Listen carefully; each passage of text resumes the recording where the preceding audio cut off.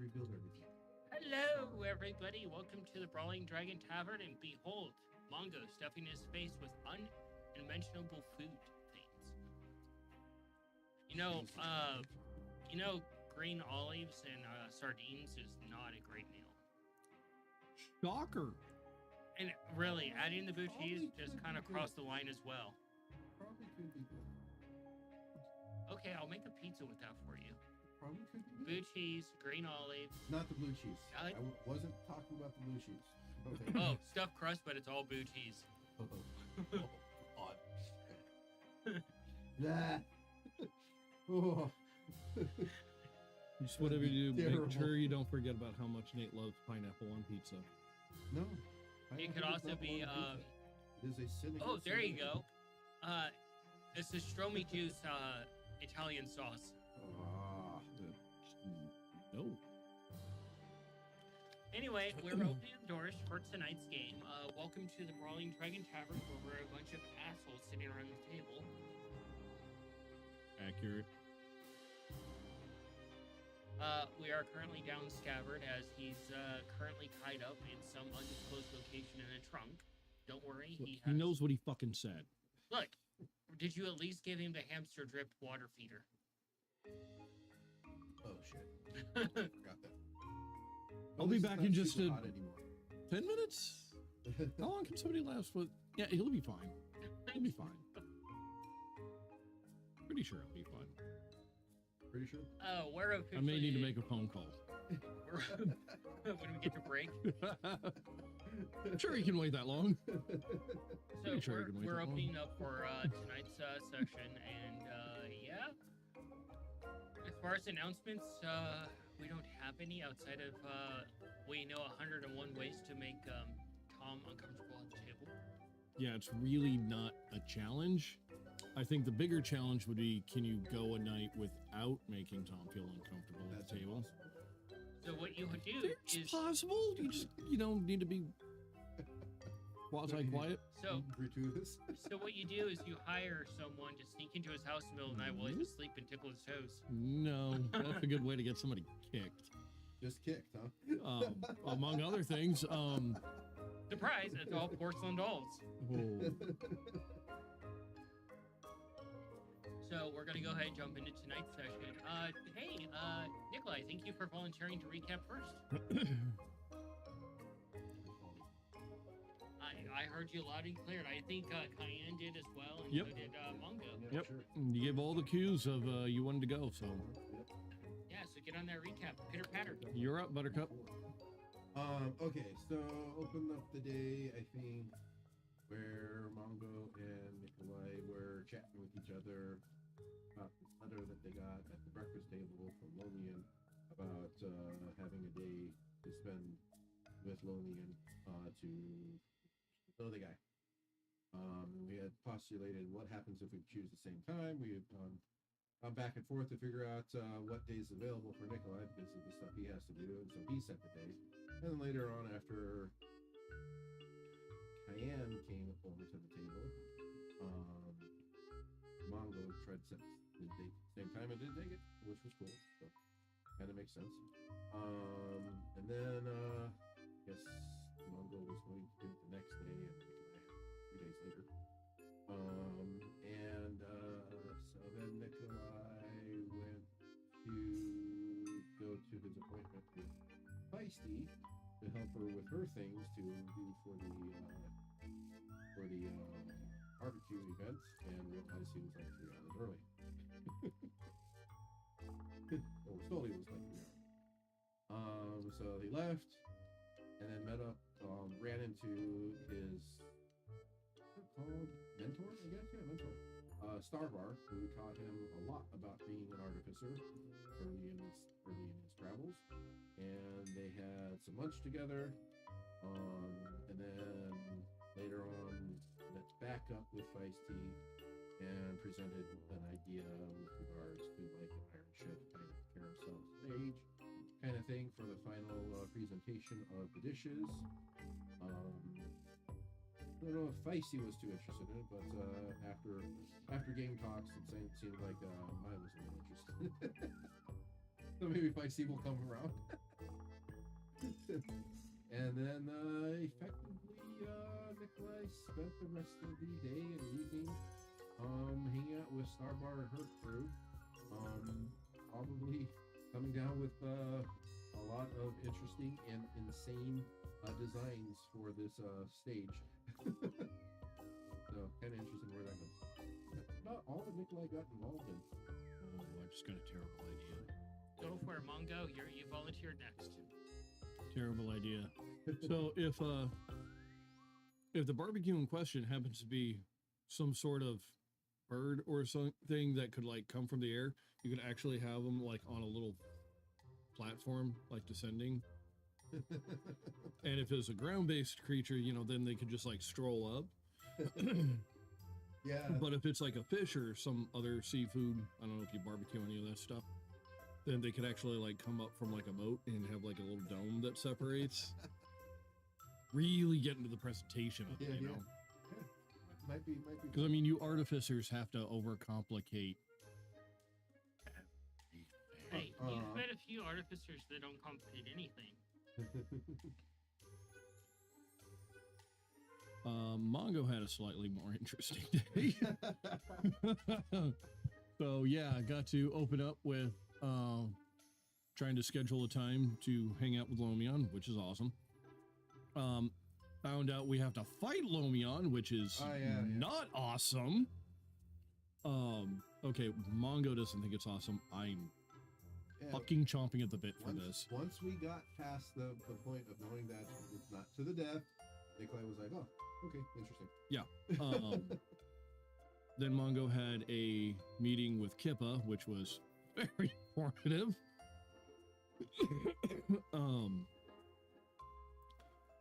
Found out that she's been doing research on basically everyone, probably because she can't get enough to read. And one of the people she was researching happened to be Coin, who now Mongo has to find a way to tell her that the one she knows as her mother is not her biological mother.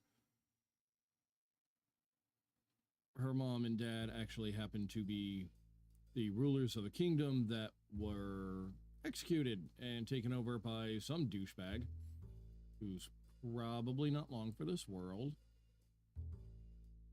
Yeah, Wait till you tell Cayenne that news and she just suddenly gets her anger face again. Mm-hmm. Oh no, I don't think there's going to be any member of the family who's going to object to putting those motherfuckers' names on the bad list. What if her parents were? Well, they're dead, so. Or allow Cayenne to make clothing items out of them. Do you want some nice Munchkin Tabaxi slippers? Yeah. Or scarf. That would be so weird. If I could see actually Jessie playing a lizard folk and just repurposing her enemies. That would be cool. Jesse. You should do that. Just a character that is just all about recycling. A completely feral tiefling who chomps at the bit to make new clothing items out of hides and skin.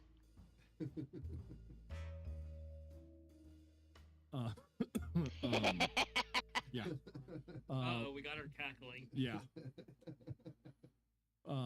Mongo also remembered that he had a meeting with Plumetree the day before because he asked today about getting a meeting with Plumetree. Fuck Chrono Wizards, man. Just go with it. That is a joke. Yeah. I felt a pop behind my eyeball trying to process that.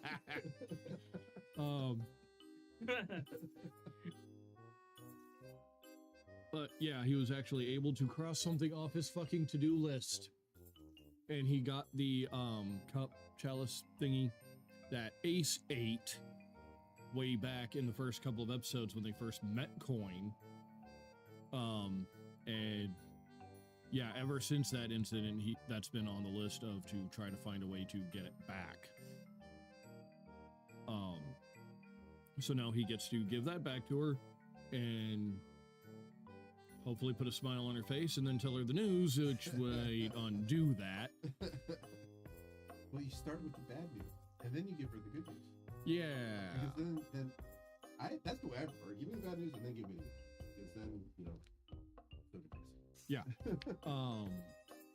Let's see. After that,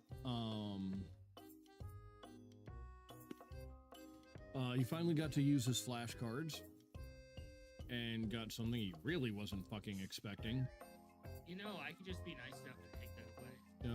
No. Guys, why would you want to learn that? Yeah. I think Nikolai and Mongo have been trying to learn how to Yeah, play that's football ever. one of the first things that was on his to-do list was crack the code on how to actually make health potions, and as it turns out, that was fucking in the flashcards. I didn't know that was in there.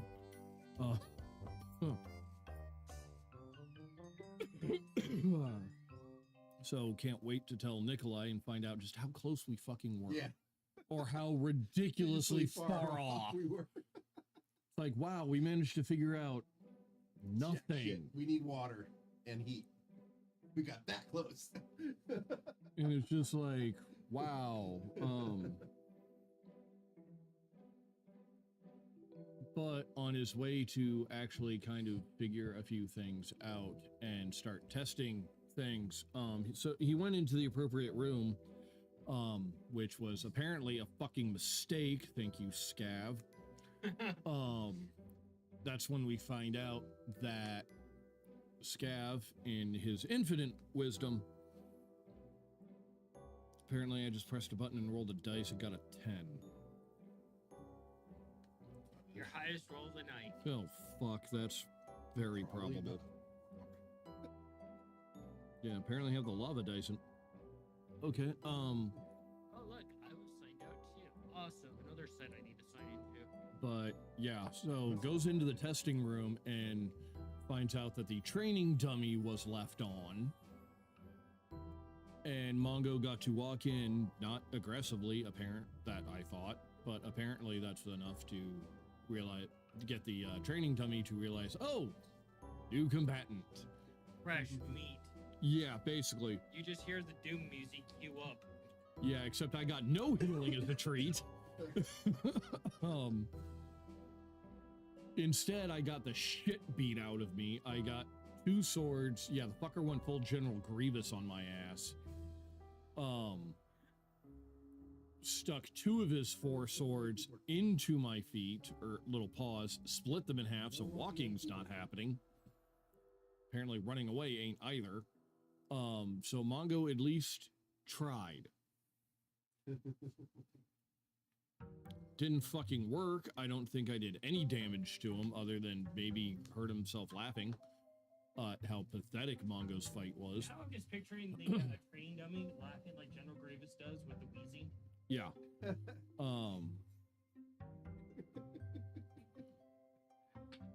Yeah, instead Mongo, for his valiant efforts, got thrown through a door.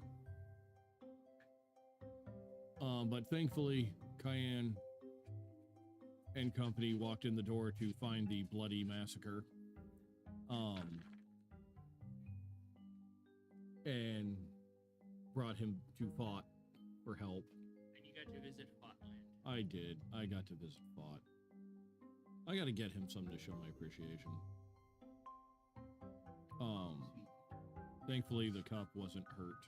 That's actually a fun, I would love to do, a limited run of shirts of different designs, right?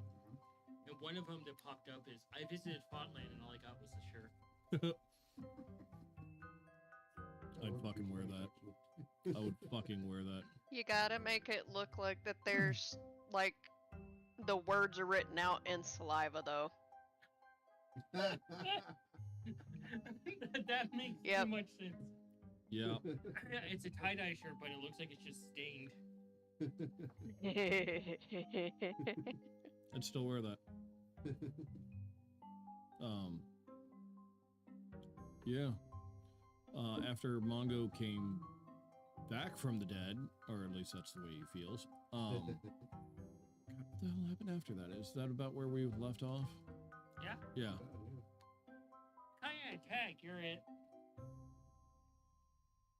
Well, Cayenne woke up after leaving the home with Lomion and ended up in the dining hall with the brothers. They explained that they got a letter from Lomion and she spilled the beans that Mongo, Nikolai, and Scav all have to fight Lomion for her hand, and she tried to explain that it is sheerly just for the simple fact out of respect sort of thing. It's his way of asking the brothers for her hand in marriage, as she does not have a father to walk her down the aisle. Like she has no parent, no anybody to give her away, so the brothers have to do it in her father's stead. So after that was explained, Nikolai ran off to do some things, and then it was just Mongo and Cayenne. And I believe while Cayenne was there, that was when Mongo accepted his invitation with a time frame that he gave. Yep. And before he disappeared, Cayenne mentioned that if he's worried about training, he could potentially ask Sir Mir to help with training, as that's who Lomion was training with. Yeah. Broke the boys many, got many bad swords. news. And then she also mentioned that if Mongo wanted specifics of like how the duel's gonna go down, if he'd be able to request certain terms, he could probably ask Lomion when they had a one-on-one.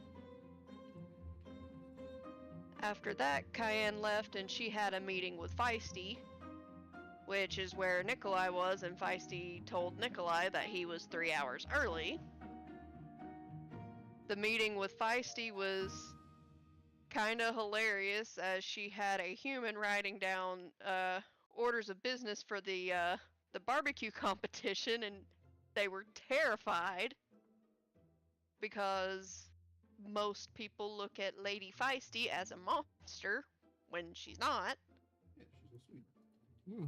And Cayenne wanted to calm the human, but essentially how the meeting went was Feisty wanted like what I would recommend as far as meats and things, and Cayenne recommended like local wild game, like any kind of bison, any kind of like deer, just any kind of like local game. And then she also mentioned potentially some meats that she had really enjoyed when she traveled with us that she hasn't had in a while. And she recommended elephant,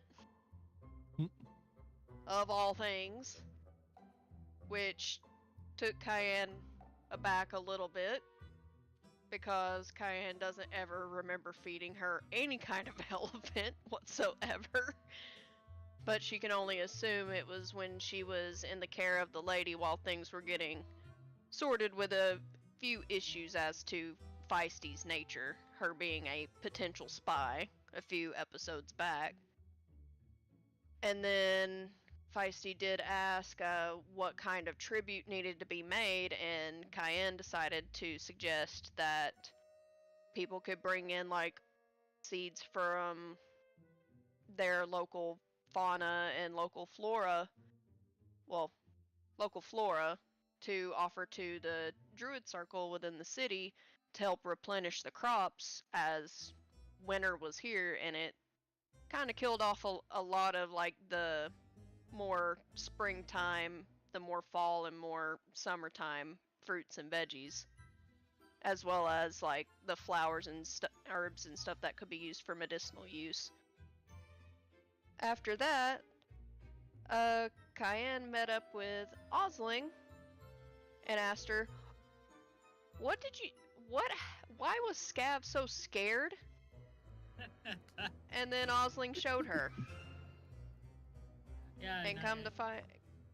find out, it was within her own goddessly realm that Scav made a deal with her. Yeah, and that's something that Cayenne knows that Osling doesn't know. Mm-hmm. Cayenne picked up on it. Osling is not made aware of this, so that's going to be another talk that she's going to have with Osling. Yeah, as far as Osling is concerned, that's just been her safe space that she went to when she was dealing with terrible shit. She doesn't realize it's your realm. Yep. So now I guess Cayenne is going to be on a quiet meditation of discovering her own safe space outside of the end of the Astral Sea where Lomion took her on a picnic, which Cayenne wants to show Osling. Your favorite place ever now. Mm-hmm.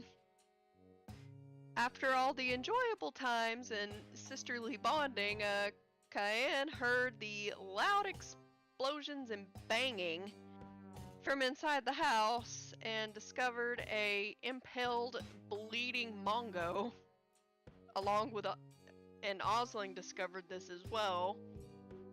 So, without any worry of being painted red, Cayenne very gingerly carried Mongo to Fought with a swiftness to get him fixed. And he got to go to Fotland and he got healed, and that's where Cayenne left off. So, who had the meeting first?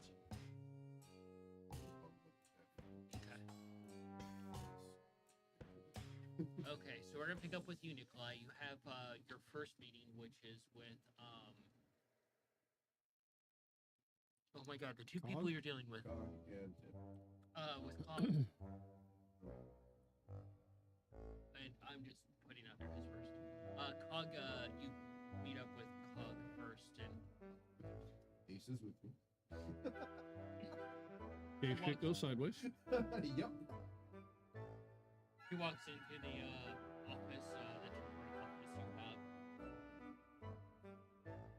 And she closes the door, and she reopens the door, and she's like, Ace, wait outside now. And Ace just kind of looks at you, and he's like, and goes, Really, buddy? he's like, he sign language is like, you got this.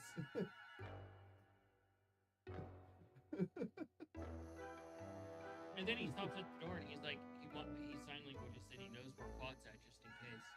Good. Alrighty. And Cog looks over at you. So, Hello, Cog. What's up? this little issue that's going on, I hope you see eye to eye with me and decide the right course of action. What are your thoughts? That I am superior and I am right in this. The ship is coming into our fleet, and therefore it is under my command, and I can do as I say. Cog, you are a artificer and mechanic and genius above my level, for sure. However, the Maw is not a part of the fleet. With the fleet. They're not a part of it. Fortunately, that means that you do not have control over the Maw. That configuration remains with him. She walks over and looks at you very closely, and she pulls out a notepad. This is going on your permanent record, and she just walks out. Oh, fuck. Thank you. Dude, it's on your permanent record. Like, come on. It's not a bad thing, I don't think. I think she's just being, because I think Nikolai learned about dealing with the gnomes is to be assertive. And Ace, you see Ace panic out of the way, and she just glares at Ace.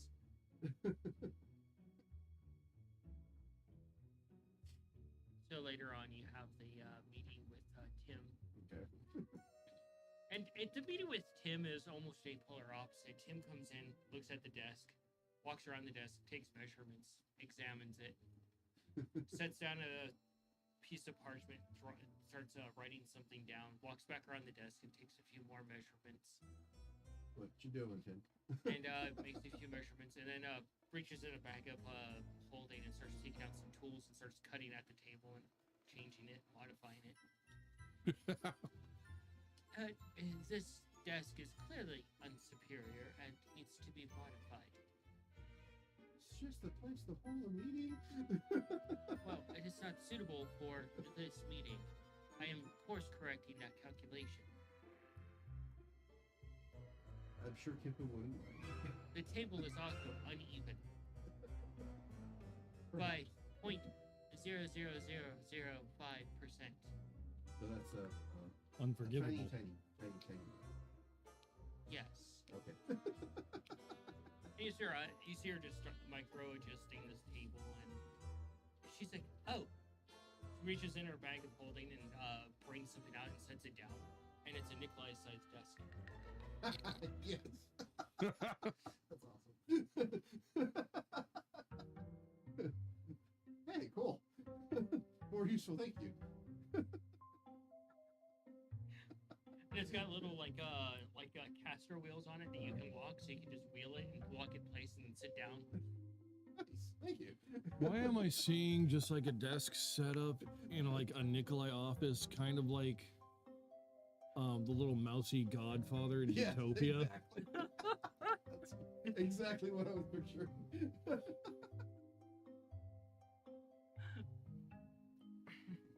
So, How much is it been forever? are you and Cog going to be able to work together now? Of course. Fantastic.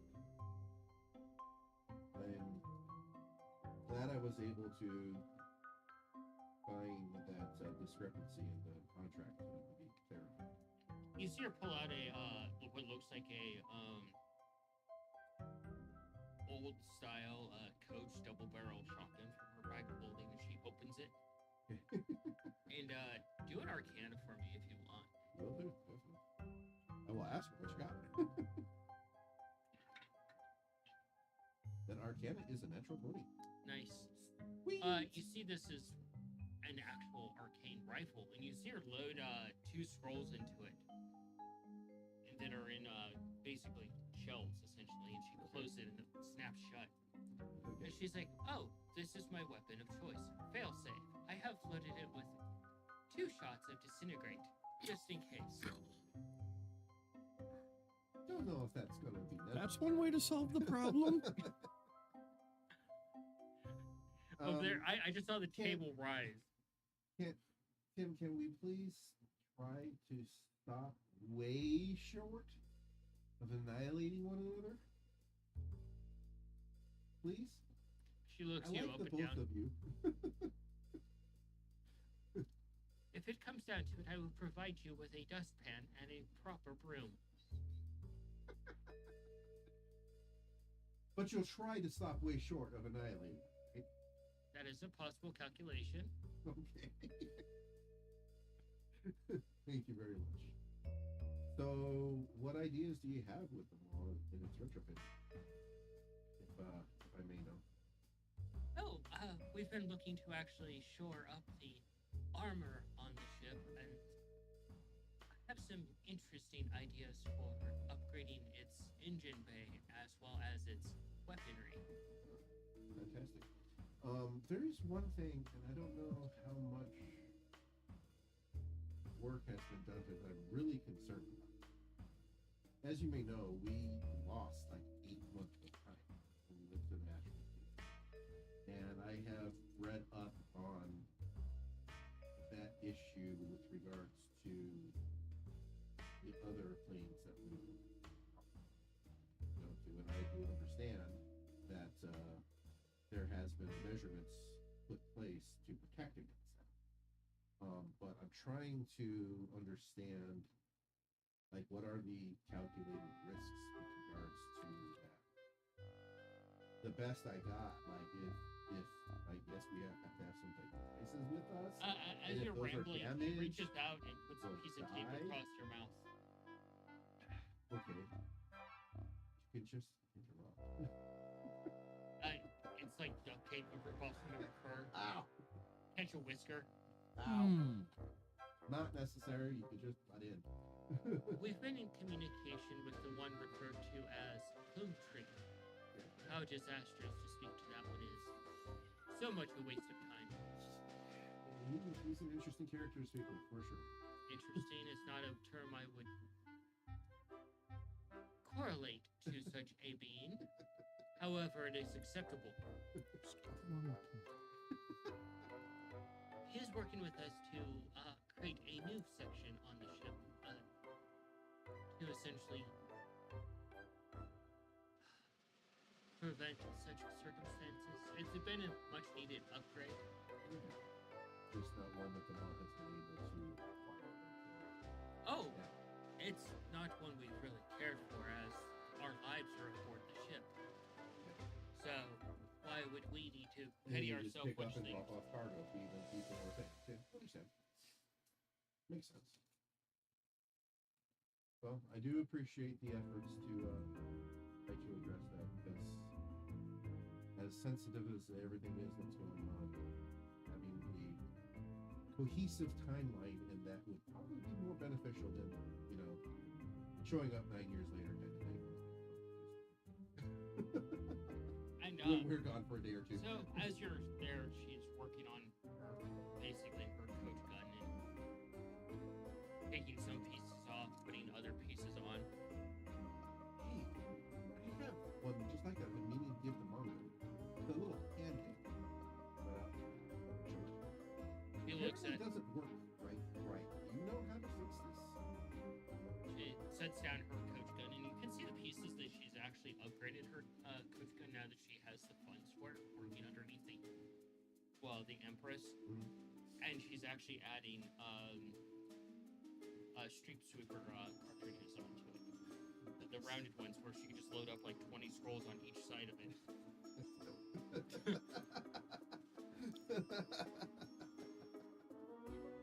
You're right there, Tom. I don't deal with the scroll, so I figured Tom or Mongo could use this maybe. It's designed to backfire. Designed to backfire? Yes, it appears to be a failsafe on this contraption. You didn't mention that fucking part. I was going to tell you it's not working right. Let's see. Is there a way to circumvent that design to make it more effective? It'll require some time, but I can handle it. You're able to handle it? I actually quite am impressed with this circumvention of use. It appears that whatever you actually load into this would be amplified tenfold user. Oh, so okay, so they probably used that. They probably made accepted the backfire chance to get the amplification, huh? Oh no, this has been triggered. To put it in your rudimentary terms, it has been booby trapped. Has been booby trapped. I'm glad I never used it. For example, if you were to load a scroll of disintegrate into this, it would hit the user with tenfold. Wow. How do you amplify being disintegrated? Can you be more disintegrated? You would be extra fine dust. As a great warrior once said, I don't feel so good. So not only ceased to exist, never existed.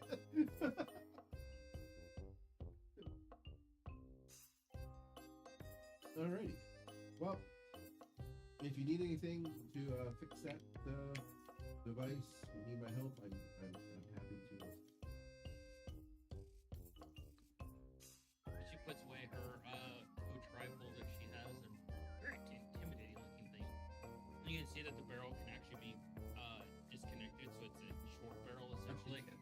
That's not a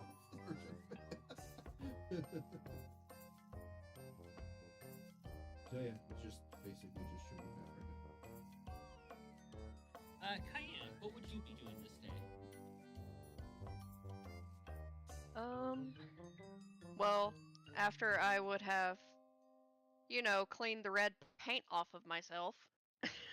It is a few days later, so Basically, Cayenne would have been attending to any meetings that she would have had with either Feisty, Kippa, or even some things that Osling or Alufa may have wanted to discuss. If not, she probably would have checked on Left at the pub and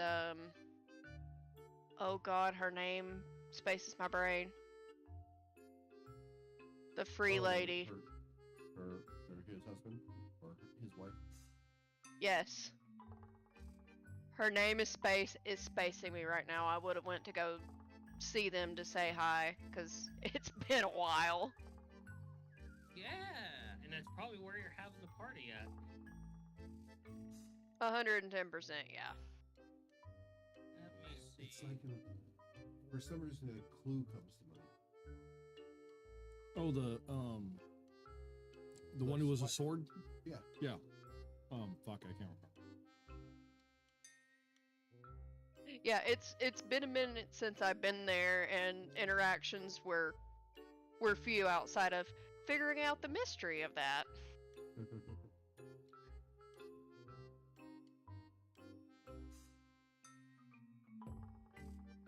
So that's what I would be doing.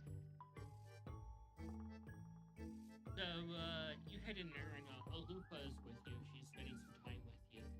And Left looks over at you and says, "Two centaurs walk into a bar. That's a joke enough in itself." He would. It's good to see you too. You as well. I'm glad to see that you're not dead. And then again, oh, that would have been a rather potent drink if I'm seeing the dead.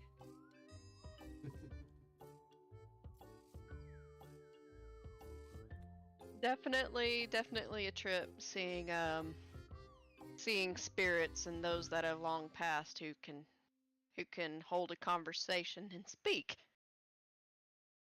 Oh, some nights I'm sitting here in the pub and we just decide to have an haute foray with our old adventuring party, bring them back from the dead for a little jaunt. It's good to hang out with the old lads, even though they are past long gone. Whoa.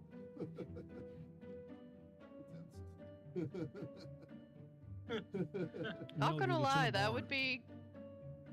would be a pretty interesting conversation. So you're all dead. Yep. I was wondering why my notes looked so weird and I was on the wrong campaign. Ah. Oopsie. Womp womp. It's like, who the fuck are these people?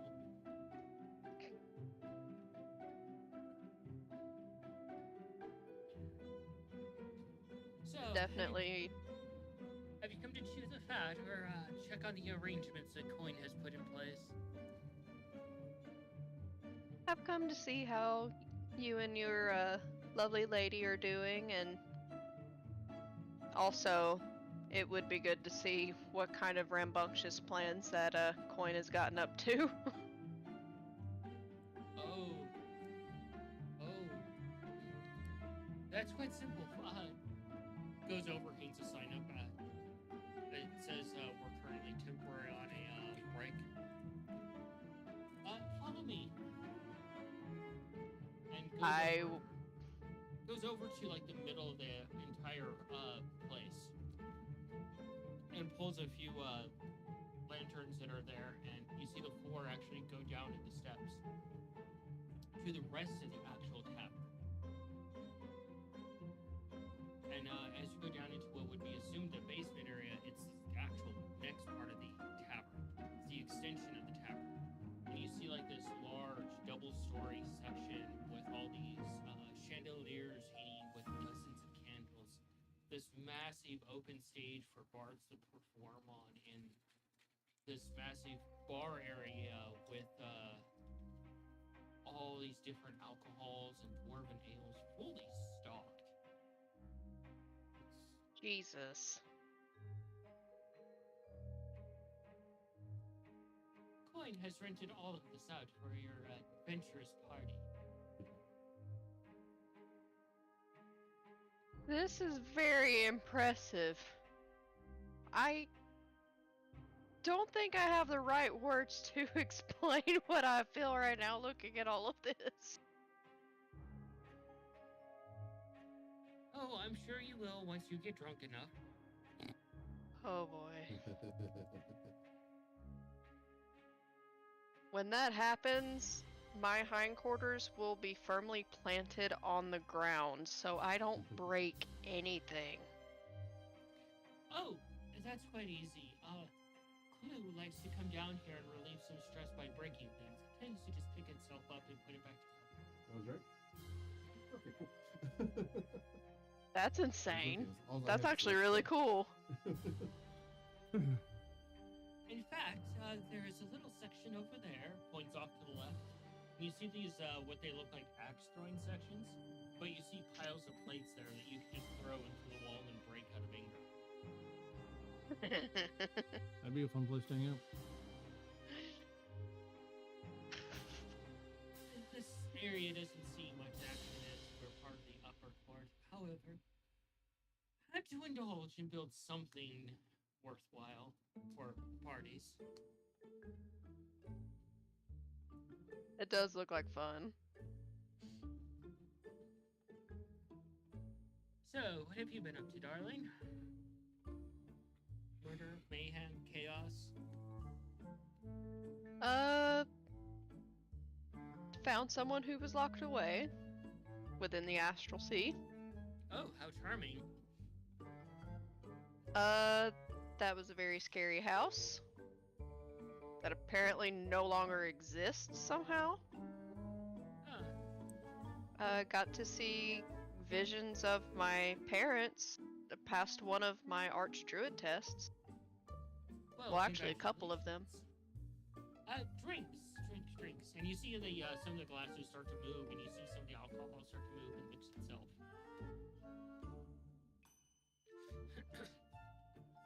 Found out more secrets about my lineage that's oddly a little terrifying, to say the least.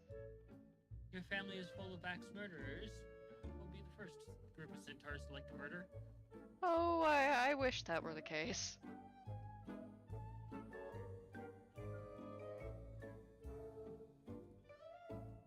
I assume that there's no one who can hear us down here and that you wouldn't repeat this to anyone. Left looks at you and looks somewhat offended. Look, if it's one thing, I don't kiss and tell, not for any price. I apologize if I offended. It's just, it's pretty important. Left hands you a drink. I will take it and take a sip of it before I speak.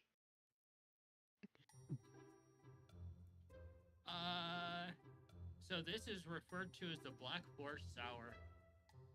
The upper half looks like a cream, and the bottom half almost has like a brownish liqueur type of color to it. So it almost looks like a reverse snake bite. You broke up real quick. Yeah. She broke up real quick. I will actually post this so that you can check this out. Where is this at? I lost the chat. The chat ran away. It is hiding. There you go. It's actually posted in the pub group. Pub. Pub. Pub.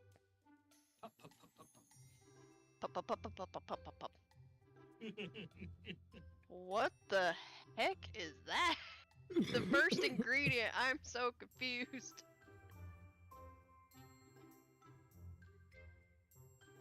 I'm assuming. Oh God, no. Whew. I would switch the the Jaeger out for something different because I don't need to be sick. I know that you in like actual real life absolutely can't stand Jaeger, but that's a lot of people. It's a very No. It's more or less. My stomach will not release the drink, but will release blood instead. Ooh. Also, Yeah. Mongo, you might be interested in this. There you go. I just gave him a treat. So, capture glass, and it's like, do tell. It is, secretive down here, so no one will know. Apparently, my sister and I are grandchildren of the Allfather to all giants. Definitely sounds like a good drink. Oh, isn't that peculiar? And our father, the god of all centaurs, was not exactly a saint. He was kind of a piece of shit.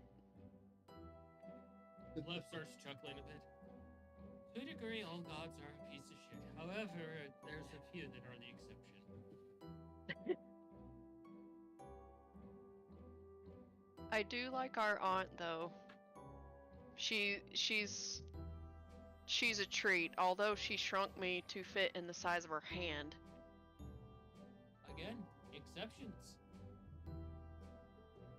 I think you would enjoy her presence. You may have met her in passing in your travels. Do tell. Does the name O'Seal ring a bell? Left looks a little perplexed at first, and it's like, vaguely, I might have bumped elbows with such a deity at one point, but who knows? At the most, I might have heard of him. I still have that card that has her, basically her calling card. Yeah. I'll show him the card. Looks at it a little bit, and it's like, huh. I have seen the symbol before, but not sure if I've actually ever encountered the deity. If you ever meet a satyr goddess of mischief, you will have met my aunt. I'll keep that in mind. I'm sure she has all sorts of dirt on you. Oh, probably. But aside from learning more about my lineage and things of that nature, I haven't gotten up to too much. Aside from the engagement that everyone in town knows after me and my party of brothers decided to depart to go to the Astral Sea with our sister by bond, Feisty. Oh, the big, displacer beast. She's no longer a displacer beast. Oh? Apparently what we did in the Astral Sea to help her changed her into what I can only describe as a displacer griffin? Wow. That shall be a sight to behold. I hear of many, mouths, speaking of a upcoming festival of this thing called barbecue. Yes, she is the sole judge of this contest coming up, which she is now a lady here. Huh. Blue is actually interested in partaking in this event, as I have no take in it, but Blue wants to take part in it. Who am I to stop That might not be a that bad one. level of We wrath? change the coconut later.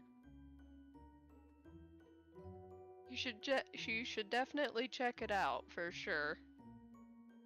Sure, it will definitely be very interesting. I heard that there's going to Huh? be Beaker doesn't sit all down. sorts of Oh, people she and just sent me the visitors link to coming in all for of them, and I this. was perusing, and I Oh. found one or two that I actually wouldn't mind trying. I'm sure it's going to be interesting. I will be sure to attend. Oh, and my gift to you, the newlyweds, drinks around the house for your night here. I appreciate that very much. Thank you. Drink to your heart's content and then drink some more.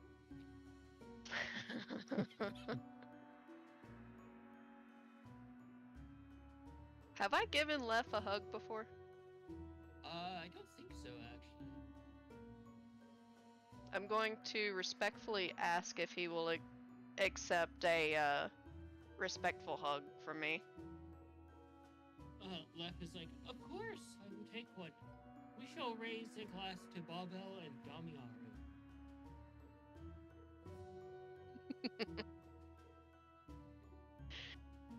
Another new deity. So what was the You first one? said Babel. Barbell? Babel said and Ma Bell. Damiaru. Yep, Damiaru, you guys already know. Yep. Babel is a new one. If you want, you can do a religion there. I will. If my dice will behave. That's a 10. You've heard it in passing at another tavern. Babel is, the god of debauchery and drinks. Of course That's he follows that appropriate. one. That's appropriate. I will raise my glass to Dabel and Damiaru. And of course, you know, Damiara, that one's rather prolific. And, you're free to have drinks right now with, left and enjoy. Eventually, Clue comes down and joins you guys and takes a seat, and she's her usual sunny, bright self. Clue. She looks at you. You kill anybody?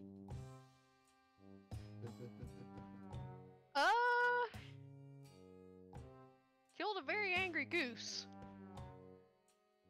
Huh. It was not a normal goose. It almost killed Feisty. Why do all the adventurers get the glory and...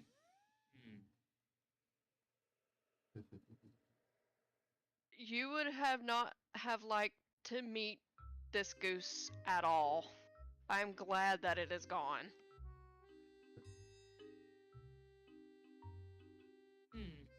I I'm did get jealous to meet of you. I did get to meet this really awesome grung named Belle that I think you would really enjoy meeting at some point. She just looks perplexed and raises an eyebrow. How big was their weapon? She was an alchemist. Oh, one of those.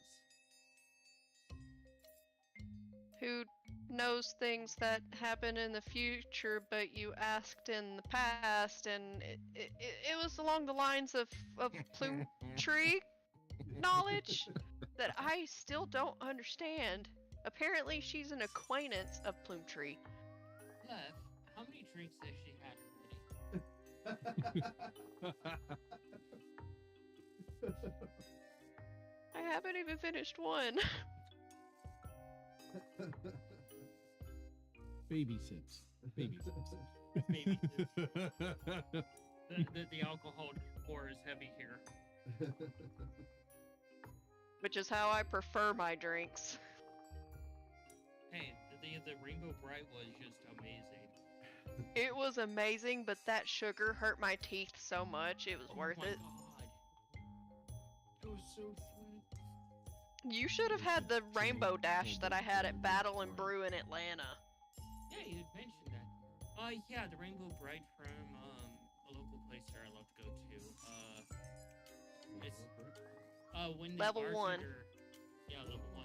The bartender is like, yeah, this drink will make you a little bit gay if you drink it, and Me and Jesse were fine with it, but Nate took he actually put his pinky out and drank it. He's like, he made it. Yeah. Woo!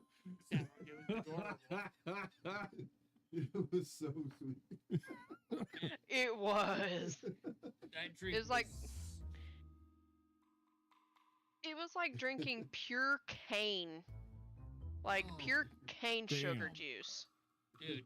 There was that was like, oh my god. That was probably like drinking a loofah in a drink. Oh fuck! I don't think I could handle that. Oh, That was drinking the literal life essence of a loofah. it's pure sugar, and you don't realize how hard it's hitting you. And I had 2 that night. And I was like, oh. And the bartender had the gall to ask me for a 3rd. I'm like, no, thank you. So an alcoholic sugar rush. Yes. It was the kind of drink that you would have needed to chase with one of their other signature drinks called the Zangief, which was basically a cherry limeade. Their Well, that drinks- sounds dangerous. Their drinks are awesome. They have one that I absolutely adore. It's my favorite drink on their menu called Ecto Cooler. And it tastes like Ecto Cooler, and it has candied kiwi with it. Mm-hmm. I get that every time I go there, and I could just throw those back like fucking candy.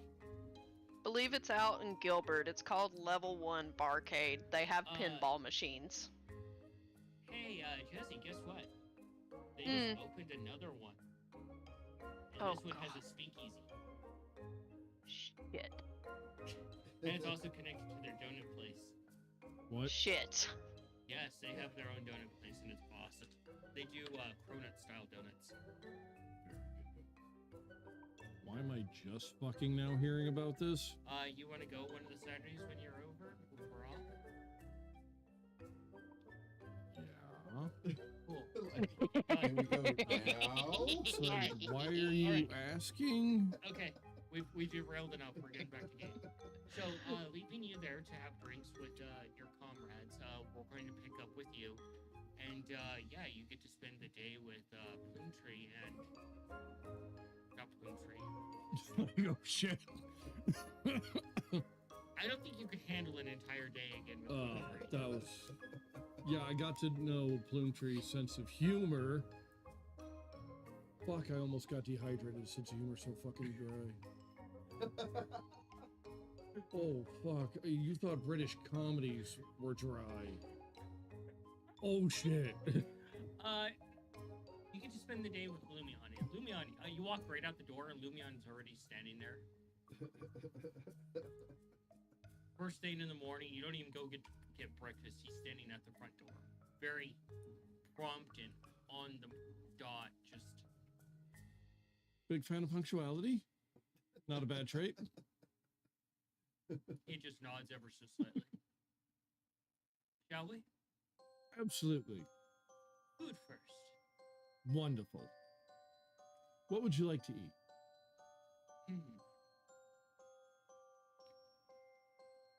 I'm still learning the education of proper food etiquette as far as what to eat. What would you prefer to eat? Oh, Name God. anything on your list, and I'm sure I can find it. This question, Mongo could eat anything. What would he want to fucking eat? We should have thought about this. Yeah. I'm glad you went first, so I can think about it. Yeah. I know you haven't visited there. Have you ever visited the Umbrella region and had their what they refer to as fish and chips? I don't think I have. Offers to just pick you up and carry you. Oh, I can walk. Not the fastest, but I can still do it. Take a step forward when I say on the count of 3. 1, 2, 3. And as you do that, you're no longer standing in the upper crest. You're now in this stony type of road, and there's like stalls along the side, and single-story houses are made of like clay and wood, and you can smell the ocean on the breeze. Like, Oh fuck, the freshest. Okay. and you look around a little bit. It's a little bit warmer here as opposed to back home where it's cooling off. Yeah.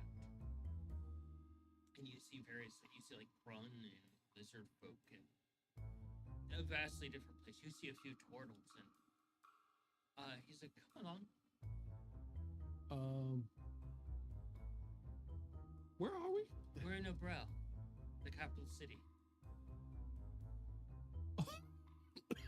Oh shit. Okay.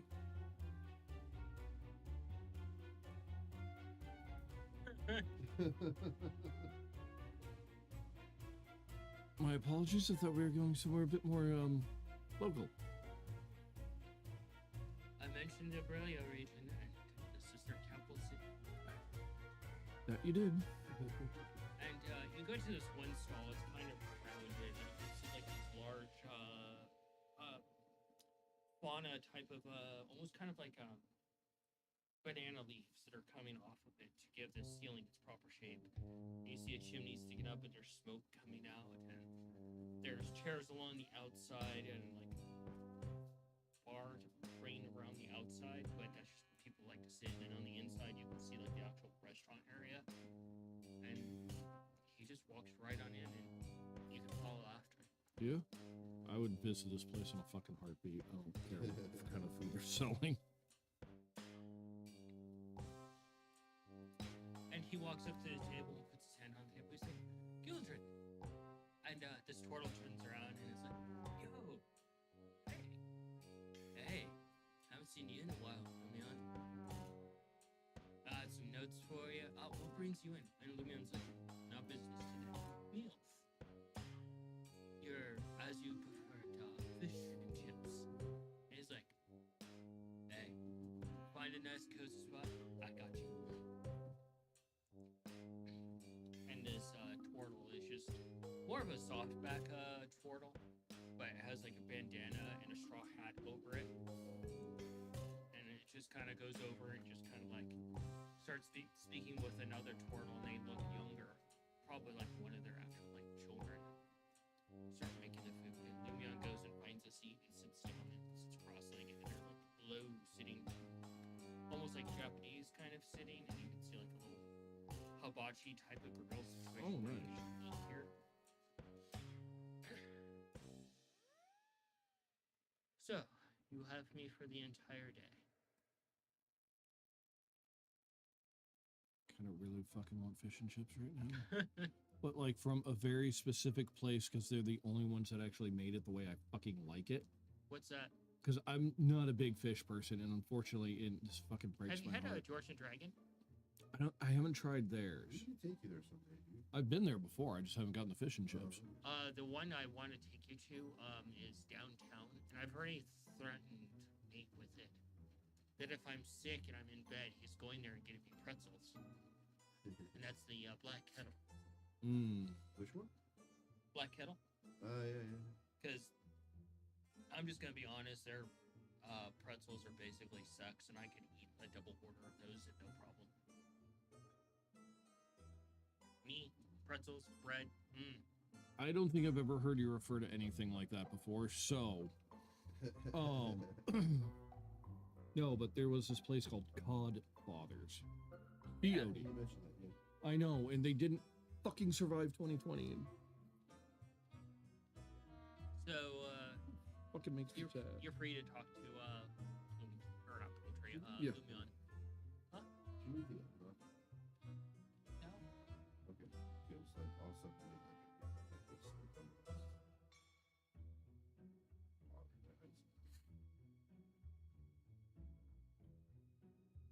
Well, so Kyan mentioned the other day that apparently you, me, Scav, and Nikolai have to partake in a certain ceremonial event. Looks over to you. Most definitely.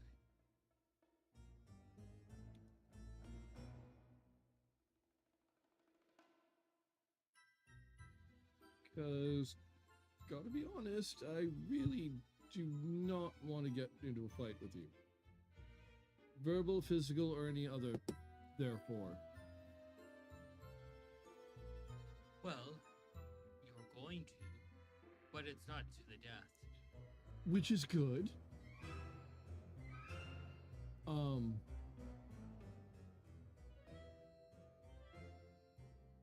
Just kind of wondering, it's like, but why? It's quite simple. It's for honor. Someone has to give her over to me, and her father's dead. Yeah, I'm pretty sure the only one she'll let give her to anyone is her. He looks at you sideways, and he's like, she specifically mentioned you three and you carrying that honor. That as family and her siblings, that is your job to do, and she has given you that task.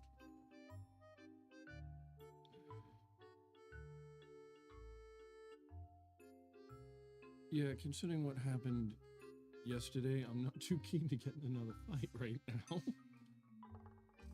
Don't worry, you have a few days to prepare. I'm sure you can scratch something up. And, Yeah, I just got my ass handed to me by the fucking training dummy because Scab left it on. Well, that's on Scabbard, and I'm sure you'll find a way to make him remember that. And the turtle comes over and says, "Hey, fish and chips for my customers." Sits down this basket in front of you, and you can see like these, almost like 12-inch long strips of fried fish in there, and some lime in there, and some twice fried potatoes. It's slightly twirl, almost like curly fries. And you can see that it's really nicely like that nice, beautiful, crisp flakiness on it. Breading. Yo, my stomach just said, fuck you, feed me. So, Feed me. whenever she Feed me describes the more. food, why can't we have... It's like, oh, by the way, I'm making this, and then, like, describe that. Yeah, I know. I've been telling her that it would be freaking great if she comes up with some type of crazy thing. She keeps it, all secret. Like she even like maybe get somebody to cater it in. Comes up with a great dish, and That then we go to break and we have that dish. that chicken chorizo stew was just mind blowing. Yeah. Did you actually try some of that? I think you took one of them home. No, I'm pretty sure I'd remember that. I know you didn't like the shepherd's pie. Yeah, that didn't last at all. So yeah, the I food need is presented more of to you, and for Mongo, this is the first time you've ever seen anything like this, and the smell just hits you like a wave. At least need fucking French fries right now. Huh? I at least need French fries right now. And Lunan's like, let's just use a fork and knife and eat it directly with the sauce or lemon on top. And he takes it and puts it on a plate, and he's eating like with like his actual nobility. Some things you just can't take out of. Yeah. Kind of look around at how everybody else is eating this. Yeah, there's a few that are. Yeah, and then just Give a dig in. perception to see if you actually get it right.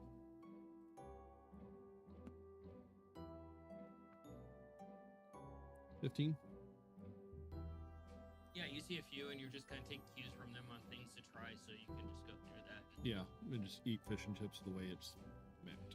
Yeah, and the fish, you take a bite of it, and you can tell they just probably caught it like an hour ago. Yeah.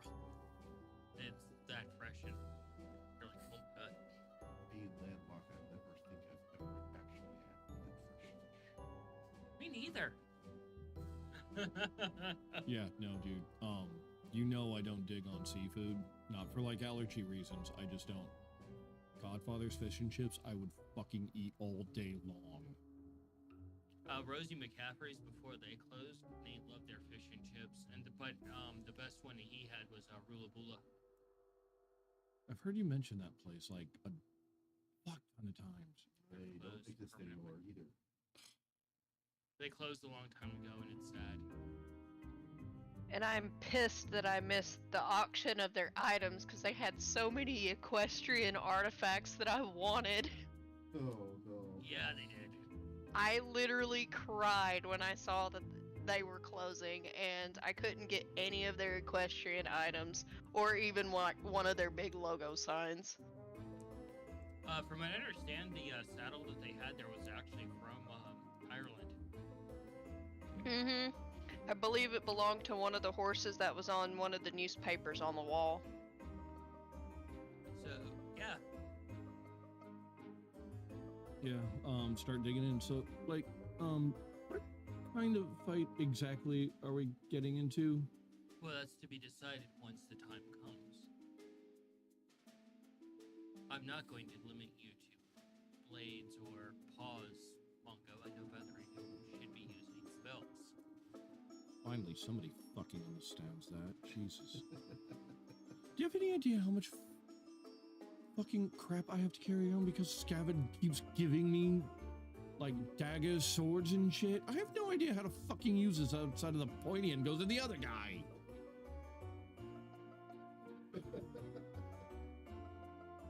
That's the general idea of using a sword.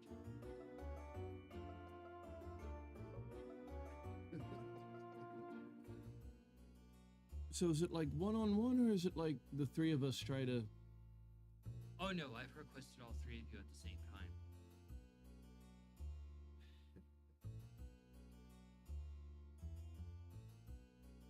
Yeah, alright. I have no idea how the hell we're going to do it, but I'll give you everything I've got. That's all I ask. But, other than that, what should I been up to lately?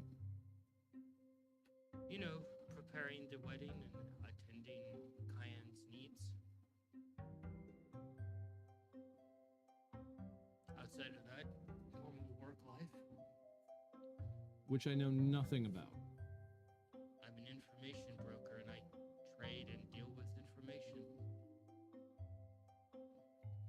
Did Kippa give Mongo the name of the where coin's from? I think so.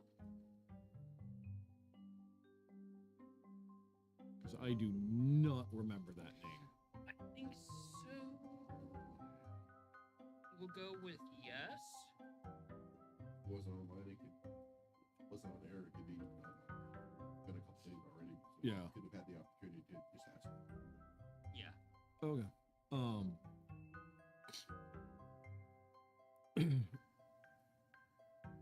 So I couldn't help but notice your friend there. So I'm guessing you get a few bits of information from him as well, which means you can reach this far. Do you know anything about what's going on over in Coin's hometown? I possibly could. Are you asking for me to look into that? I've got to tell somebody something, and the more information.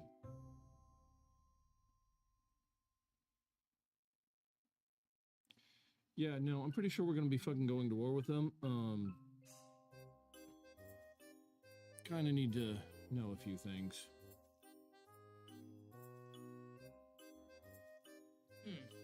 Without telling them that, you know, I'm planning on. Subtle. Probably not. To be entirely honest, I don't know who the fuck they are, but they've already kind of made me pretty pissed because they slaughtered Coin's family, and they tried to kill her too, but they missed.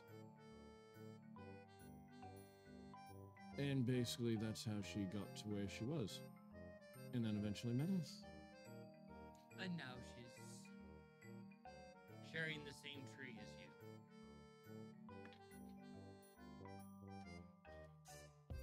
That's one way to put it, yes.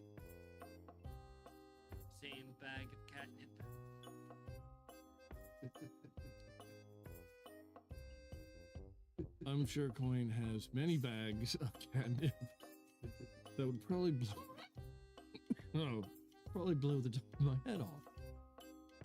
Perhaps you should ask her at some point and see what she provides for you for your enlightenment. Yeah. Fuck, for all I know, I already did and, yeah, forgot. Or didn't remember. Either way. So what is the plan for the remainder of the day?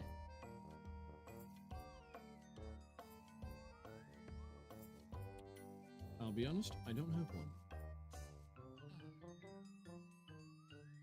I don't really know a whole lot about you, so I kind of figured we'd hang out and actually get to know each other. My work is rather boring, as I've stated in an information broker. I sort and parse through information and trade secrets. God, you and my father would probably get along great. I speak to other information brokers and so forth. Actually, did you ever work with my father? Maggie. Yeah. He kind of did, well, okay, before his, house arrest. Incarceration. Yeah. Apparently he was our parents' group's, go-to to figure shit out. Ah, so he was your group's information broker. I Yeah. have worked with him at some points, but nothing too major. It's a pity what has been done to him. Yeah, I'm just glad the house got fucking destroyed, although we could have fucking used that. Do you really want to subject to others what your father suffered? And does that make you better than those that actually suffered in that condition? No, I never said that I was gonna be better. You are meant to be better. Your sister holds you to a higher regard than Penny. I know, it's very difficult because, god damn it, do I want to be petty. That's the cat inside you.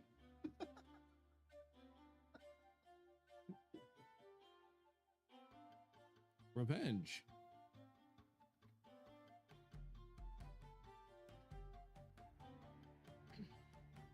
So, there's the matter of your wand being constructed. I'm sure you need that done. Yeah. That's definitely on the list of things to do. Pull out scroll.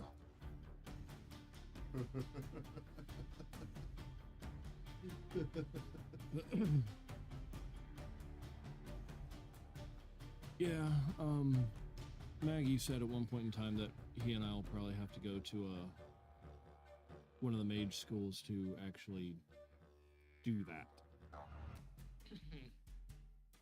Lumion looks to you. Would you like to accomplish that today?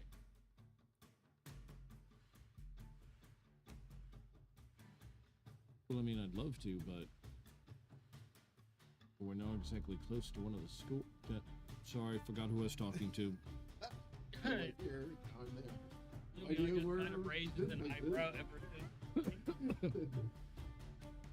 reaches up and adjusts his jacket. But that's something that, well, outside of the outside of the jailbreak, my father and I never really did anything together. And him being a fellow wizard, I kind of want to make sure I can do that with him.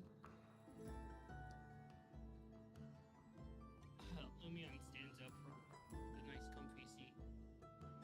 At this point, you probably have just... Oh yeah, no, I tore through that shit. I swear to God. On the way home, the only thing that's actually open is like Whataburger. Thank God, because they have some good fries. And yeah, unless I am absolutely fucking exhausted. You're getting yourself some fun. You know where Yes. you can go if you're really desperate? There, I know there's a few of the locations that are open 24/7. Pete's Fish and Chips. Oh, fuck, I ain't been there. I'm a 100%. Doubtful. Yeah, I haven't had a burger from there in forever. It's really. I know. I had them a while back. Yeah, exactly how to remember. So- Except when I was a kid, it was better. Last time I was there, they were pretty salty. Like everything just had like a ton of salt on it, which I mean normally I'm kind of okay with. But this was offensively salty. Not quite. It was just like, hey, you could have gone a little less on the salt. I still ate every fucking bite of it. Of course you did. You're a savage. Oregano is for savages.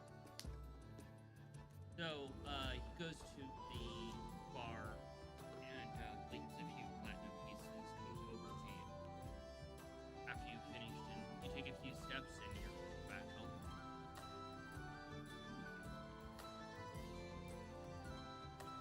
Okay, so any way I can get you to teach me that?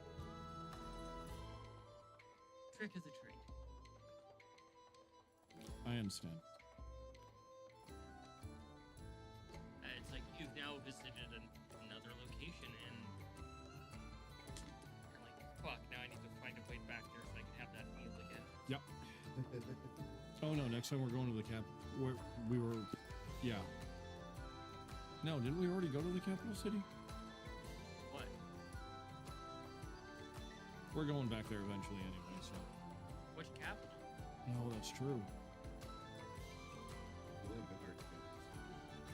You've been to the capital of Varela, you've been to the capital of Seal, and now you've been to the capital of another project. So you're able to go in and talk to your dad. Your sister is off doing work. And you'll just sit there very patiently. Yeah, go check under the table. You don't find him under the table, but you can do an investigation. Yeah, he's got to be hiding under something. Probably hiding fairly well.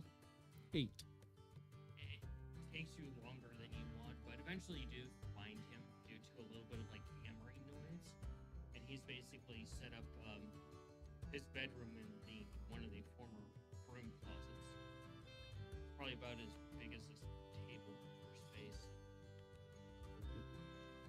Dragged in a little blanket in there and has a pillow.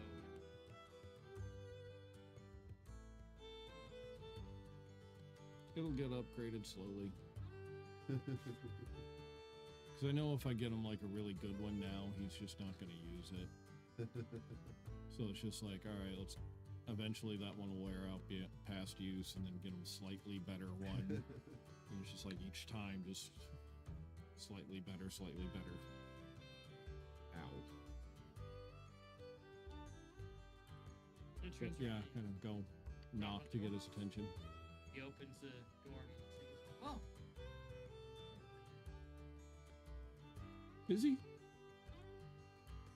just making a little bit more." Starting to get comfy? It's quiet. Yeah. Typically, brooms don't make a whole lot of noise. You don't know very many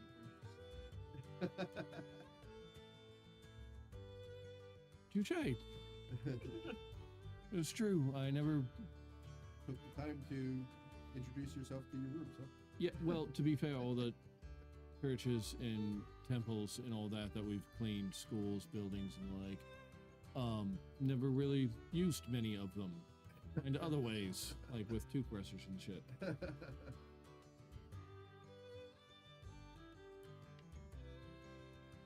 He just looks to you and he's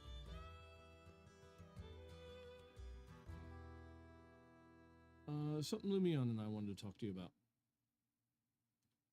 "Whatever it is, I didn't sleep with it, kill it, or do it." Good to know.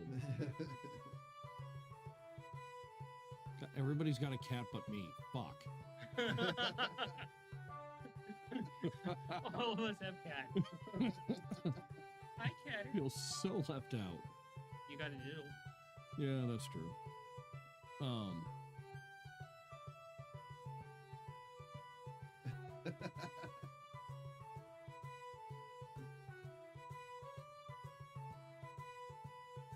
So you remember that errand that I have to do? Hold up the wand core. Yes. Lumion suggested there might be a way to do that today. Oh. Well, okay. I have no idea how to make a wand looking at the bottom. It's like I've barely done any research on it. He's like, it's straightforward. We just need to go to a magic school.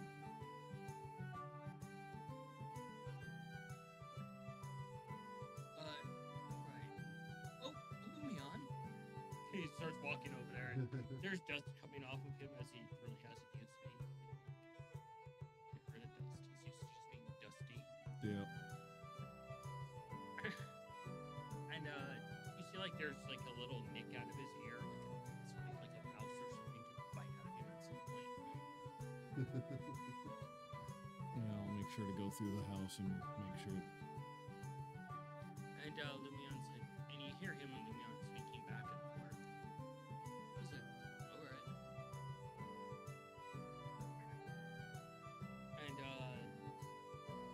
And Lumion opens the door and you can see like a bustling street you've never seen before. And Lumion's like, oh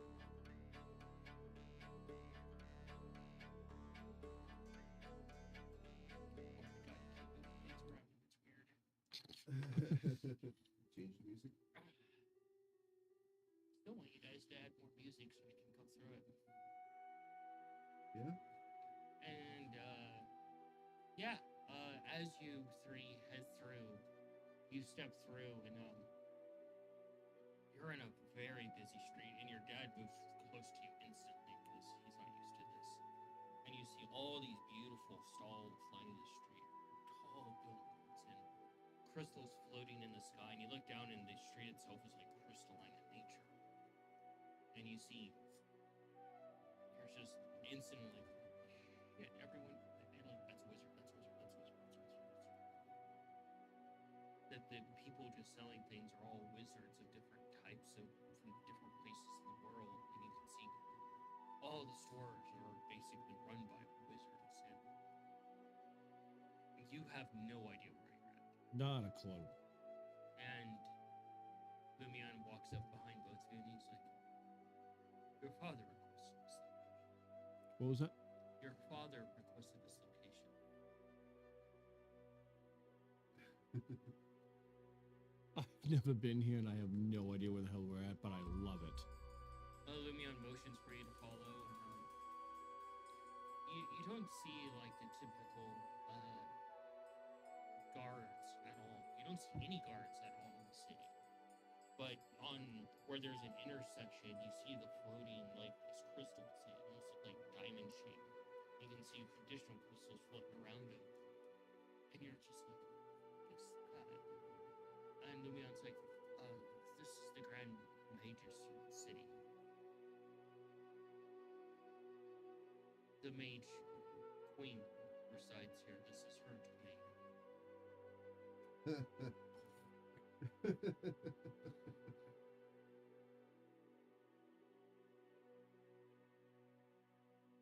Sorry, I just felt something drop. Oh, fuck.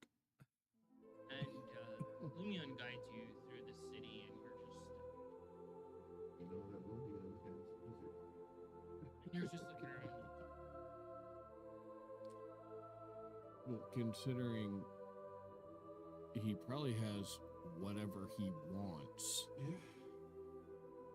For all we know, he is that guy who's all of the classes. And as you're heading through the city, you're heading through the various markets, the stalls and such. You hear a wizard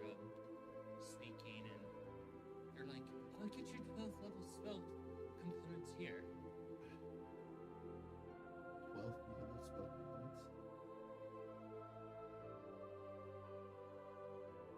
minutes. As curious as I am, it's just like, one, probably couldn't afford anything there, and two, I wouldn't be able to use it for God knows how long.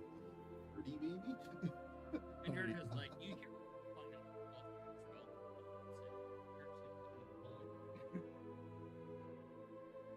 Like, I can't even. Yeah, can't even go to half that.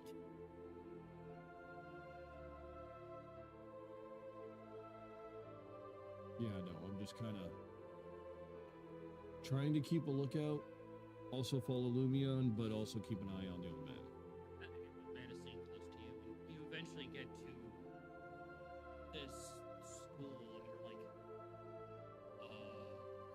okay. So there's these steps leading up to the actual school. You can see the buildings are curved around it, like, almost like a circle around it, like a roundabout around the actual school itself. And the school is massive, and you're like, this school's probably like 100 times bigger on the inside.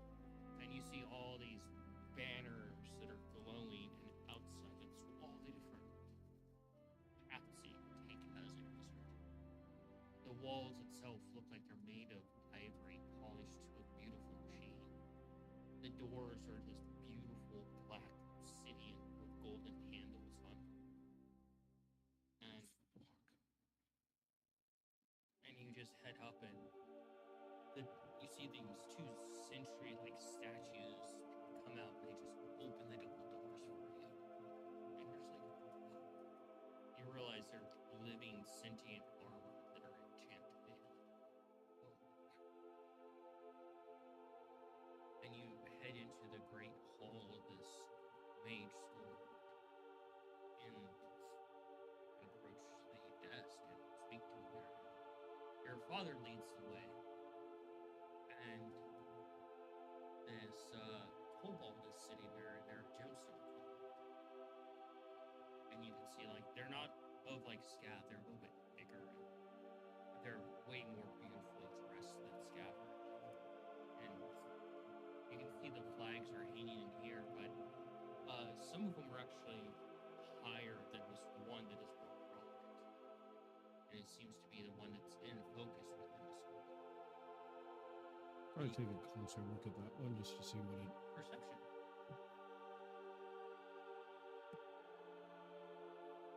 Or I'm just not. 8. 8. Yeah, you're just awestruck. You can see students coming and going from different directions. Laughter of students through the hallways. Pitter patter of feet. And the kobold looks over at your father, and Maggie approaches him like, wand construction. And the kobold's like, and What was that part? the kobold looks to him and is like, and you are? And Maggie's like, Maggie, Brad Major. And kobold gets up, walks off. And you see this older person come in, and it's a hobgoblin. This hobgoblin, they have a mohawk of just pure fire. Various gems hanging from their ears. You can see that they're enchanted. And he's beautiful, dark crimson robes. And walks over, looks down, and is like, huh, Maggie, good to see you. Thought you were dead. Maggie's like, formally. Formally. So weird. Well, it's good to have royalty back in the school. And Maggie looks over and he's like, this is where I went to school.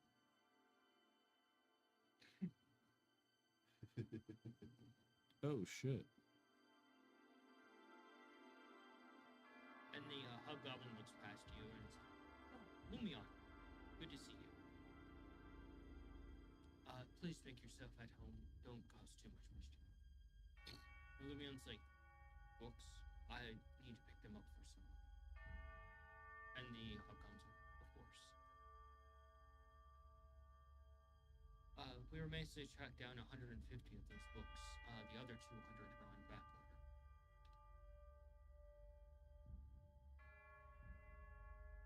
Just out of curiosity, how many of those are just for Kippa to read? Lumion looks over all of them. That's what I thought.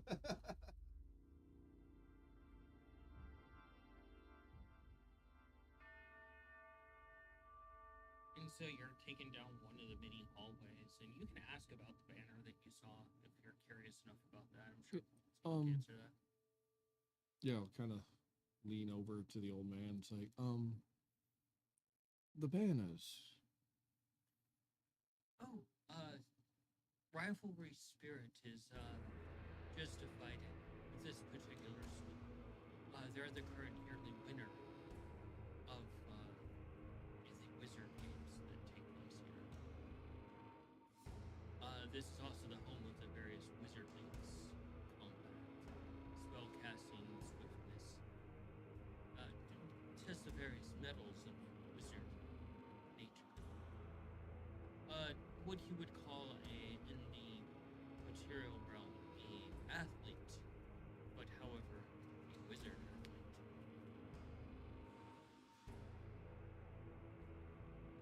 The little world of pure nerds, there's jocks. There are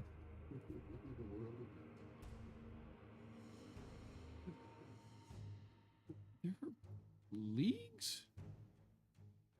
Maggie's like, yes.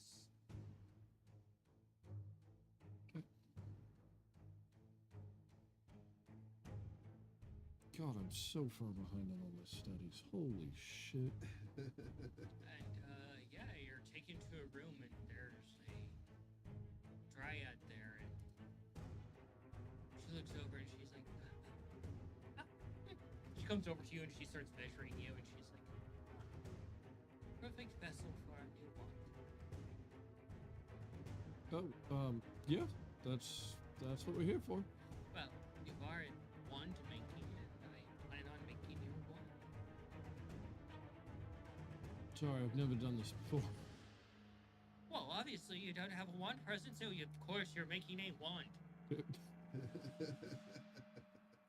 He looks to the hobgoblin, like she's exchanging a look with him, and the hobgoblin's like, none of my business, I am leaving. Thank you. And you're left with your father and the dryad. And the dryad, she's wearing like these, like, it's almost like vines are draped over her to form her robes. She's like, Core, give it now, right now. Yeah. With haste, child. Break out the core. She takes it. She's like, beautiful. Now you have to make a selection. She points to the shelves on either side of the room, and you're seeing dozens of materials that you can actually make the wand from. Woods, animal bones, various crystals, other things, like everything you could possibly ask for to make your wand out of is here. And she's like, find the one that speaks to you. Don't ask it questions, just let it speak to you. And if that speaks to you, then that is the one. It's quite simple. I'll be waiting. Don't take too long, or I might fall asleep. You want me to fall asleep? I get very cranky when I wake up. Oh, After my 2,000 sister would years, I fucking love deserve you. a nap time. And Maggie's like, this is all on you. All right. Tom, you are now faced with the hard question of what do you want? I am faced with the overwhelming urge of being woefully unfucking prepared. First time? Nope. All the time. Yeah, pretty much. So you can ponder that. I'll leave you to think it over. So have fun with that. I appreciate that. Toodles. Might know how to actually find that answer. Got to take a quiz for a little bit. Oh God. Oh boy. So Blue looks over at you and she's leaning on you, like almost like with an arm resting over you, And she's like, hey, I need to get you a wedding gift.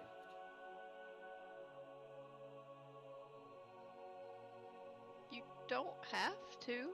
But it's like, oh, it's customary.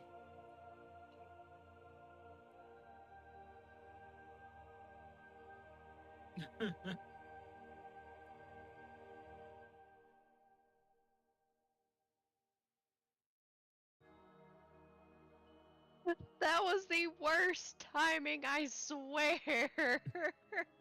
What happened?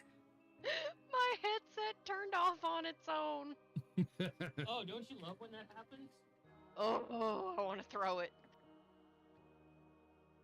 But I caught customary, and that's where it cut off. Okay, you didn't really miss anything.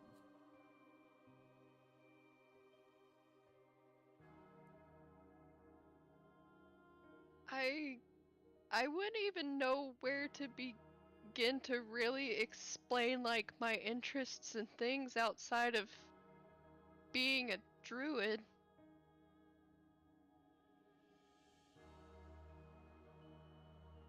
Oh my god, Zoroki. Don't be petty. Grab the bird bones.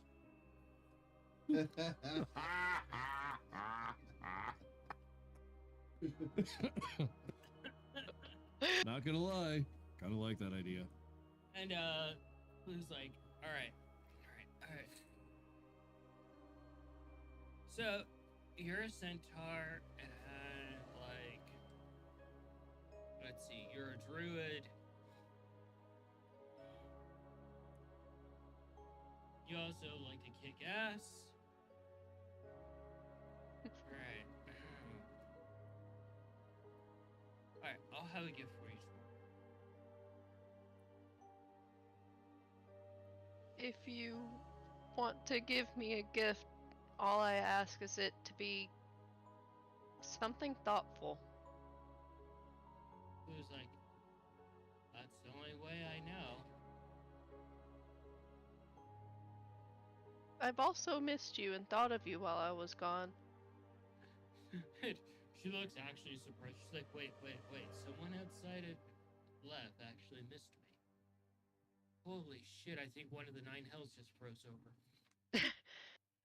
I enjoyed the talk that we had the last time we were here. I find you an awesome person.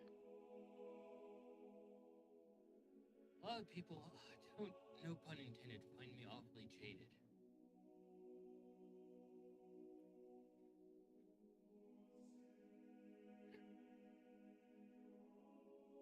You just broke my brain. You broke my brain. You hear that sizzling sound there, Nate? It's 2 people in this room cooking. Yeah.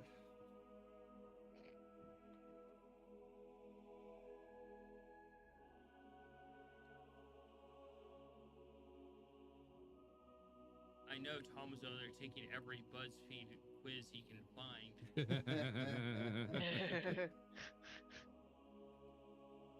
Question is, what's gonna win first, the pop-ups or Tom?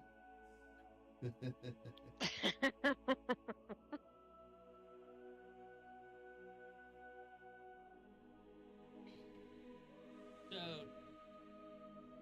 you're marrying Lumion. Yes. Wow. He made a very drastic change for me. And when he popped the question, he was like a nervous boy asking out the cutest girl in his school. And Luck just starts laughing. He's like, wait. Now I'm just picturing Lumion as attending studies.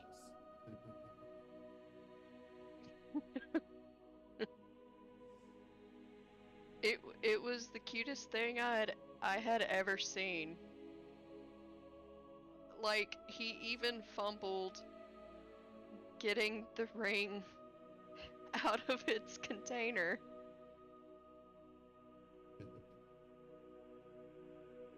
It was really cute.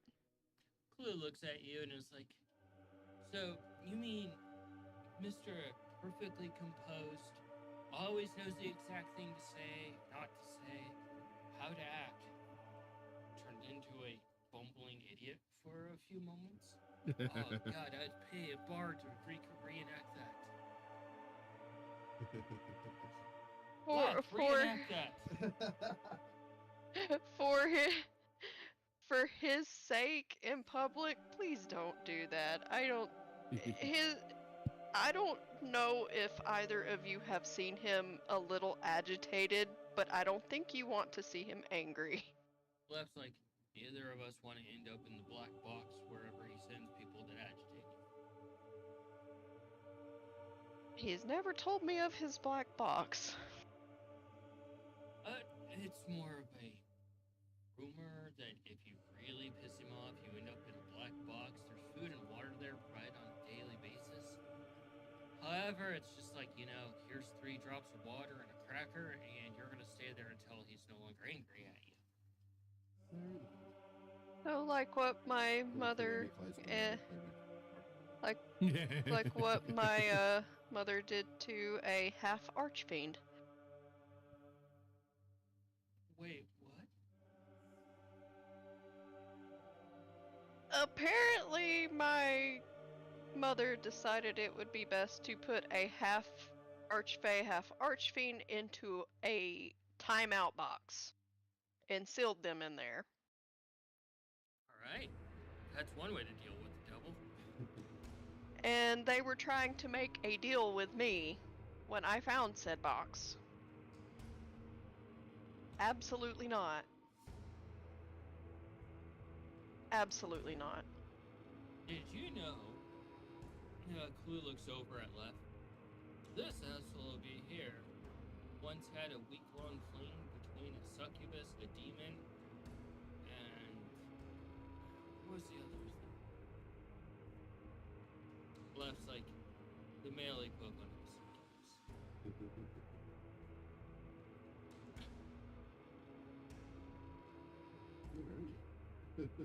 I don't need details. Left's like, oh, there were bite marks. Oh, there were claw marks. There were plenty of other marks. But it was a great time. And Clue's like, right. Great time. We're searching all over for you to make sure that you're alive. And guess where we find you? In a tavern, in a bed, surrounded by lust.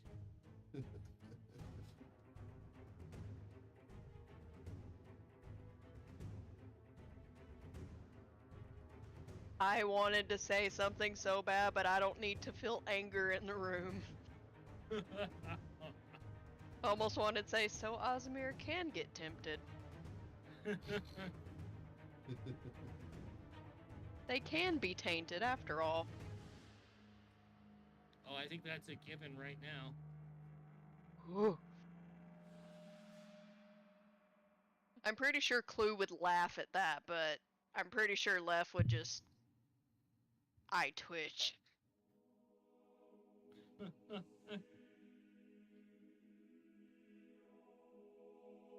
Oh, my thumb just popped and it sounded like fucking rocks. Oh, that was a juicy sound.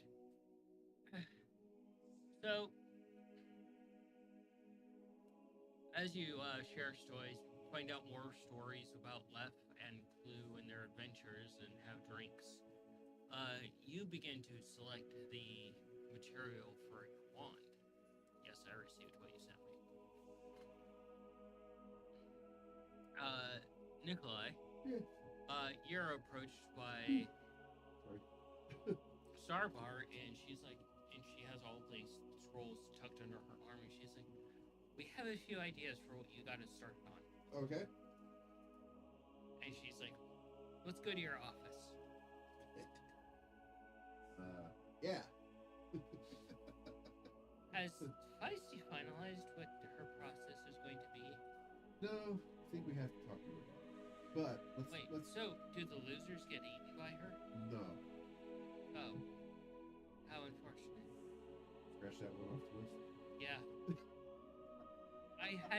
We came up with an entire plan to capture the loser and hold them so they couldn't run away from their demise, but we'll hold that one for later. Okay. Let's put our heads together, come up with, and present that to her and try to see. Well, one of the recommendations was that the loser gets shot out of a catapult into the orbit. Want to see these? And with that, we're gonna go ahead and jump into our break for 3 minutes, get some dinner into us, and then come back and pick up all these pieces. Oh man, you're in a fun place that you've never been to. Candy store, you can't touch the goods. Yeah, I'm kind of freaking out a little bit because, like, oh fuck, didn't know we were going there. And Cayenne is learning all sorts of fun things about Clef and Clue. Yep. Alright, we're gonna take our 30-minute break. We will be right back. You know it. Where's that button now? There it is.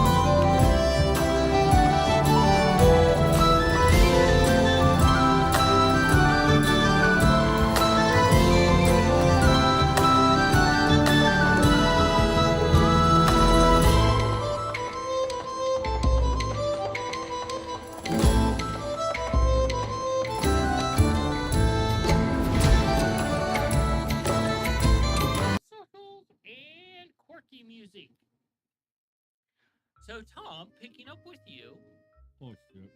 Oh, you did. boy, me.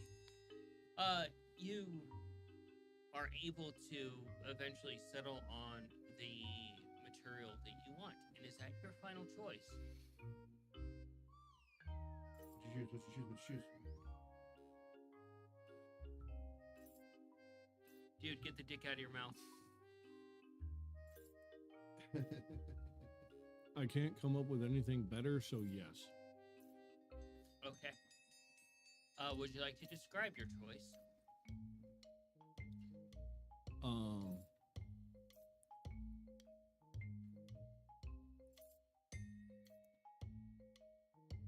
Apparently I went with the Aider wand. Aiderwood. AIDER. Yeah. Is this a real wood? Yes, it is actually. Okay. ADIR? AIDER. Mm-hmm. Oh, it's alderwood.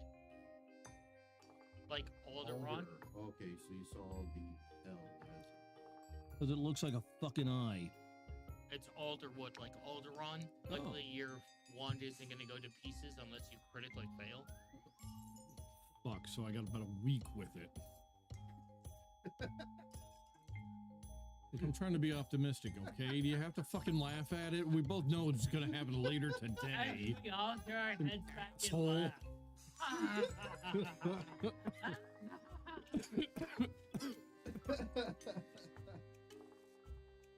I once really had like a full-on laugh, and someone asked me to stop at a con because I was scaring them.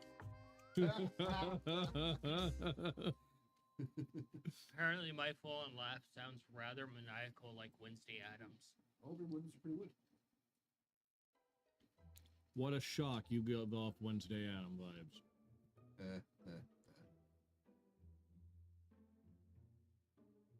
You know, murder is just a process of elimination.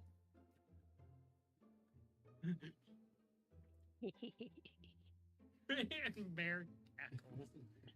So you pick up this wood, looking at your hand. It's a large chunk of it too, like from the actual tree. And before you can turn around, the druid, the dryad is there, and she's like, "Oh, good choice." And she takes it from your hands, and she's like, "Come along now." She's like, "So you're a student of Plume Trees. Personal tutorship." Yep. Somehow stumbled across him and, you know. You know that being under a private tutelage of one of the professors here is quite prestigious. Damn. You baller. And now I feel even worse. Once this wand is constructed, we expect great things of you. Mongo's like, well, shit, don't do it then. Sure, now's a good time to actually do this. And your father is just saying, he's like, "I'm proud of you." Oh, that fucking hurt.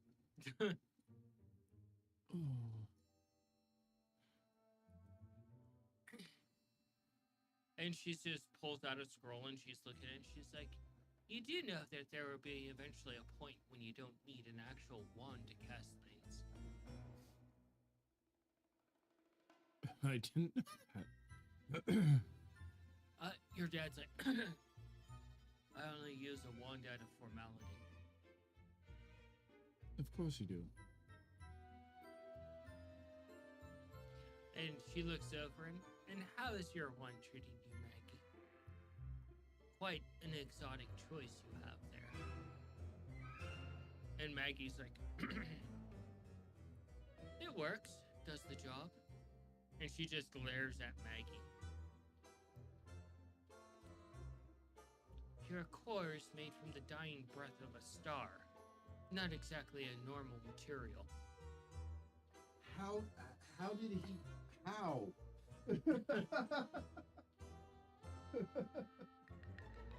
You're gonna tell me that story one of these days, right? Maggie's like, I didn't think of anything that was. I didn't think my wand creation was special.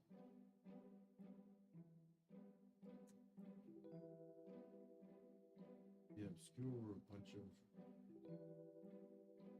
Oh, cool. Now you ran from the start. All right, cool. Thanks. And y'all want to run around using their fucking name. And she asks for his wand and she examines it and looks over it a little bit. And she's like, the bone is still pristine. Interesting.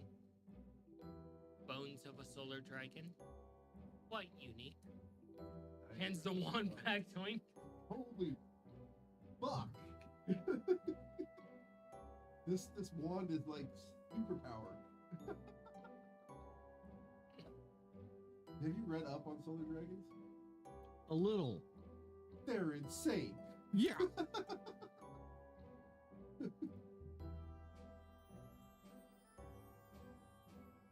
And doesn't it have to be like willingly given or like taken? From what I can remember, if it's taken, you will get so much use out of it, but if it's given, a lot more powerful. And Maggie puts his wand away and she starts taking out various things to construct yours. And much like you've seen in the hole in the wall, she begins to carve the wood and shape it. And you see all the fragments come apart to accept the actual core of it. You're just watching her basically shape this wand and allowing it to shape itself into what it wants to be. Not a forced construction, but essentially the wand designs itself for the user. And she's like, oh, I need one more thing. And she grabs your paw and she nicks your actual paw pad and takes a few drops of blood and infuses it into the wand. And you see the wand form. It has the initial like holding area and it begins to like actual spiral. Kind of like an odd natural. And you can see the actual glow of the core within the base of it that illuminates the entire wand all the way up to like almost like a point. And eventually she finishes constructing it. You look at it and you can see along like how it twists. There's almost like a bridge along past the handle part. And it's made of almost like a golden type of like spine essentially. And she takes it and hands it to you. Job's done.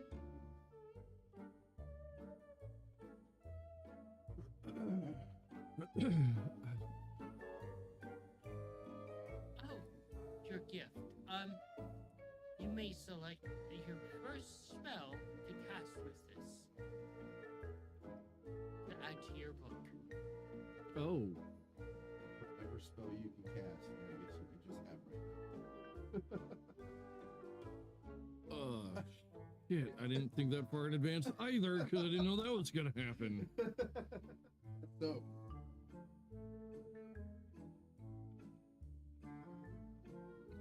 What level's supposed to get Mongo casting? I can go up to 3rd level. Nice. Yeah, no, there are some fucking fun ones there too. Least of which is not least of which is the fireball. True. As much, don't get me wrong, I've had nothing but fun with that Oh fuck yeah. wand. It works. Not my favorite spell. Oh no. So, what do you think of the wand? That thing is better than Mongo has any right to fucking use. So was the core of a garment in Alderwood? Yeah. Nice. And it's got gold infused into the actual like rigid spine, so it kind of comes up to like an actual like curve along the actual like prongs that intertwine. Yeah. But they never actually touch when they intertwine, Nice. coming to 2 points at the end that are gold. Pretty cool.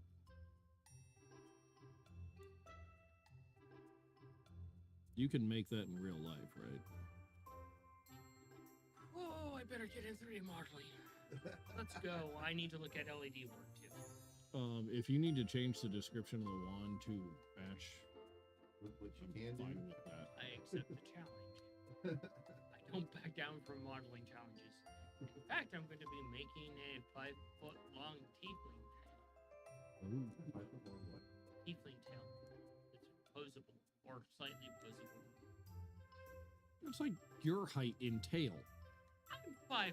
It's 5 in. It's a little bit shorter.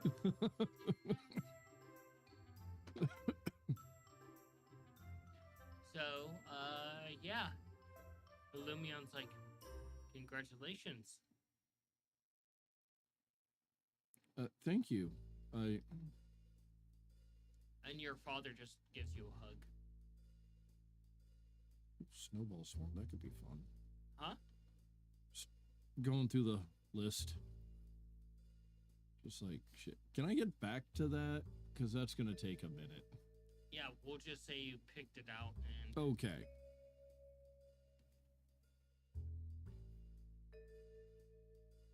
Ready to go? Yeah, I'll try to express my thanks to her for making the wand. And mention how my sister would absolutely love her robes. Sunny and her plant day.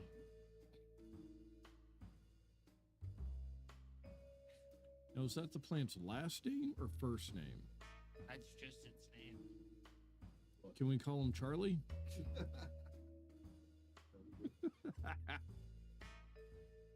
You know, I would actually love if he was still alive. Gilbert Godfrey and Charlie Day having a conversation.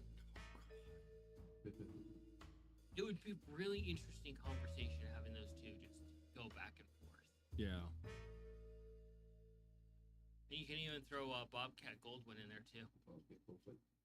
God, you know whose voice I haven't heard for a while, but I did actually get to hear like a little soundbite of him, and it's just like, fuck, I miss hearing that. Vincent Price. Oh yeah. Oh, God. My soul. The only time I ever regularly hear him anymore is when he has that monologue in Thriller. The only time I ever regularly hear him. Such an iconic voice. God. So,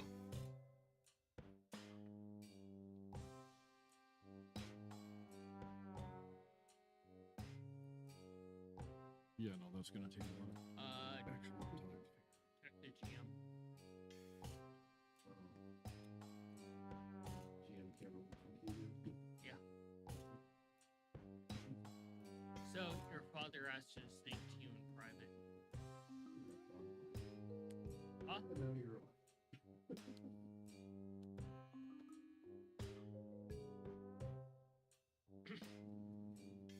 Do you oblige in speak to him? Yeah. Oh, Yeah. You're able to step in the hallway, and he's like,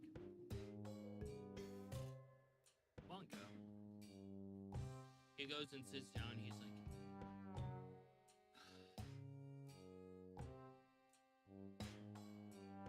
I have a. Come, sit down. go. Sit. He's like, I think now that I'm in the material realm again, something has happened outside of my clock restarting. I've been having tiny little fragments here and there of things I don't remember. I think whatever they had done, and after it was done and it's no longer done, I think I'm whole again. I might remember fragments of whatever that other thing did. Oh, fuck.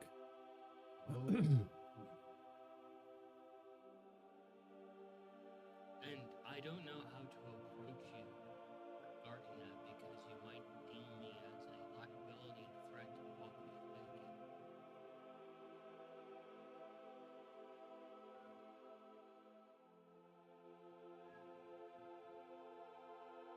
Yeah, I'm not quite sure because the other you was just a few aspects. But they had memories too, and I seem to have some access to those memories. Granted, it's like taking a beautiful mirror and throwing it on the ground, trying to parse through all the different fragments in whatever order they're in. Yeah.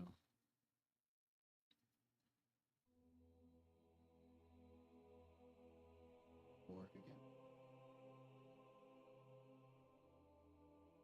But you're worried that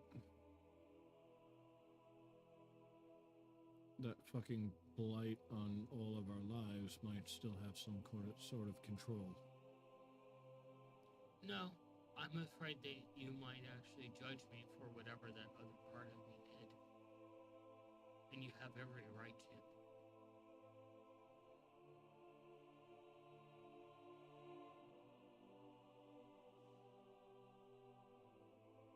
I'm still not convinced that the other part was all bad. At the sounds of it, did some less than wonderful things, as Samir enlightened us with. But a little while ago, God, it seems so long ago now.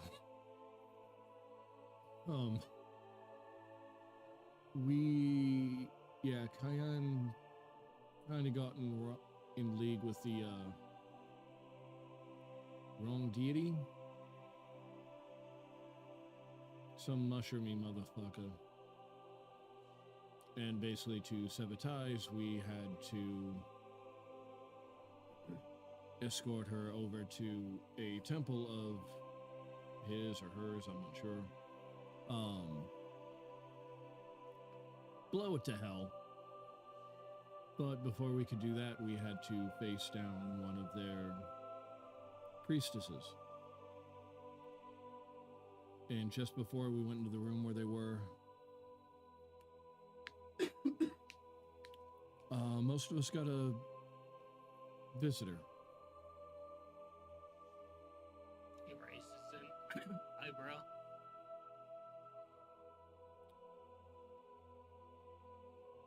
Somebody who looks an awful lot like you.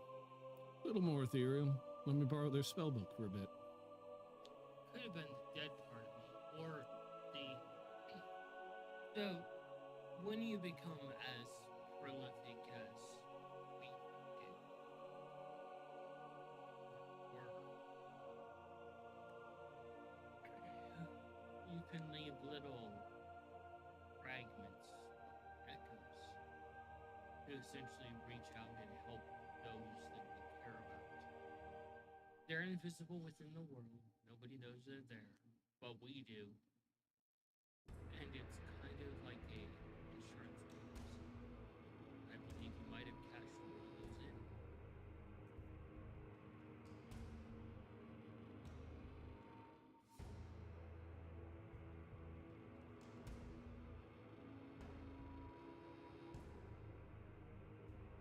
No.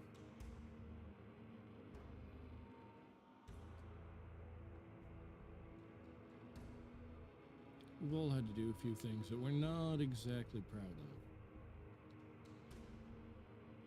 of. But I know anything that the other version did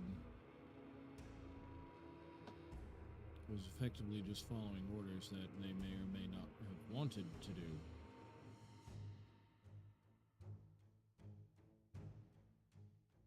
An awful lot of missing context. Maggie just looks concerned and somewhat distant, like he knows something. You can choose to pry.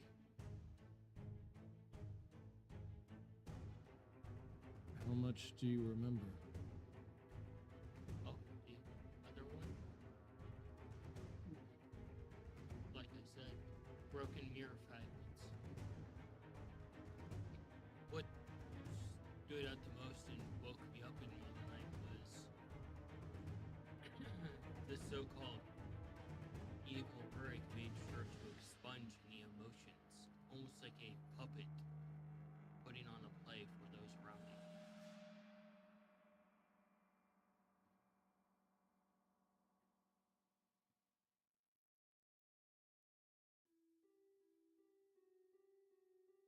This world would be a better place without him. Agreed.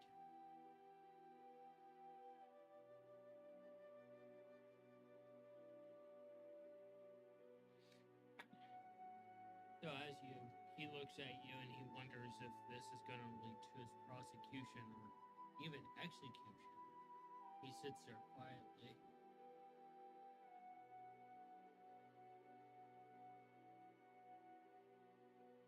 I tell you not to worry about it, but something tells me you're not going to listen.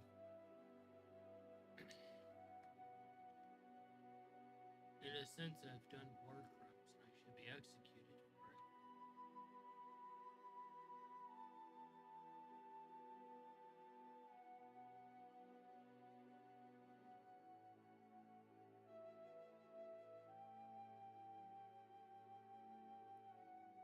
Yeah, except you weren't exactly in control of your own self. No, I was spending the mornings not having a cup of coffee, being turned into Maggie stew. Yeah.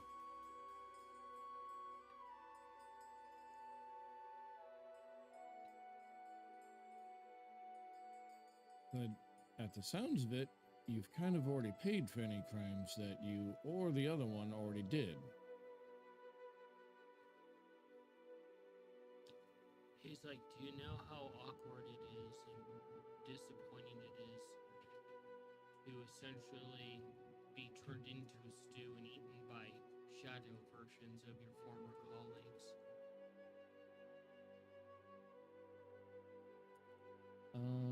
Can't say that I do. But, hopefully I won't have to find out because the look on your face, it doesn't sound fun.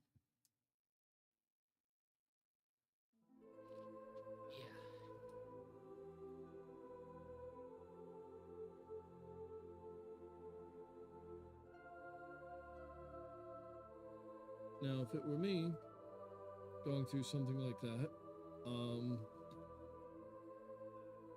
I'd probably get fairly upset. Probably get kind of mad.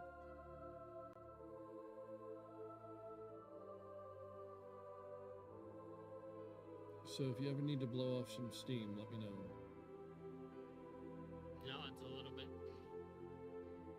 Besides, I owe that training dummy a few blows.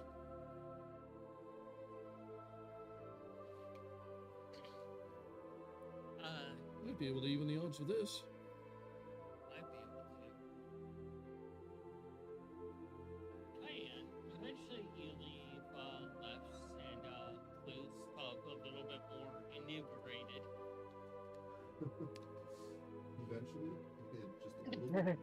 Alufa had to head off and take care of some actual business, but Please tell me that Alufa was at least able to have some kind of like candy type of drink along with me. Sure. She had something that resembled basically a liquid candy cane.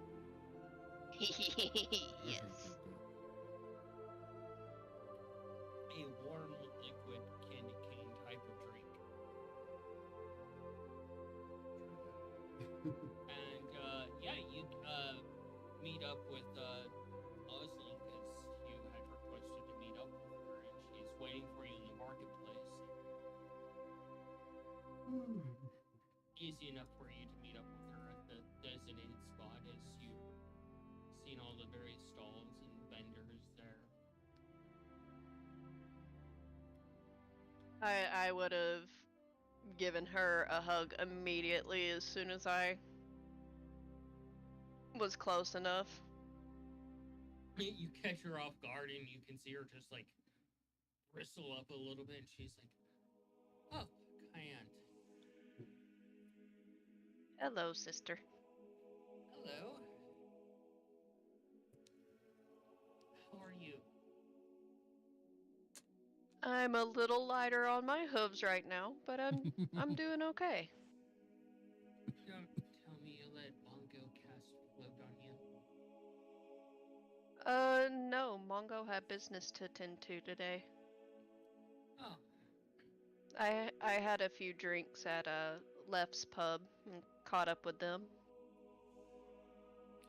have you ever had last drink called the Nova?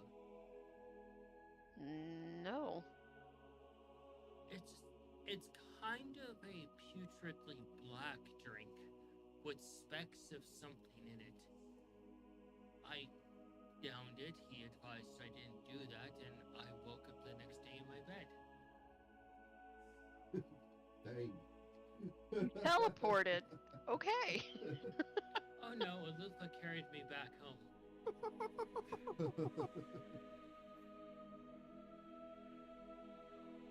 Well, okay. Reminds me when you said teleporter, reminds me of like YouTube talking about having the ability to teleport, and it's just drinking too much. So, you wanted to meet up. We're here. Happy to see you. I am happy to see you too. I wanted to explain something to you that I may know a little more about than you are aware. He looks at you and hands you some food, and she's like, "Let's go for a walk. More private." Yes. And she hands you what looks like a small wicker basket, hand size, and it's got essentially 2 fresh worsted in it, wrapped in a very nice like dough. You can see specks of like peppers in it, and it just looks really well cooked. Very nice. Now Tom's hungry again. What do you mean again? Perpetual hungriness. Still. Yeah, me I'm- making food is on the bingo list. Also, I that also walk like 6 if you miles hear- at work If every you if day. you hear me clearing my throat, it's because of that marshmallow. Oh, don't worry, I'm right there with you. Dinner did not agree with me. No, that marshmallow was absurdly sweet and sour, and it took all moisture out of my mouth. Oh, so it's like one of Tom's jokes.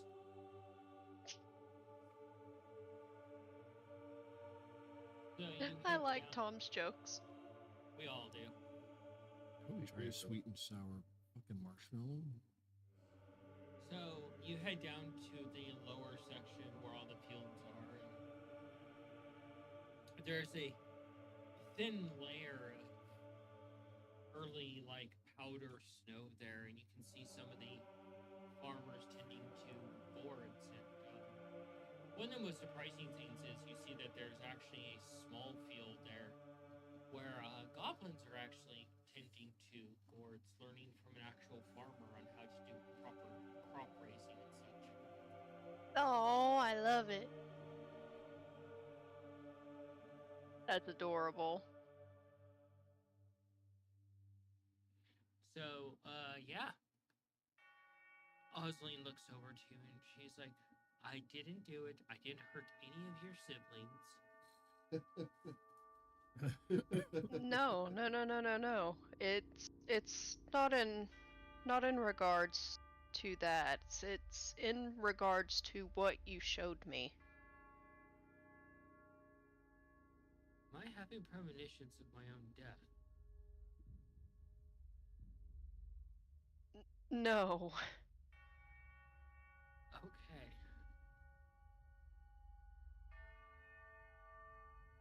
I'm gonna make sure there is absolutely no one and nothing around Do a perception. to hear for this. me. Yeah.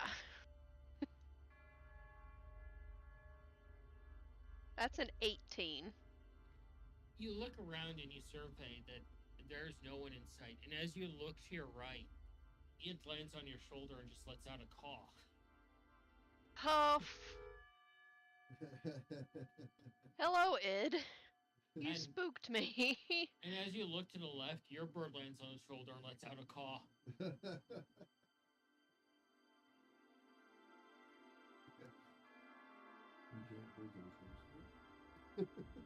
Terrifying. Am I getting the same effect on my fur as when you spook any kind of feline, to where my hair is just raised up and I'm poofed? Yep, you're in fluffy mode right now. Fluffy Cayenne. Hello, Ilma. She nuzzles you and puts one of her feathers in your headdress. It almost looks like crystalline snow in the shape of a feather in your headdress. This makes me happy. I'm gonna respectfully reach my hand out to give Id scritches, and I'm gonna give Ilma scritches.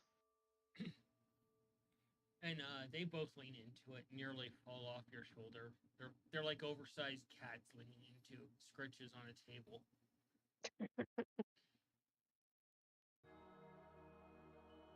While scritching, I'm going to speak to Osling. All right. Because I don't mind if they hear anything, because they probably know more than we know. Yeah, they're kind They're- of spiritual birds. They're corvids. Corvids know how to make things with metal. Which is terrifying.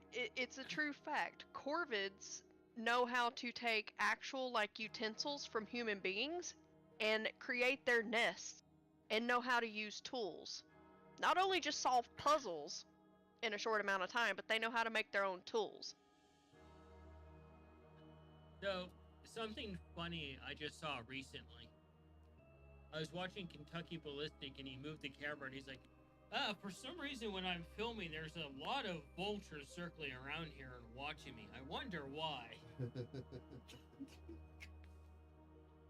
I love Kentucky Ballistics. That dude is so hardcore, especially for the simple fact he had a gun blow up and he had to plug his own jugular with his thumb. Yeah. I'll send you the video, Tom. It's gonna be a little while before I watch that. It's not gory. It doesn't show anything. He's just literally talking about the can't. experience. Yeah, YouTube don't allow that. Yeah. So what? It's like, you So, moved it Go and ahead moved and the cape. speak to Osling, your business. So you know your safe place. Yeah. I didn't make any warlock packs, if that's what you're wondering. No. This has to do with our lineage and what we're called to do, what I have explained to you. Okay. You do realize, without really noticing it, that is your realm. And she just kind of looks startled a little bit, like, pardon. That is your otherworldly realm. So, that's... Okay. You've essentially established your place where, once you decide to ascend, that is where the fallen will go. Oh, so they're gonna go to hell.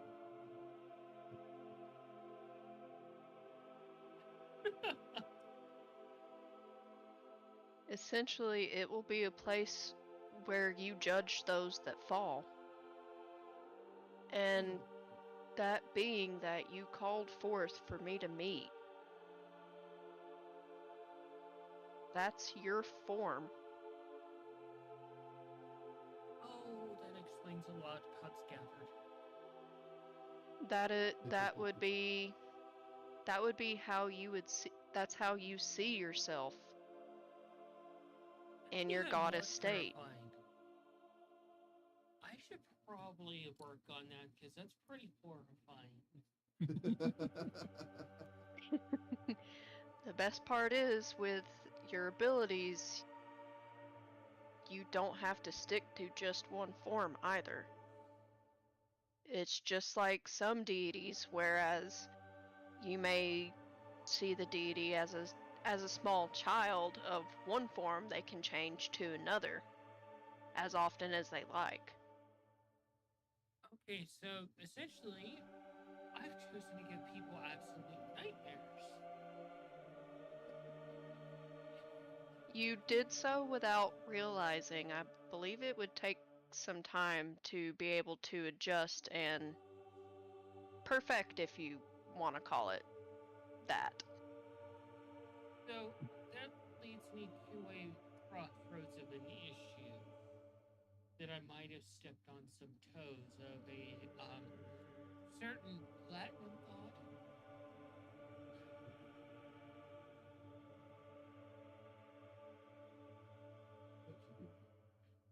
What? Hey, explain. So when Scabbard came to me, he was presented to said form, and I did something that you would have liked to have done at some point in your life to him. I slit his throat, and he paid tribute to me. He's still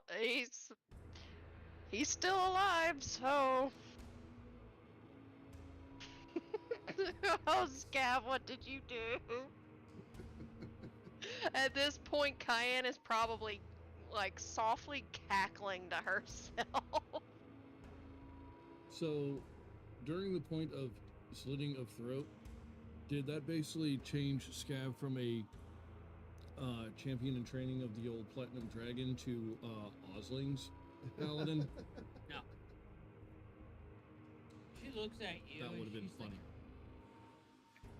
that's why he looks so pale and why he's avoiding me is because he probably realizes what he did. He probably didn't know that form is actually you.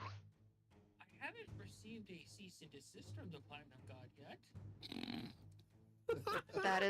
That is because I don't think, due to our father, I don't think there's many deities that might know about us at all. Well, I guess I'm definitely on the mini radar now. Cayenne, Yes. I'd like to possibly pray and see if you can, tap into your fun place to go.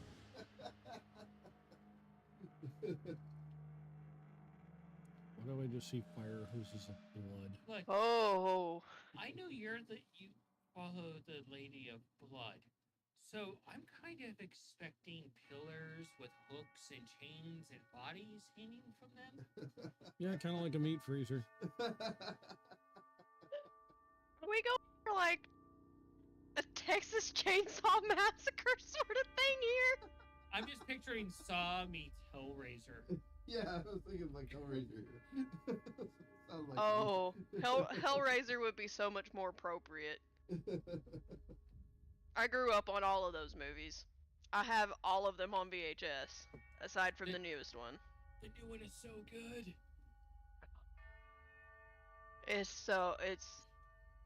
Mwah, it is the best. Oh, it sticks so much closer to the actual lore of the books. It's so good. Mm-hmm. Let's I will go- after thinking for a little bit, I will try this. She takes you off to one of the older houses that's been abandoned by a family.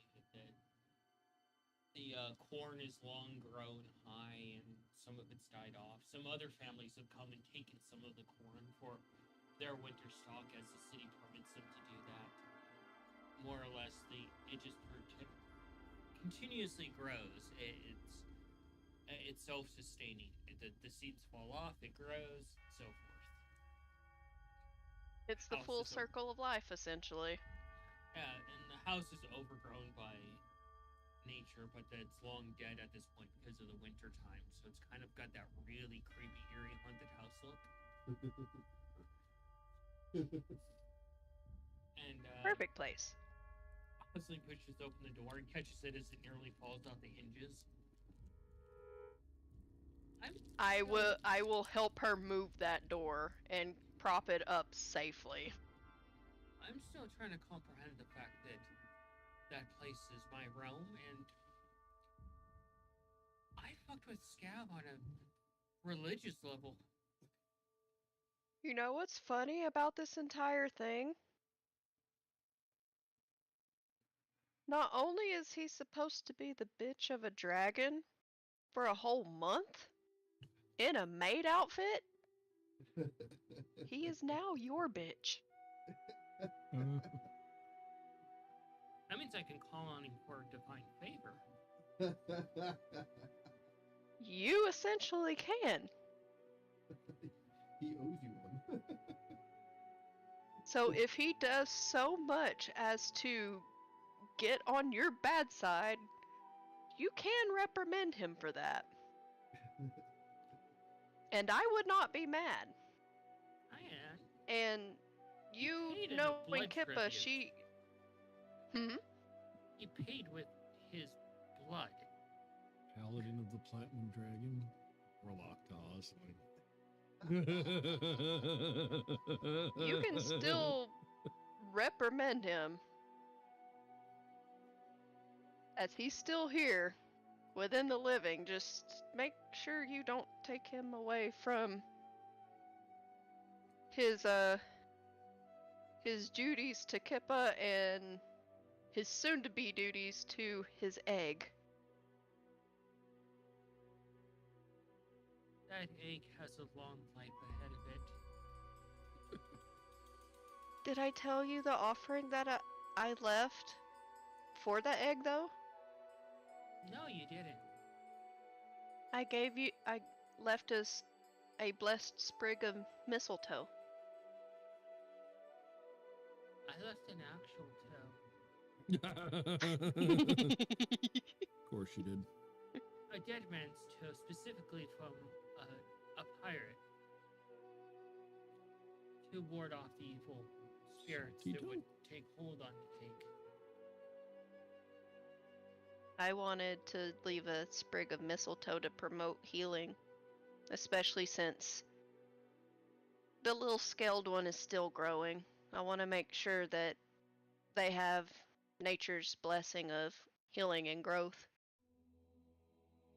That makes perfect sense. And that's very on point for you. Is it fuzzy and scaly? She heads to the center of the room with you and kind of like loafs down and gets comfy after making a circle around, and she's like, she offers her hands and she's like, alright, shall we do whatever we have to do to wake you up? We can certainly try. I swear I've heard that somewhere. I think it was at a poker table.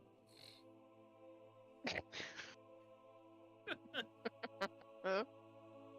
Mm. Are all the cards made? It wouldn't be the cards. Are all the chips made out of bone by chance? Only if it's a lizard folk. So, I want you to roll a religion with advantage. And... crap, I don't have the die on my table. No, I actually don't have a giant box. Actually, since it is Cayenne, I'm going to roll my find dice. Yeah, the goblins are worshiping her. Yeah. Oh my god, they practically. I like that advantage because that was a 21. Added an additional 12 to that because of Osley. Hey, So, super advantage. so that would be a 33. Hey, that's my lucky number. I have that tattooed on my arm. Really? That's cool. That was You'll have to that was my explain that to number me. in roller derby. Ah, I based my roller derby persona off of Hannibal Lecter, which in the books he was born in 1933. Good. Oh. Fuck, I haven't read the books.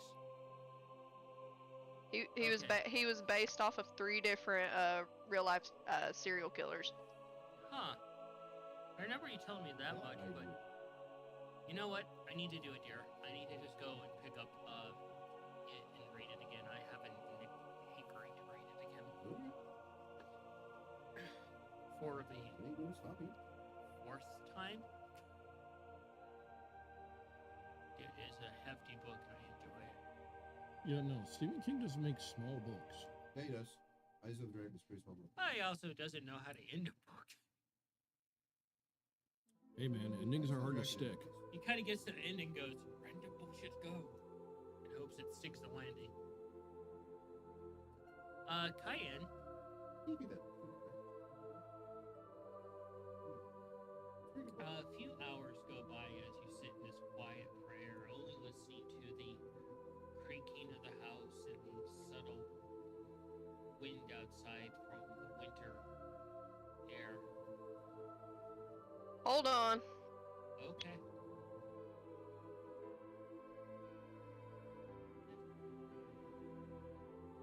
She looks startled.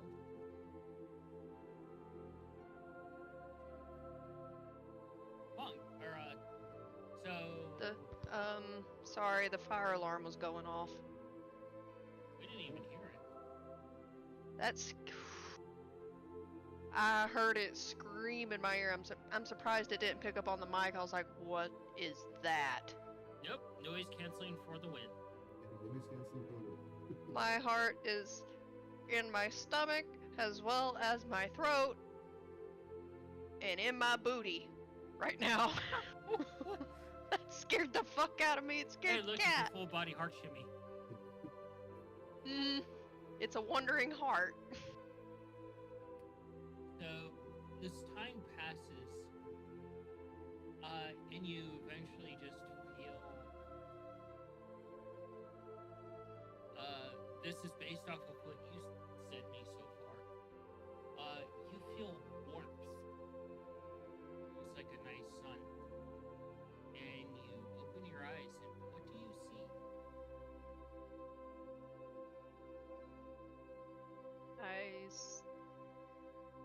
Let me get a picture real quick.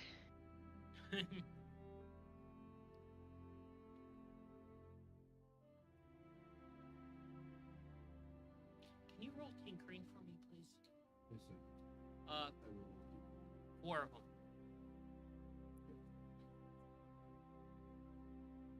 I see Fix your camera. I see a rolling green valley. Something akin to essentially what you would It's 26. see in Georgia, actually. You want me to just send them to you? Mm-hmm. There's small little foothills like what you would see leading up to the Appalachian Mountains. You see a few weeping willow trees that kind of form almost a circle when you first enter. There's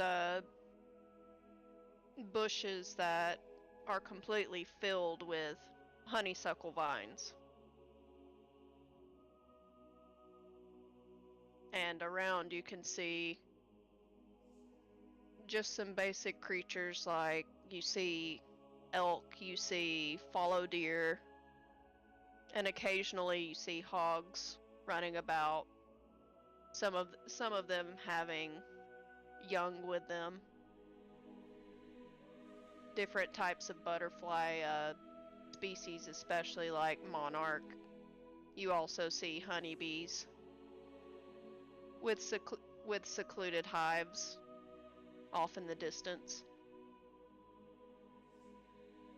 Just a really peaceful valley. Just the aura feels comforting, like a place where you could just lay in the grass with a blanket, or just lay on your back without a blanket and just rest, essentially. You take in the scenery of your place. You look over it. Osling's doing exactly that. She's just stretched out in the grass.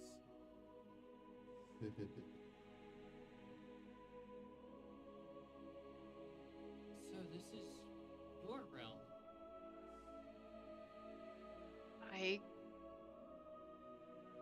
I guess so. And she sits up a bit, propping herself up, and she just looks around at it, and she's like, wow, it's beautiful. I just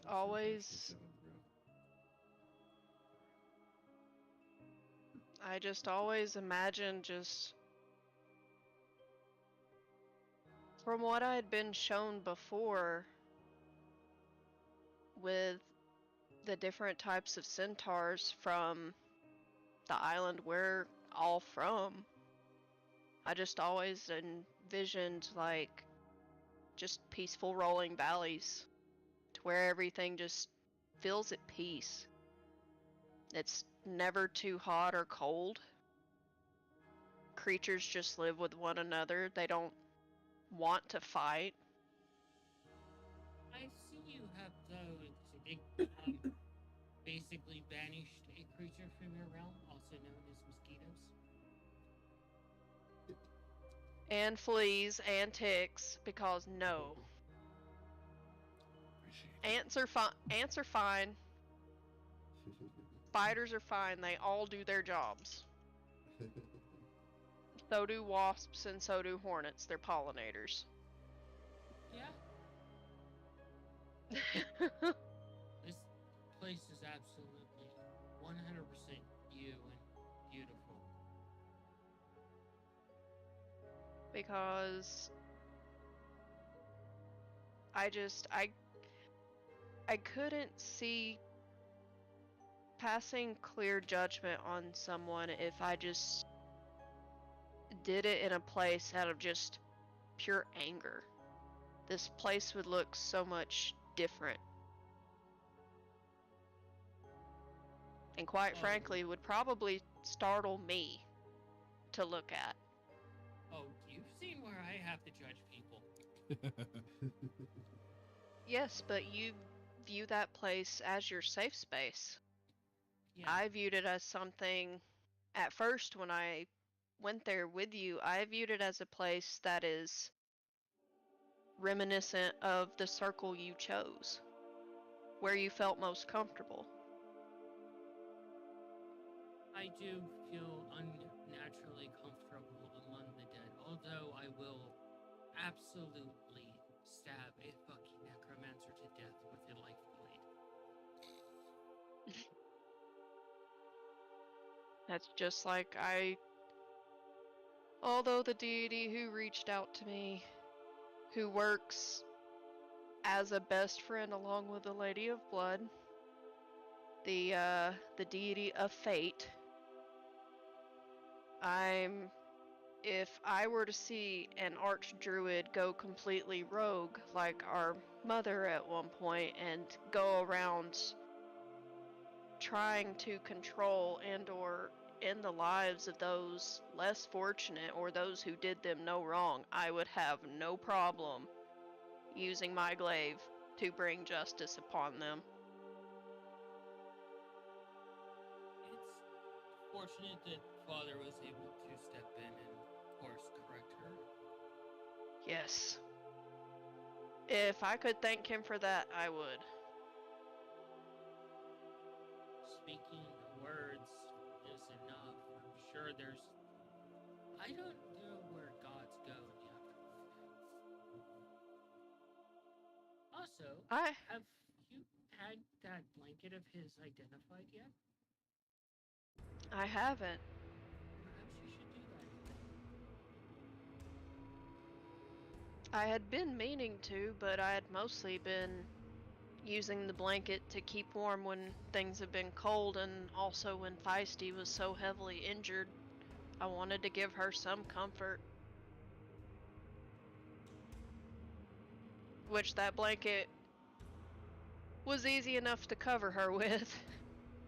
Well, Dad wasn't exactly a small centaur.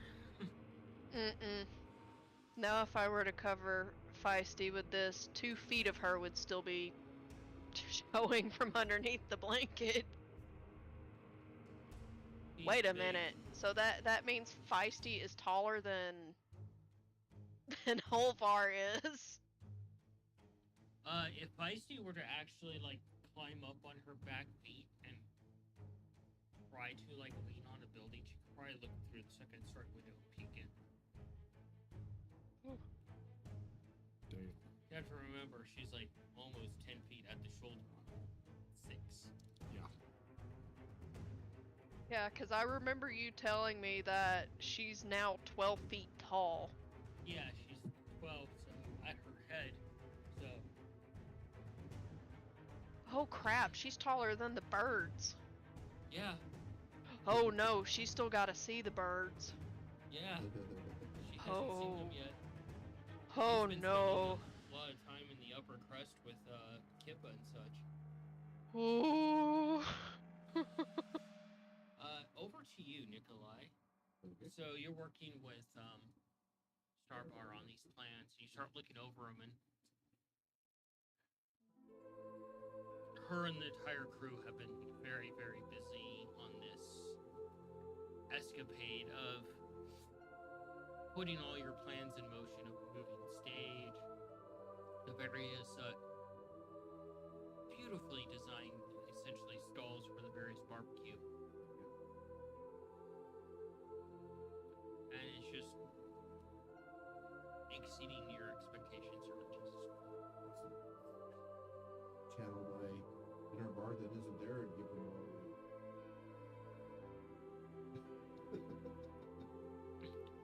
and they're like, the so leadership that needs. so are we gonna get to work on this, boss? Well, Or do we need the big cats to we bring? need to get back. Well, But Mouse? these are completed plans, right? Yeah. Let's take them to the big cat. You go, we'll stay here. It's safer that way.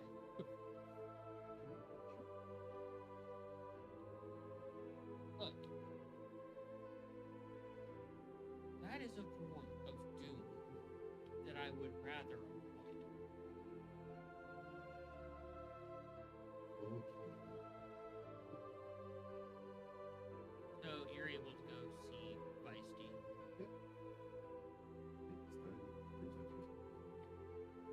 So what else? What do we get down there? The rotating stage.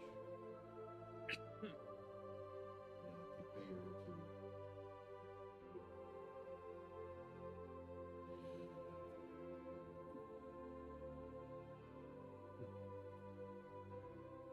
Well, like a loading system.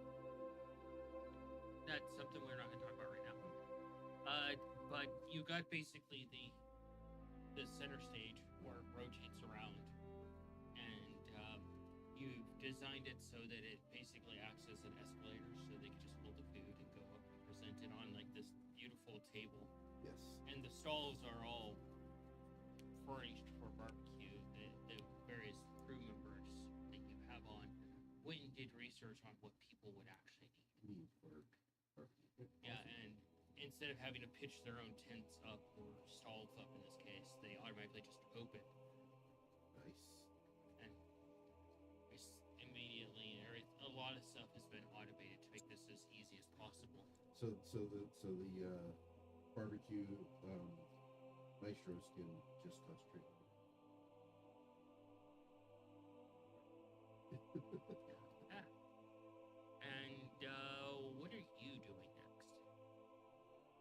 Feisty's looking over the plants, and she's just like, Right? she's just looking at him, and it's like reading Greek to her. What about you?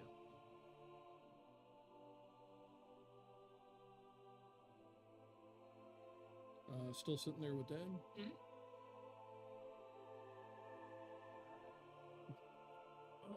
Mhm. Apparently it's Lumion's tradition, or the way of his people. Since Cayenne, her parents are long gone, Lumion has to duel someone for her hand. Since, yeah, her parents are gone, Cayenne has chosen Scav, Nikolai, and myself to do that. He looks at you and he's like, big honor. Scav and Nikolai are gonna do fine.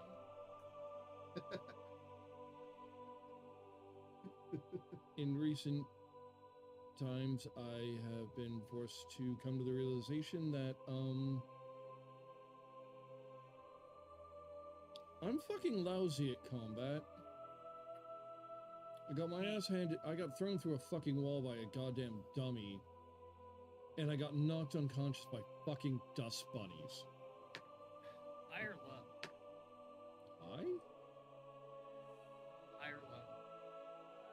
Hi? He gets up, walks in the room with Lumion, comes back with Lumion. And he's like, can... And Lumion looks at him and he's like, yeah. And Lumion just does like a sleight of hand and hands him a gem. And, you see your father hold this gem and he's doing something with his wand. Almost like he's like tuning a clock type of thing. And he motions for you to follow him to go down the hall. And he turns a sign on the door that says in use and he walks in with you. It's this large, like, hexagonal room. Chandelier hangs above and you're like, as you see on the one wall, the three mirror sections are basically giant windows you see out into the city. And he hands you the gem and he's like, break it. Don't worry, you can do it.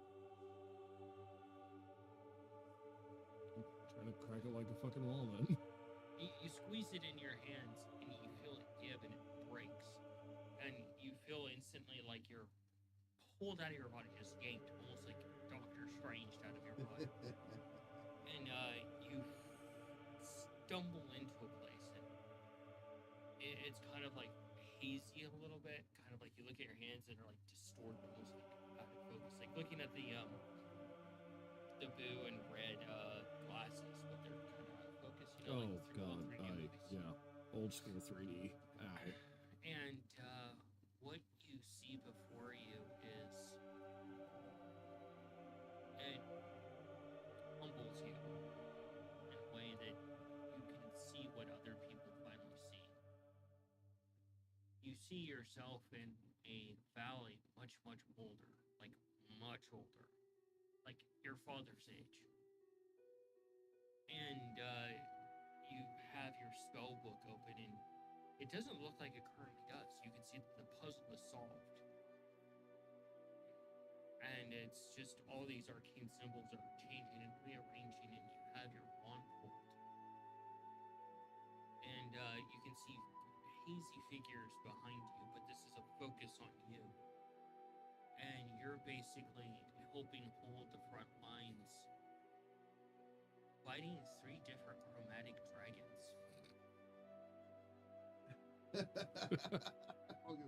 Bullshit. And like this is a fragment from probably your far future of where you're going to end up at some point, what you're capable of.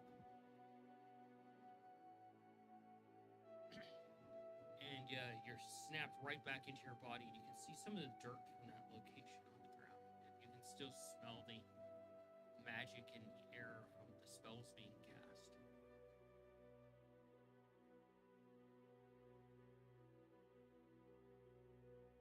Oh, what the fuck was that? Oh. Little warning next time. Your dad's like, never. Fair enough.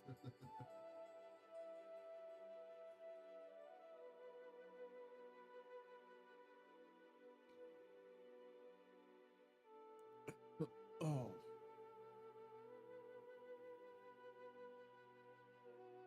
That was a neat trick.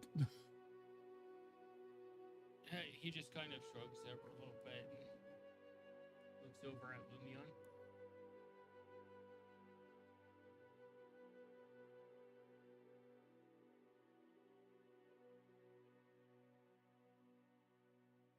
Yeah, that didn't quite seem real. The future can be disconcerting sometimes, but eventually it gets around to showing up.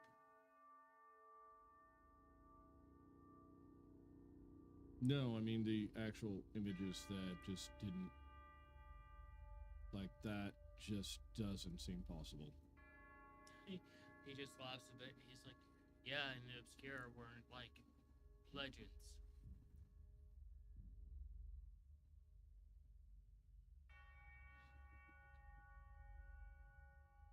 Well, one of you was quite literally a god, the other one was kind of fucking around with luck, so... He's like, and you're my son.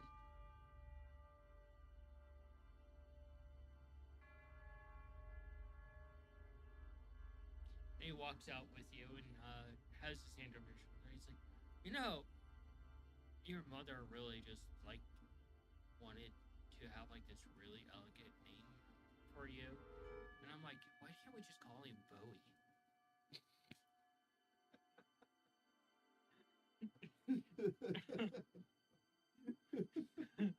Any idea how hard it is to find a decent fucking cod piece?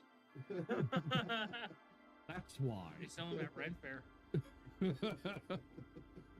Yeah, I can't pull one of those off. Yeah, please don't pull one of those off. Oh my god.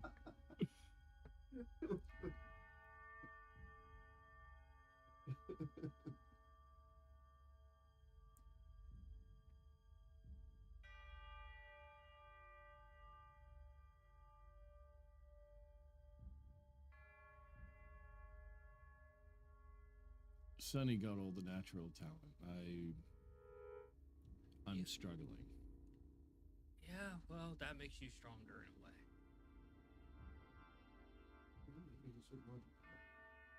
Having to fight and learn how to actually harness magic makes you stronger coming naturally. It's natural. You don't have to have that urge to fight. You have your challenges, she has her own challenges. There's no comparison between you two.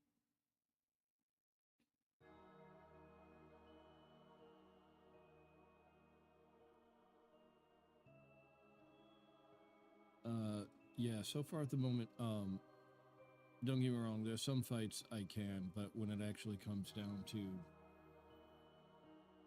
like, slugging it out,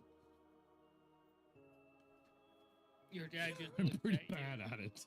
Your dad just looks at you and is like, all right, I might have something for that I pulled out just in case. Strategies? No, just a big right hand. Red right hand. It's a real whomper.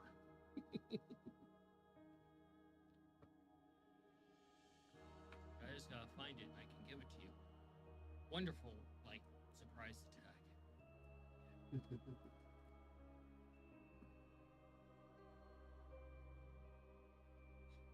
Oh, don't get me wrong, one of these days I would love to actually, well, basically run in at the last minute and save Scav's ass so that way he'll actually learn that, well, just any mage really is worth respect. You know, Well, it's either that or, get Dimension Door, Casket, and Suggestion, and curse him with the image of his own butthole. you know, we did travel with a paladin once. They died to a red dragon.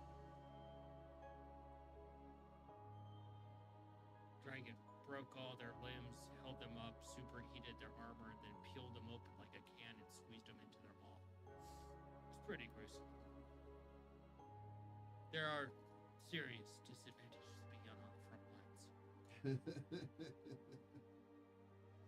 Yeah.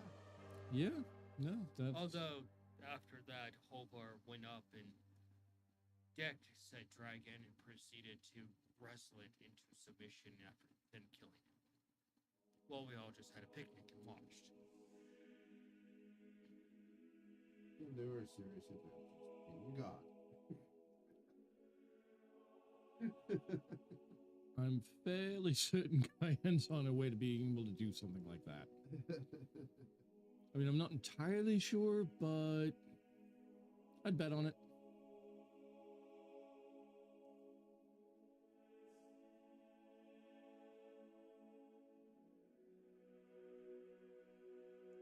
I'm going to wait for her to eye roll.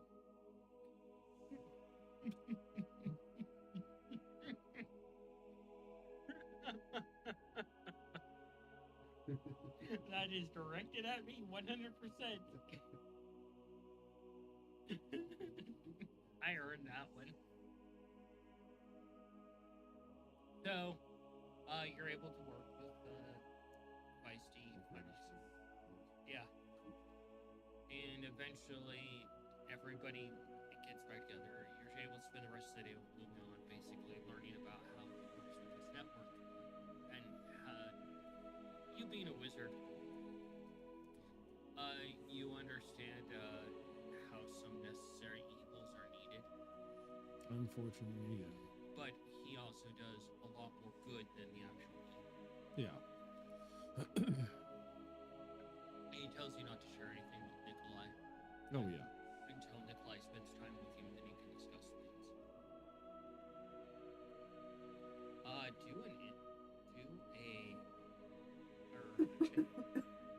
Another one. Do an insight for me, and I will do a higher low.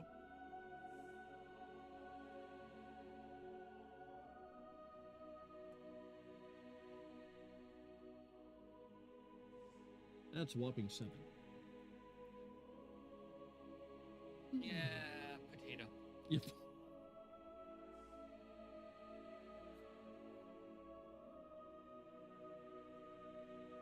So, you find yourselves at the dinner table, and you could talk amongst yourselves finally, being there. Did Feisty approve the coach? She did. Good. Osling, Cayenne, Coin, Sunny, everybody is at this table. Alufa looks across at everybody and she's like, and the table's covered with food. She just kind of, nonchalantly, brings up a spoon, and you're watching this Cayenne as she does this, and she flings some mashed potatoes across, and they hit Bongo right between the eyes and knock him out of his chair.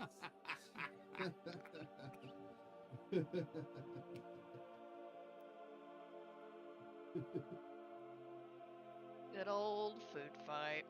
Good old food. Is that Osling or Alufa? Alufa. Oh, it's on. No.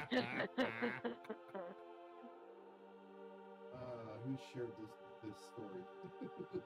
And before you can respond, Nikolai, you are removed from the table as a full pumpkin pie slams into you. Who the heck did that? And Osling To just its origin. And you're on the ground, just in this smear of like crash landing a pumpkin pie. It's in your pockets, it's in your tools, it's in your fur. And Osling's like, Got him. Alright,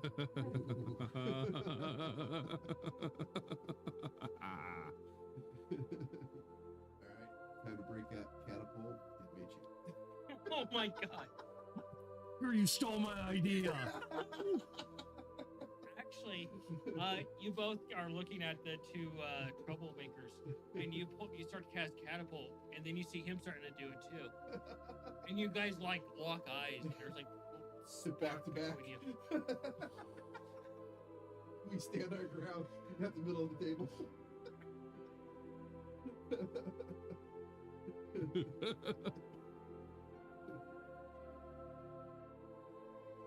You can join in on this shenanigans too. There, I assume there's at least a bowl of salad. dude. Don't toss a salad. Yeah, please. Yes. Is Lumi on there? Yes, he is, and he's just sitting there looking very perplexed. Like, he leans over to you, Kai, and he's like, "What madness has bestowed this table?"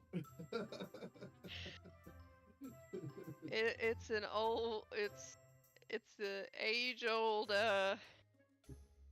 childhood pastime of ours. It's what is called a food fight. But the food is not fighting. You use the food as your weapon and you throw it at the target of your choice. That is the strangest way of forcing someone to eat something. I can see Kaya now just taking a drink and just pouring it on Lumi. No, no. Cranberry sauce. What are you gonna do, Cayenne?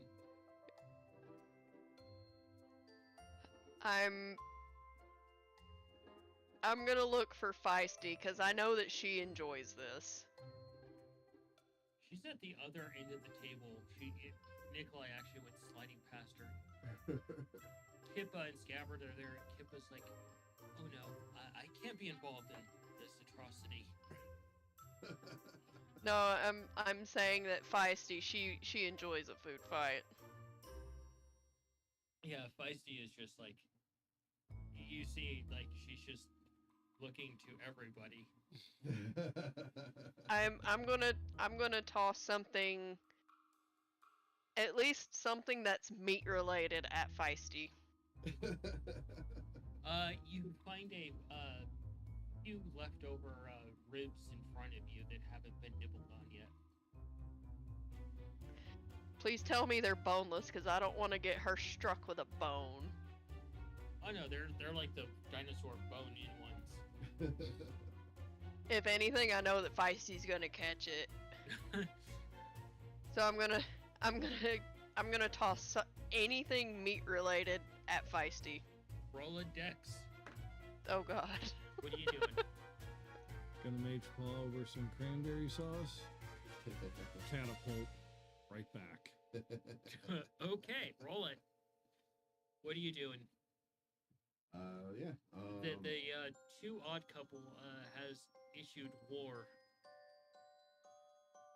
You mentioned that Kippa is trying to back away, right? Well, You noticed this? yeah, but she has a reason. But it's just the family here, right? She looks at you and she's like, "Ah, I have a solution. Scabbard, you're my stand-in." And Scabbard just looks back like, Okay. I think I'm going to make my official what's the word I'm looking for? Refusal of my Empress's order. Insubordination. Do it. Do it. Gotta pull muffins with. what was your dex, Cayenne? My dex was a 14. So you fling this rib at her, and she goes to try and catch it, and it hits her right between the eyes, and she goes stumbling backwards. She rolled a 1 on catching that rib.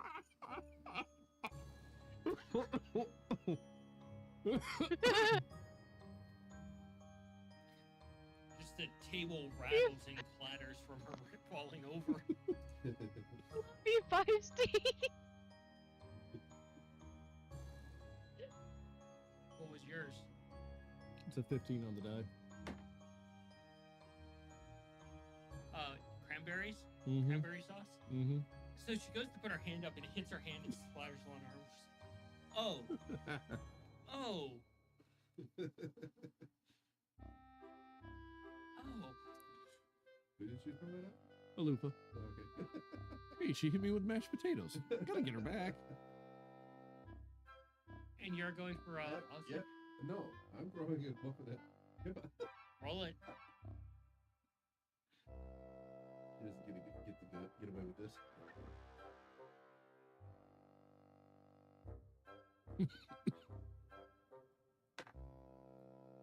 Gotta hope the steps, right? Mm-hmm. Basic. 10. You launch off of it, Oh.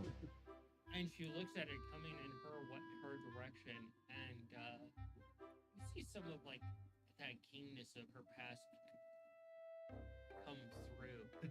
And she moves to the side and just bites down on it, catches it in her claw, and she holds it and starts eating it. And she's oh, blueberry. And you're just like, It's supposed to get splattered on you. a good muffin.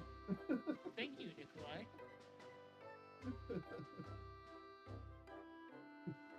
And now,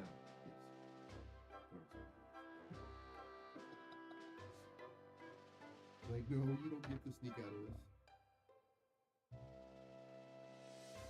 As you're ramping up another attack of somehow, Right.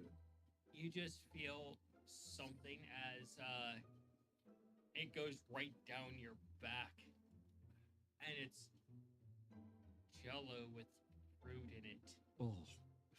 And it goes, Oh, it not just down my back. slurps all the way down your back along the fur and Ew. drips onto the table, and your dad's like, "Ha."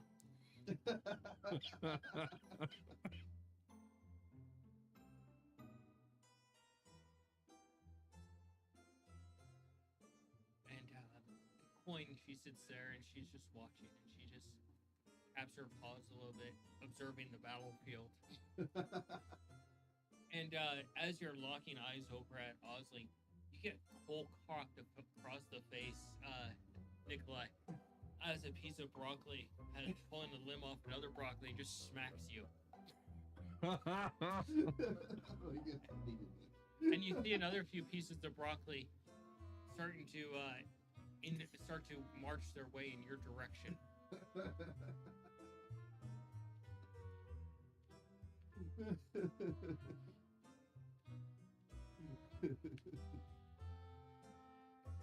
Oh.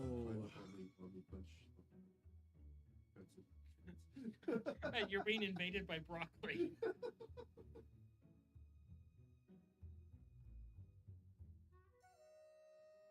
All right, you're up, Cayenne.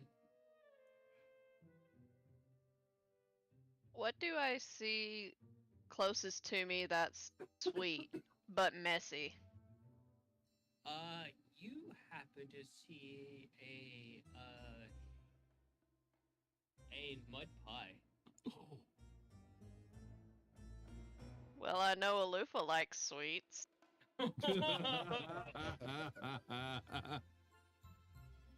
And I know she'll get a kick out of this. Roll it. I'm trying to make this to where Oh, I got one. Lumion gets the idea and he can join in. That was a 14. A 14. So as she put her hand up to stop that, she gets hit right across the side with chocolate pudding pie, and she's like, "Oh, oh." And she looks over and she's like, "Perfect gentleman, huh?" And then Lumion's like, "I did nothing of the sort."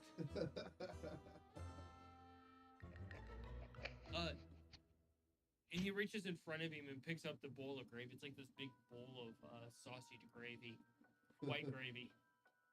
Oh. Getting hungry again, damn it. He's looking around and he looks rather startled. Like he's gone full like I don't know what to do.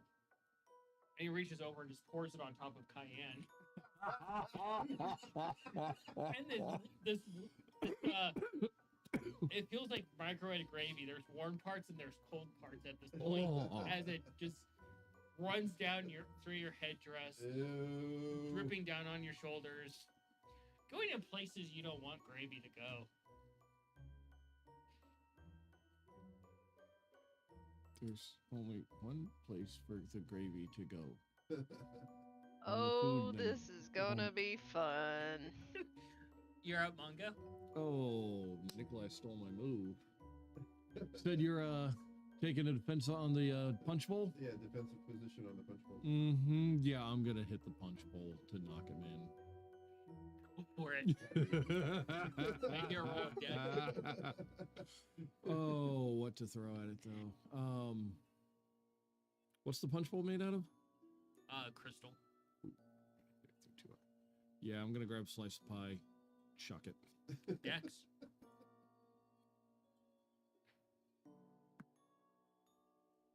Fuck, that is cocked as hell.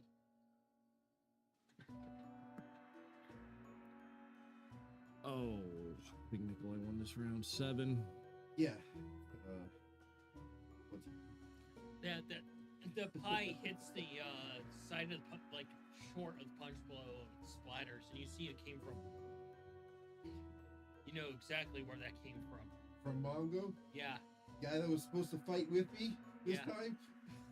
Oh, there's no having to try to figure this out. I'm literally yelling, "Steal my move, will you?" Chuck.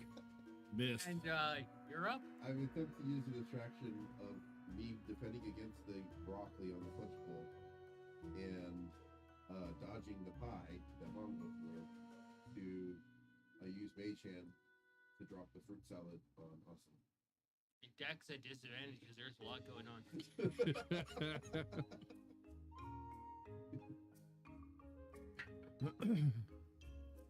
I'm trying to think of like the best thing that I could use to kind of just mash in Lumion's face.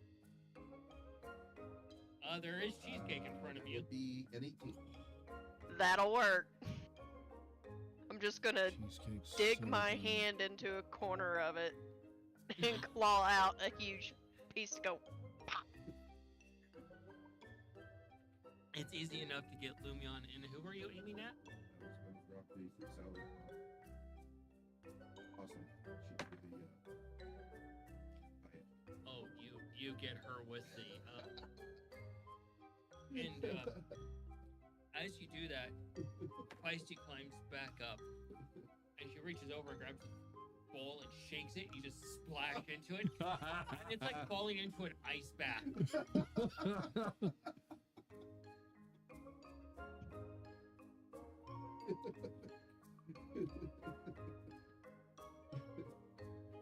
I gotta get Sunny and then Feisty. And then Sunny and then Mongo. And then as you smash this pie into Lumion, you get hit right in between the collarbones with a piece of like icy type of popsicle, and it just slides down the front of you. I'm gonna be looking for who did that. And you see Feisty is just like your usual goofy self. What? So cold. It's like if you had like a like a slushy pop just go just down the front. Leave it to this group to turn Last Supper into. To be fair, it's a Me family and you tradition, and it's both one we haven't know done for a the while. hell it is to get anything icy down the front of our shirt. It's so bad. It hurts in a way that you're like, I don't know how to describe this pain. It is not fun. Mm-mm. I'm gonna get Feisty back for that.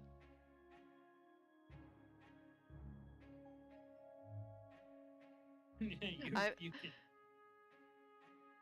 I'm vowing off of throwing anything at anyone who has not thrown anything at me yet. They gotta make the first move. What are you doing there, Mongo? Oh. Who's not involved yet? Sunny's involved, but she's kind of going along stealthily. Scabbard is sitting there and he's just eating while this is going on.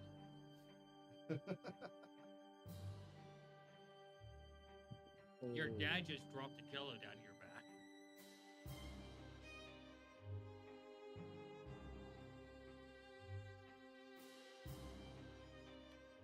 Okay. I know what I'm gonna do. First, I need to grab some ammunition. Oh, God. What all do we have? You know what? Mashed potatoes reused. That's a good staple. Okay.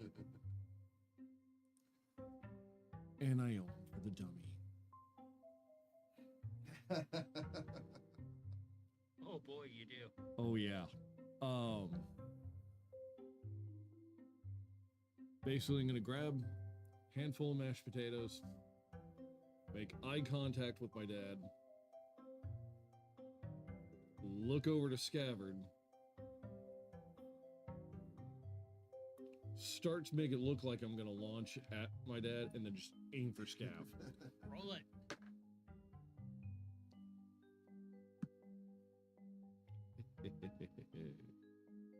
$17. Oh, you knock him clean off his chair into a mess of mashed potatoes. Nicola, you're up. Now that you've been dunked. Yeah. Okay. So. Good point. I want to try to get 2 people at once this time. Use expeditious retreat. Okay.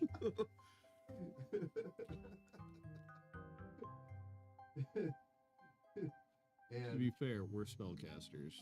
We're not above casting spells to help us, even in a fucking food fight. I love how strategies are starting to form here on who's getting what. And since I'm soaked to the bone in fruit punch right now, and if I remember correctly, someone's white. Mm-hmm. So I will attempt to kind of make sure I have plenty of fruit punch in my pockets. You know, he has lots of pockets in his vest, and I'm just gonna launch myself right into Sunny's face, give her a big old hug. You're gonna water balloon her with yourself. Roll it. And hopefully splash someone else on the way. Or maybe go give Feisty a hug. Jump off of Sunny and then Feisty a hug.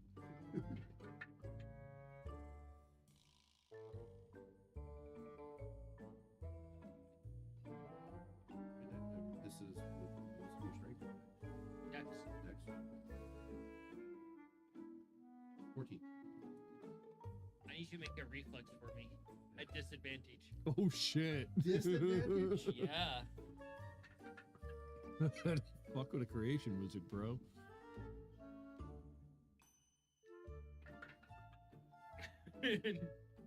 You 14? So you go and you leap at Sunny, and you just pass right through her, and you realize there was a minor illusion. You're like, fuck! And as you start to say fuck, a mashed potato, Iron Maiden's you out of the air. I'm so proud of my sister. And you just go rolling across the floor inside this big potato.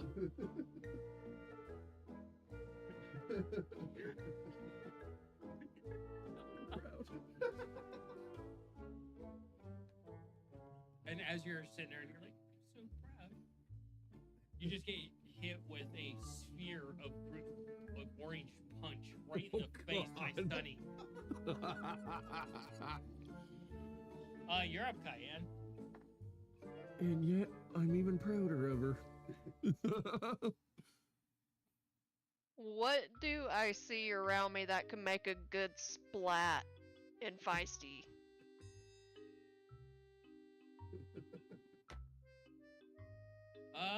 Let's see. Like, like what I'm meaning is like splat on impact. Oh. Oh God. Let's go with chocolate cake.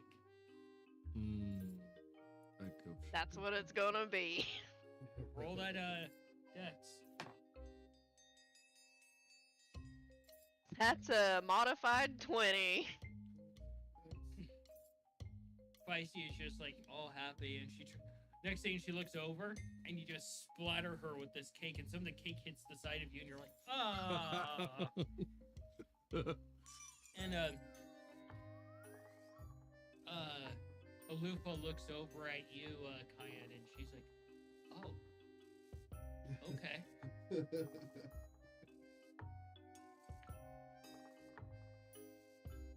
And let's see. So you're sitting there and you just get hit right in the head with like a little one of those like it's like a chocolate truffle that she used a spoon to launch at you from Alufa. She's like, look, now you're a unicorn.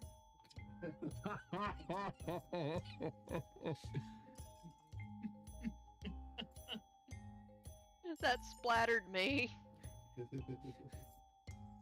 You have a chocolate truffle stuck between your eyes like a unicorn.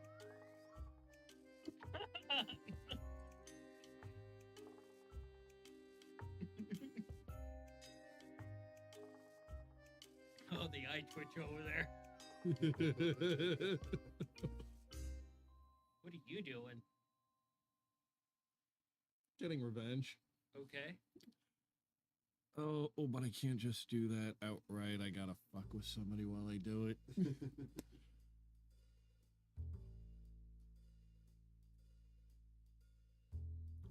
gonna grab a... Well, actually, for some weird reason, Mongo does have 2-weapon fighting, so... I'm grabbing 2 pawfuls of Jello. Looking right at Coin. She looks back. She looks over just like as you probably launched the attack. Okay. Reel back like I'm about to. Misty Step. Okay. Right in front of Dad. Oh, right in the chest. He nearly goes stumbling backwards and he's like, oh, okay. And as you start to laugh, Mongo, he looks at you dead in the eyes, and he shoves a pickle in your mouth, and you can feel the crystalline like sourness on the outside as he forces you to bite down, but it's like pure malic acid mixed with dill. Oh, no. The last time I had any of that fucking malic acid, that shit fucked up my throat for like a month. You were talking like Darth Vader over there for a while. Oh, fuck yeah, I was. But that's what you bite down on. Oh. Your whiskers curl slightly from the sourness. Oh. Yeah, no, I'll probably wind up taking a couple of sips back. It's like, oh, puffing it up. Trying not to cough up a hairball at the moment, because that might be a bit of a buzzkill. What about you? Since I'm on the ground now, And you're stuck in a potato. stuck in a potato, get myself out. Looking for Roll a furry white strength. paws. Roll a strength. One of my abilities, does it count as being grappled? Oh, yes. Okay, one of my abilities with advantage. Aha! Oh yeah, because you don't have any fucking strength. Yeah. Potato suit acquired. Mecha spot? Same number twice. God damn it. Okay, fine. It's meant to be. Would be an 18. For adorableness sakes, you're trying to like get out of this. Instead, you push one arm out, push the other arm out. hold it and just push your face out, and then you Yeah. push your feet out, and you're like, I got armor. And I still have fruit punching me. My God, you're the potato version of the fucking Michelin Man. I'm Cayenne, looking for furry white feet to go. perception. You're up, Cayenne. Since I've basically got white sausage gravy on me, Yeah. I'm gonna go over and give Alufa the biggest, tightest hug. Oh, roll a strength.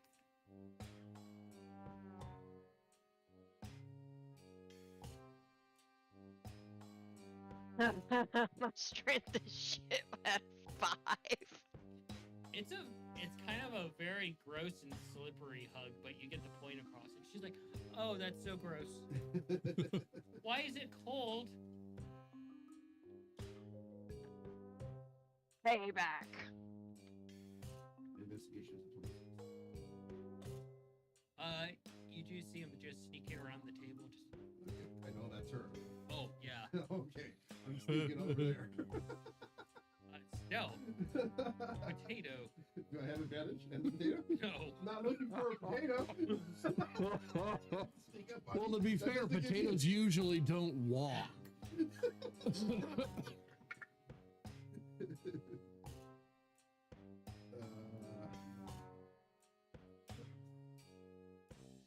It's a 19.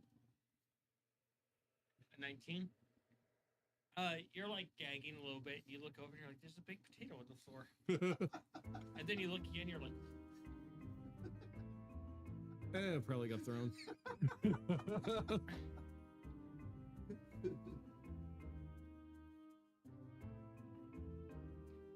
"Oh my gosh."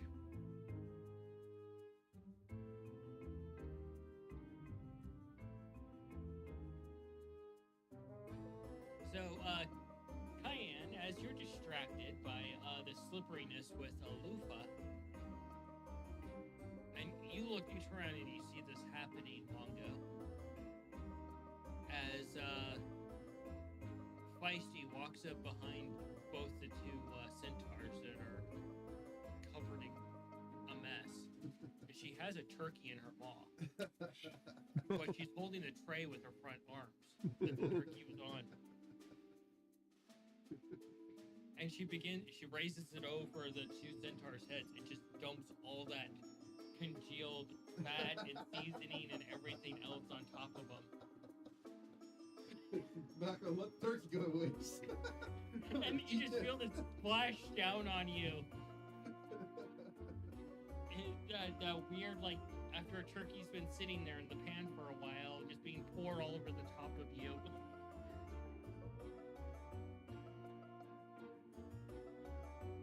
There's gonna be revenge to be had for that one. Whoa. You're up, Cayenne. I'm going to look for the stickiest thing I can find. Oh no! Okay. I'm sure there's probably honey on it. There is actually honey toffee on the table. Oh no. I'm gonna get some in my hand and give Feisty a hug just to smear it on her. There is no love in food fighting. It is just war. And she takes the hug and she's like, she still has the turkey in her mouth and she's just chewing on it as it's hanging from her giant beak. Oh my god, that's hilarious. This is Feisty's favorite terrain.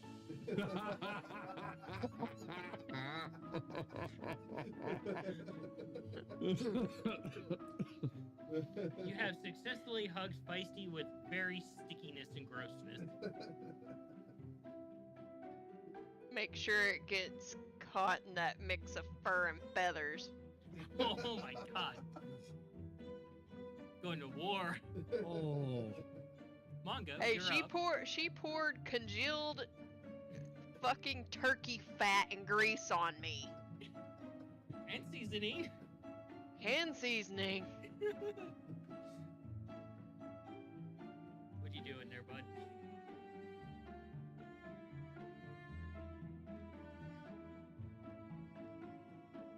Who haven't I got? Osling. Cayenne. Lumion. Feisty. Take a quick look around. Do I see anybody sneaking about trying to get a better position? Perception. What are you doing? As with Expeditious Retreat, I'm going to try to leverage that double dash extra bonus mode clue I have to get some really good momentum, to get a good flying leap jump right into Buddy's chest. Hopefully enough force to burst open the potato and get that potato goo and punch all over. Modified 20. You see a very suspicious potato flying at your sister. He's already in air? Yeah. Oh, okay. Oh, I gotta do something. There is a gravy bucket on the table. No! No! Bucket, you say? No! Yes. No! No! I tell. How heavy does this bucket look? Not Under very heavy 5? at all. Oh, Less than 5 pounds. yeah. Damn you! I was trying to get a Oh, we're doing it. Okay. Ah, Oh, I knew that shoe.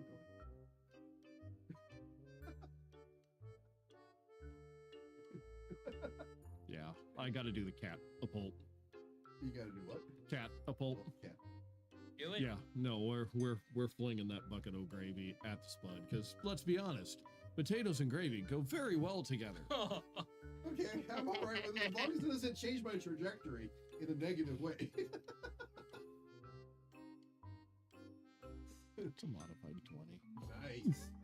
So, Nikolai, as you're like, I have my revenge, and suddenly you feel your gyroscopics going in every direction as something impacts you, and you hit the ground and the potato just explodes across the ground and you just feel the gravy rush over you in a bucket.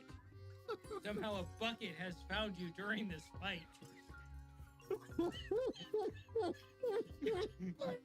Fucking hate bucket. And you're laying there on your back, and this bucket is just laying next to you almost mockingly. I picked it up and kick the bucket. And you stub your toe on the bucket.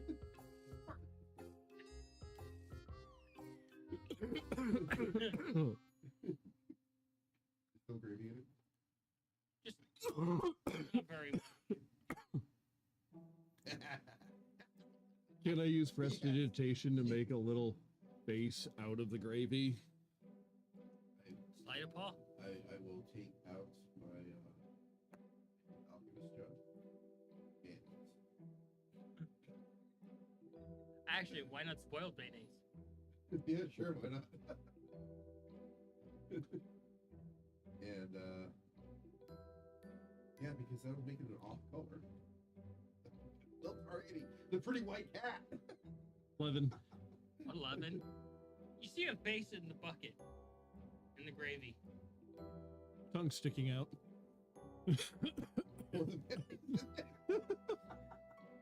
Spoiled rotten mayonnaise.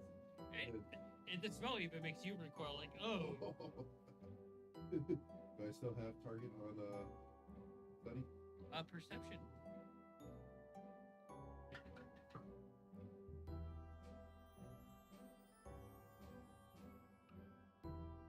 No, perception. 17. You have a breeze cleanse on her, but she's already moved from her location. Like, she's doing something. You don't know exactly what it is yet. So I don't see her anymore? Yeah, she disappears into the group. Alright. I can snuggle up to the bucket. It's kind of hidden. Nice. That mayonnaise smell hits you so hard. It's worse than being in the corpse. This is like a month past expiration date, sitting in the back of a car in Arizona. Oh no, dude. And I'm gonna try to look for her again. Okay. She's my singular target until this ends. So the rest of you, as you're sitting there, you guys, not you, because you're in the bucket hiding. You see a piece of slush hit the table and just kind of like, almost like when it rains, like slush, like that rain. Like Slurpee falling from the sky. Yeah, you're like, the fuck? And another Oh, piece no. hits it more, and you're just like.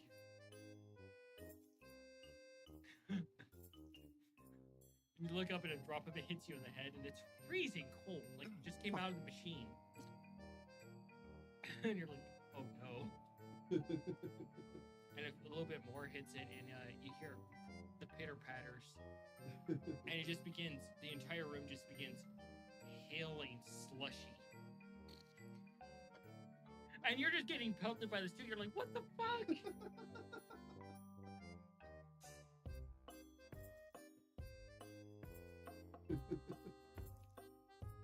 I will try to find Coin real quick and kind of like grab her and under the table.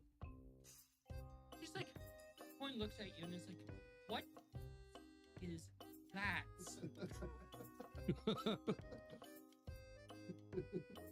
Well, I think this part is a little bit of jello. This was some mashed potatoes. Oh, this cold stuff, that I'm pretty sure that's from Sunny. What is going on out there? I see red raining from the sky. It's family tradition. She shakes out her vest a little bit and gum falls down. She's like, we lost Cayenne for a moment. Yeah. I had to put lotion on. I was having issues. It's okay. It is now raining slushy. I expected something along these lines to happen at some point, so it's just like, oh, this is gonna be such a wonderful mess to get out of my clothing. Especially my father's blanket. It's freezing cold and sticky.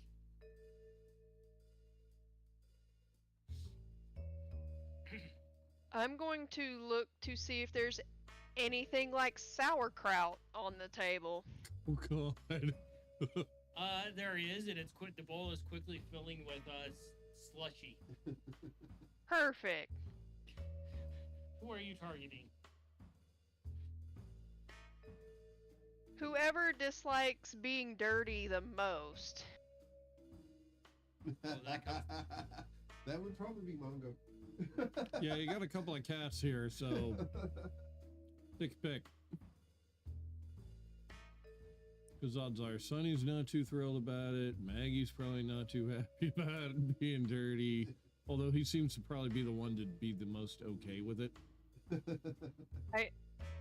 From what I could tell earlier, is Maggie's actually enjoying this. Yeah. He's actually standing on the table in the middle of the sleep. Storm going on and just kind of like, I'm just going to throw this in a random direction. I'm going to let the DM pick, but I kind of want it to see if it will spread, since it is sauerkraut, to try to splash 2 people. so as you're talking to Coin, she gets hit in the back of the head by sauerkraut, and some of it hits the back of your throat. And it's like slushy mixed with sauerkraut. Oh god. Does that at least get the pickle and ascorbic acid out of my taste? Just makes it taste even worse. Oh, It's like fucking all 3 gay. flavors mixing together, like this Yeah. bright cherry type of slushy mixed with like ultra sour dill pickle and now sauerkraut. Sounds pretty terrible. No. And Coin just falls forward. She's like, oh, I've been hit.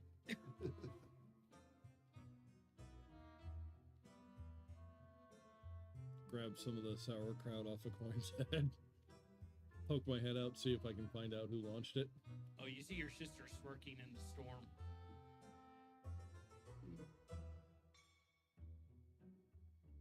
These slushy Now you guys lock eyes on the battlefield.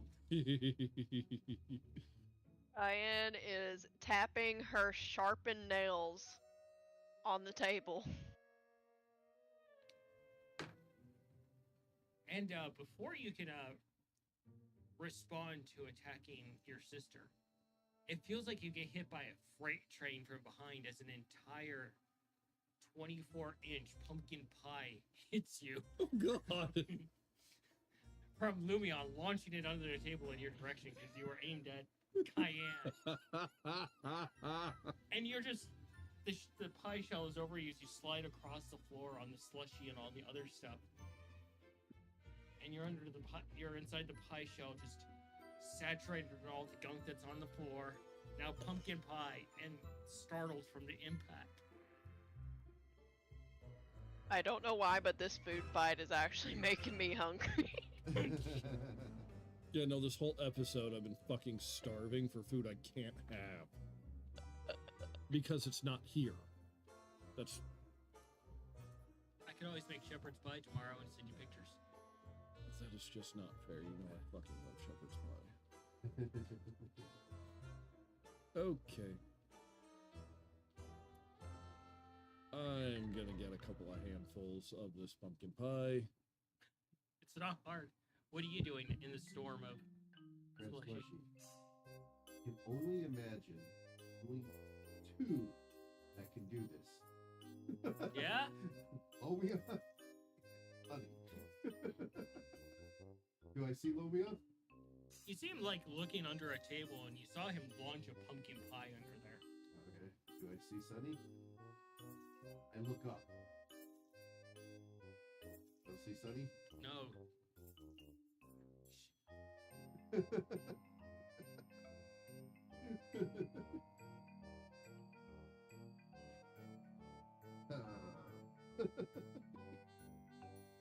Alright, do I see Mongo? He was under the table and he's the one that received the smashing of the pie. Okay. Yeah. Alright, I launched that. So as you come out from underneath the pie shell, you're just hit broadsided from this direction, and you hit Coin too, as the smell hits you from the mayonnaise. Oh, fuck. That's just not okay. Oh, that's against the fucking rules. As soon as we come up with something that's against the fucking rules. Oh.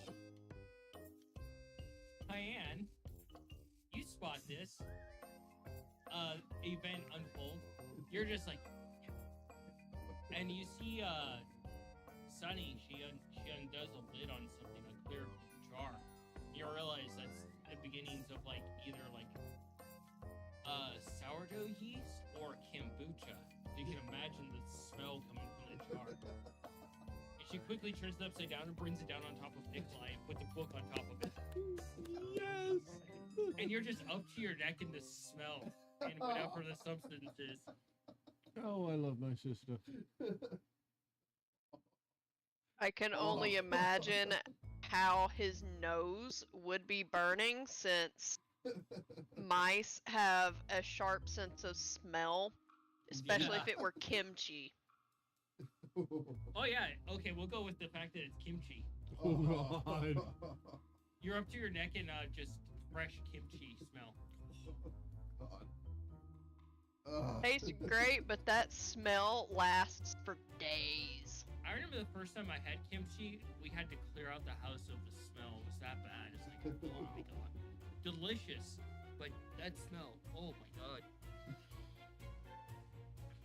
Traditional kimchi is stout.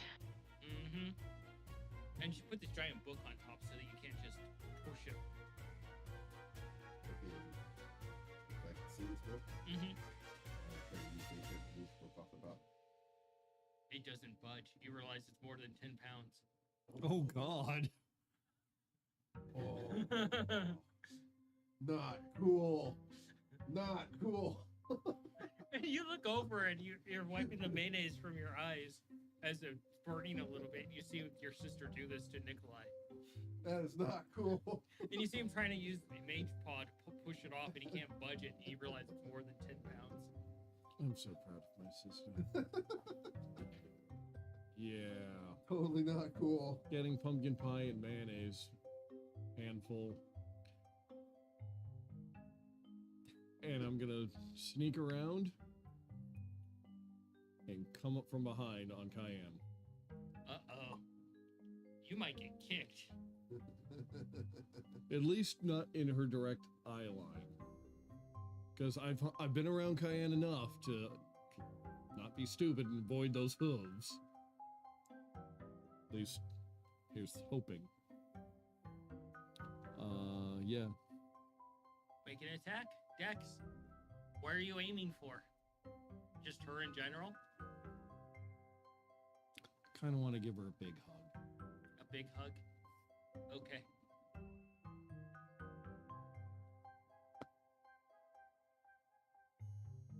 That's a 19. So it's like a scene out of like an action movie as you watch Mongo run across the table and he jumps and you start to brace Cayenne as he just opens his arms and hugs you around the neck. And as he hugs you around the neck, that smell of the mayonnaise hits you instantly. And I'm just going to look right up at her and say, from Nikolai with love. At least mayonnaise doesn't bother me. Oh, this is like 3 months past like expired mayonnaise. It's been sitting in the sun. Ew. She's just gonna hug. She's gonna hug onto Mongo, and after he said Nikolai's name, she's just going to glare at the jar that he's in. The jar of kimchi he's stuck in. But the Anyone brand who- glaring, I kind of feel like warrants an attack roll. Anyone who moves that book is losing their hand.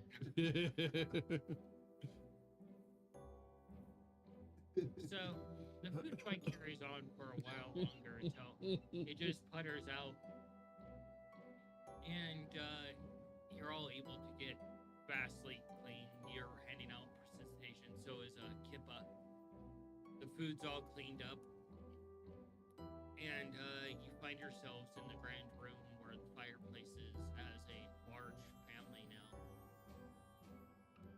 Actually able to settle down and enjoy the fire. The window open, letting some of the cool air in from the winter. And you're just finally able to settle down and be a family.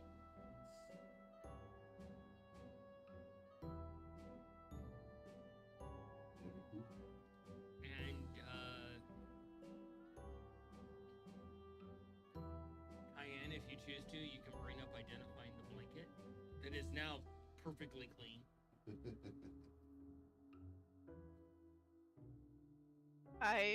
I'll definitely bring up getting the blanket identified, as that wasn't done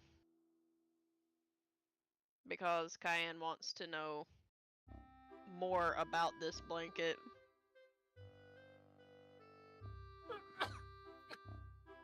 Isn't it? Imagine That what it we was could worse. use.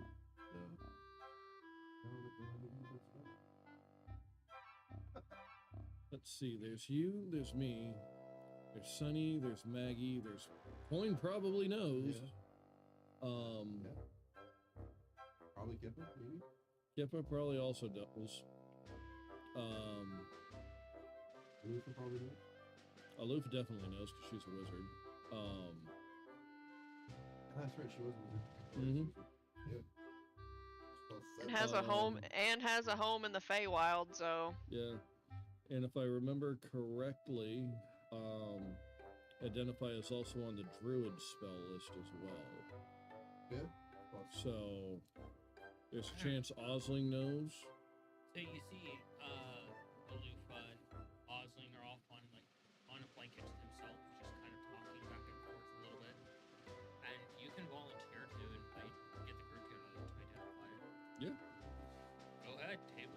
Play it out, dude. Yeah, play it out, man. Oh, God. And what she said doesn't count. You know, there's enough of us here who actually know that spell. We could probably get just about everybody in on this. I'm pretty sure that Lumion knows Identify, Oh yeah. I'd be fucking surprised if he didn't. but since he found out about my father's history, he might get angry. Might get angry. Angy. Sonny's like, I could be a battery again.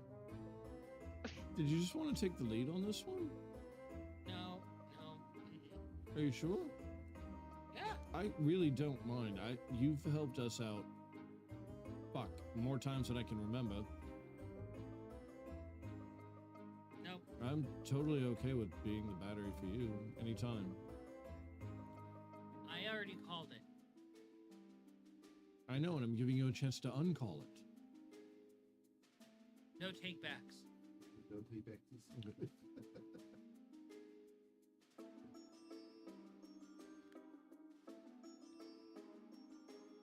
Your dad's like, huh? All amplified too. Not too much. We don't want to turn back time. Selena is like, what about you?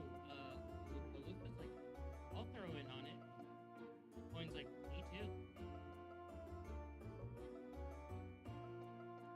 Kippa's like, I'll watch. Gabbard's like, paint chips. Just kidding. Scabbard offers his usual holy circle to protect it. Yeah. Cayenne's gonna ask, Yeah.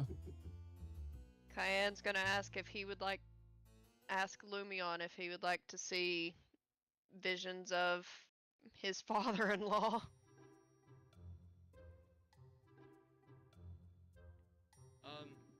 I would be honored.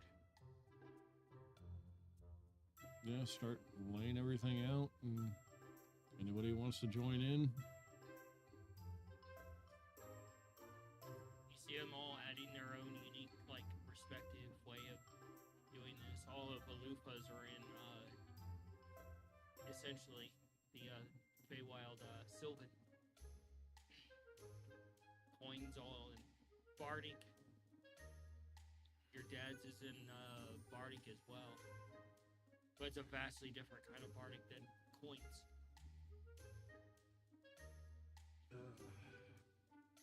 Nikolai's contribution is probably precision. Do a tinkering. Wow. Gav over here rolling a natural 20 in spirit. Oh, Or fuck rolling yeah. a circle. It's been a week. And- Since it is Cayenne and Osling's father, Cayenne's gonna add her own touch in Druidic. A 33 for me. What was yours? 33. You add your circle to the mess. Oh, my camera's frozen again. And you see Osling, you spot this Cayenne. She's a little bit hesitant at first to add hers. And eventually she's just like, okay. I would give Osling a nod of assurance if she was hesitant. Yeah, she puts hers down, and if you want, you could do a perception on it. Anybody can, actually. Sure. Oh, let's see if anybody else picks up on it. 19. Lufa is doing what Lufa does best, being oblivious. Being oblivious. 10. 14 for me. You're not far behind, are you? Nope. Hey, for those that got over a 15, raise your hands. Only Cayenne and half the NPCs.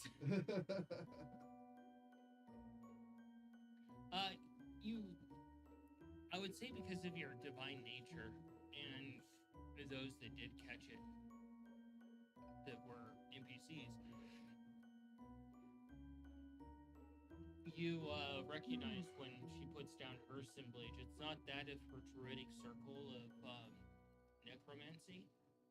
She's actually puts down her trace around your circle, and it's written in the actual divine language. That's awesome. And with the blanket in the middle of the circle, anybody that wants to be a part of this can step in before you finish it. Heck yeah. Yep.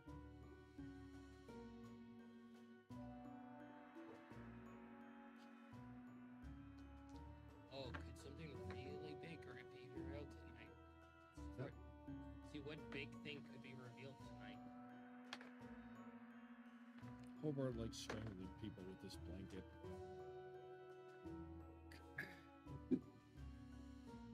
So, I need each of you, individually, high or low.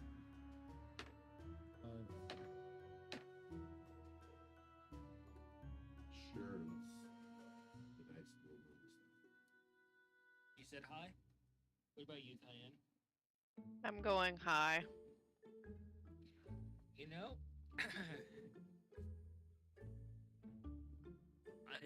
it's whenever it comes to these, like, rolls, right? For things like this. For some reason, the D&D gods are on your guys' side, the dice gods. Nikolai, natural 1. Damn. Mongo, natural 20. Holy shit. Cayenne, natural 20. What the fuck? You didn't teach me how to roll so high. Yeah. You must pray to the universe before you roll. Yeah. Is that how you do it, dear? I don't pray to anybody.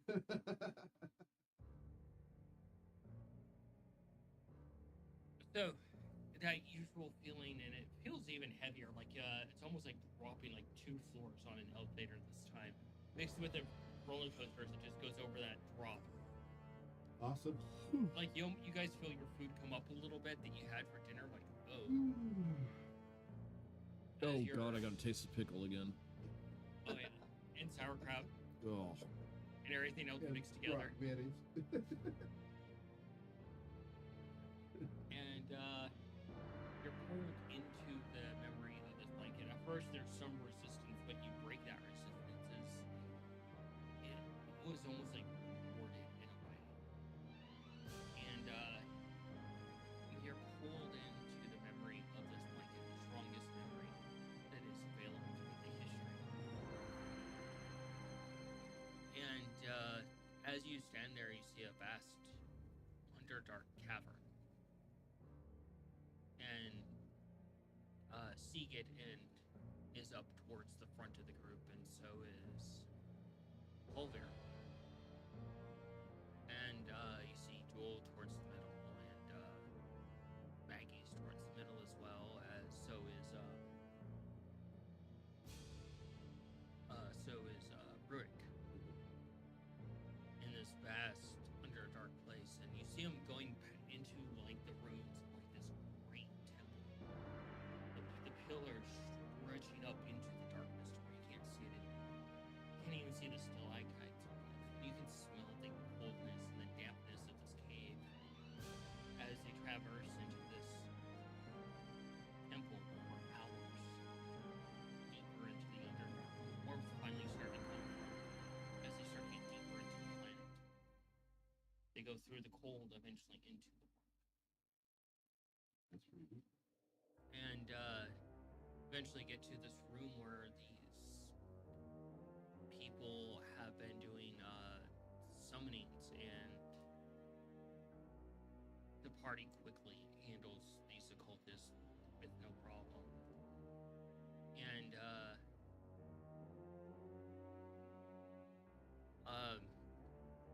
Volvir turns towards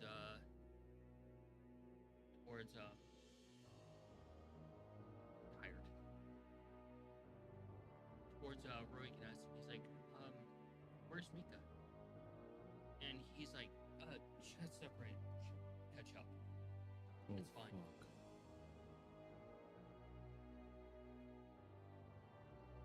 So shortly after. Yeah,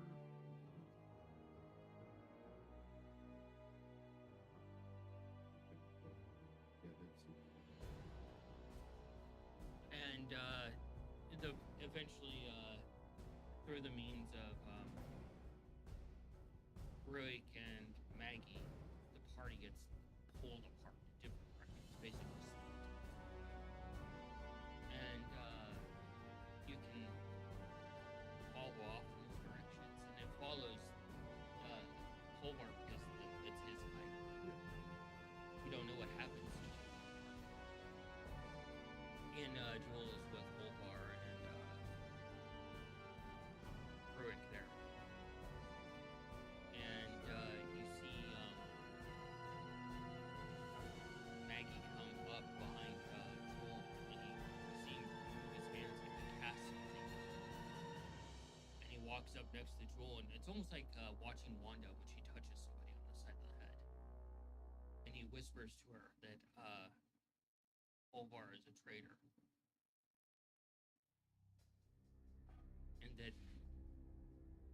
And that they need to take precautions because he's leading us into a trap. And Ruik looks over and he's like, yeah, that's exactly what's going on.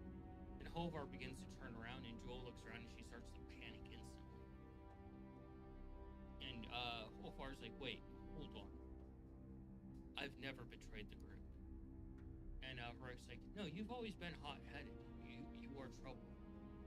And Maggie's like, yeah, he's right. You've always been trouble, and you're probably looking for opportunity like you did with other things. And Joel kind of like panics a bit, and Holvar brings his blade around, and he looks, and you know from looking on the outside in, he's going to stow it. And she takes as an act of like he's aggression, and she brings her hands up, and you see the air distort instantly. And Holvar stumbles forward and catches himself. He's leaning on the pillar, and he looks at Joel. And she's like, we have to be sure. And Ruik looks over at Holvar, and he just kind of laughs a bit. He's like, ah. And before Joel can respond, Maggie brings his hand up again, and she turns towards Maggie because she trusts him. And suddenly, out like a light, casts sleep on her. And Holvar looks to Ruik, looks to Maggie, realizes what's going on. And Ruik moves to the wall and uses it. A pillar of rock comes out and goes right through Holvar. And Holvar looks down and drops his blade. And he realizes in that moment what Joel had done was remove his godhood. Oh shit. Wait a minute. And Ruik walks up along the pillar as he tries to respond and brings out one of his blades and just slices Holvar's throat and dodges before he can respond.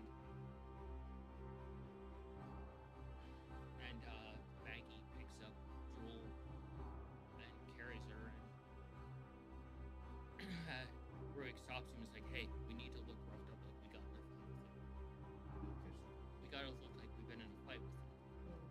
And they begin to rough each other up a little bit like they've been in a fight with Holvar. And they go back to seek out the rest of the group, having taken out another key member.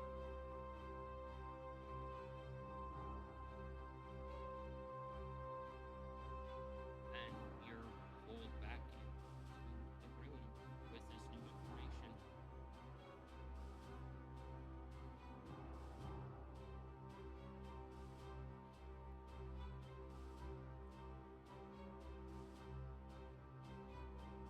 Not what I was expecting.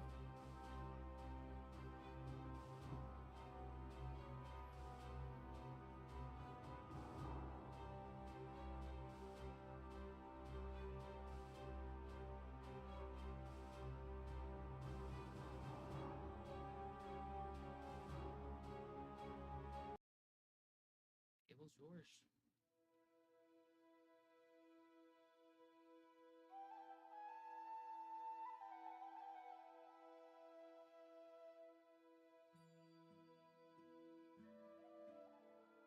Osling looks over and she's like, that son of a bitch needs to die.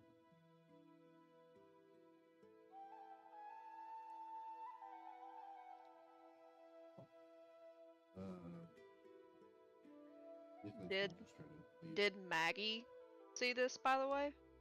Maggie's standing there and you see him start crying. Going over to him. I just could try to walk leave unseen and noticed. And if he's caught, she's not.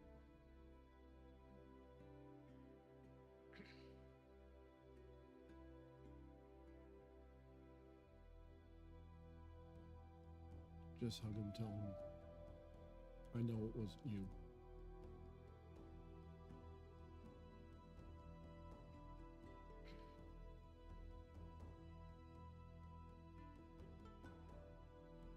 And points at one that actually catches up to you. She stops you. Try to break free. She holds you by your vest and she's like, you're going to go back in there, Nikolai. And you're going to be with your family. Walking away makes this worse. Being with your family heals you.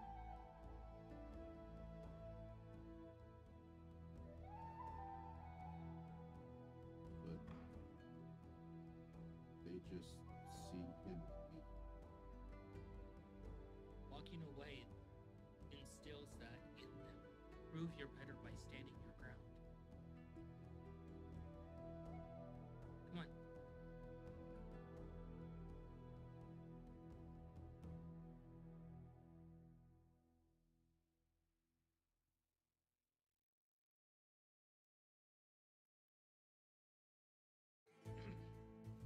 I'll let her leave people.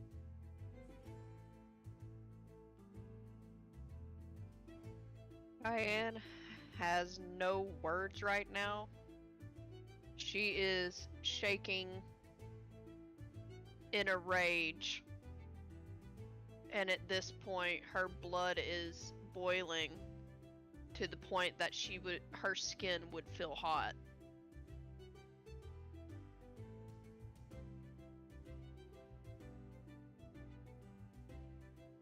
It was like, I take it that was a really bad trip. One of the worst.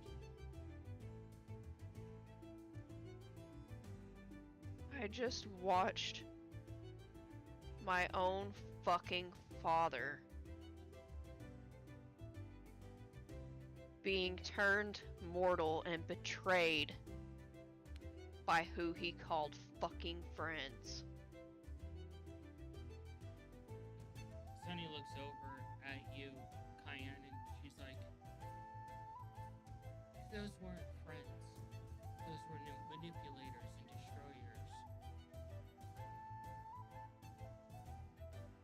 And they're destroying everything that you guys are supposed to be building on. Everything that you're working to do. Hell. She looks over at Kippa. Word things. You're better at wording things. Kippa is like, I'm going to skin that clone. Kippa's like, can I be a voice of reason here, please, Cayenne? Oh, I'm not disagreeing with the skinning, but I don't want to be present for it because I might throw up. Going to skin that clone's body and piss on the agonized fucking carcass. But we have to look at facts here that they set out to destroy the Obscura. The Obscura is not gone. You guys are becoming the second generation of Obscura. With that in mind, your existence defies what they set out to do. On top of that, this definitely reveals that those were not the friends that Hope had, or any of the Obscura had. Those were imposters that were working on their own. I know. I know that's not the Maggie we know. And I know that's not the true Rorik. But my statement still stands. Oh, I'm gonna- going to tear that clone limb from limb if it's my last fucking dying breath. Maggie looks over and he's like, I don't mean to sound grim, Cayenne, because this is partially my fault. But I'm willing to hold his hand so you can speak to your father.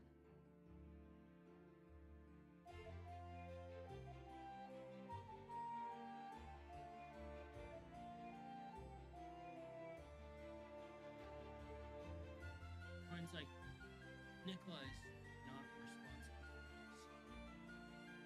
He's as much as the victim as the rest of you, just like you saw Maggie. We saw what that clone did that hurt Nikolai so badly. Me, Scav, and Mongo saw.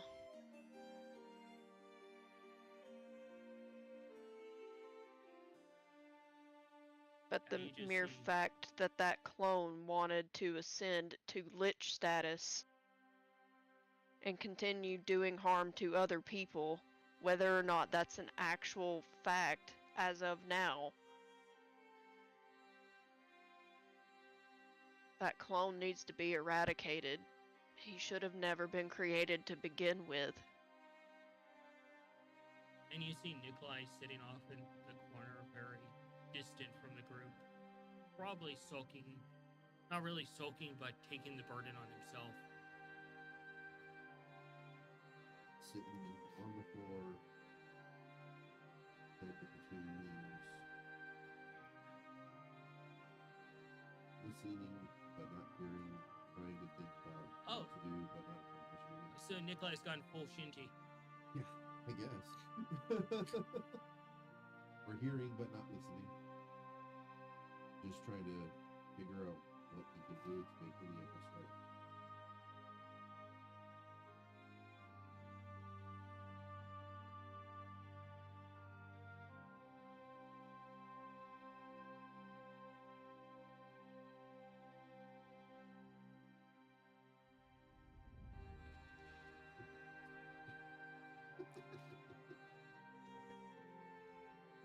Table's still yours, guys. Cayenne is a ball of anger and she's ready to full on flay and cause the utmost pain she can think of on something. I'm just gonna give this one to you. You see her in the full anger, and you just instantly remember the dummy.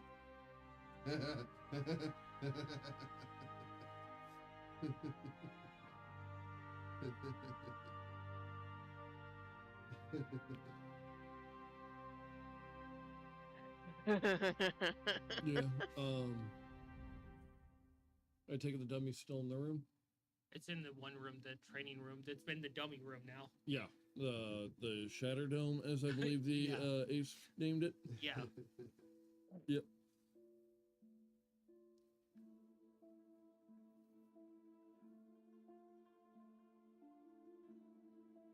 Cayenne. We'll hold a paw out. Come with me. Her hands are about like mine are right now because I'm feeling my blood is boiling in my actual body right now.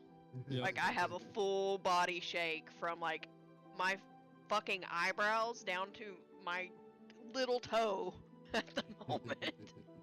I just dropped a nuke on the group. Yeah.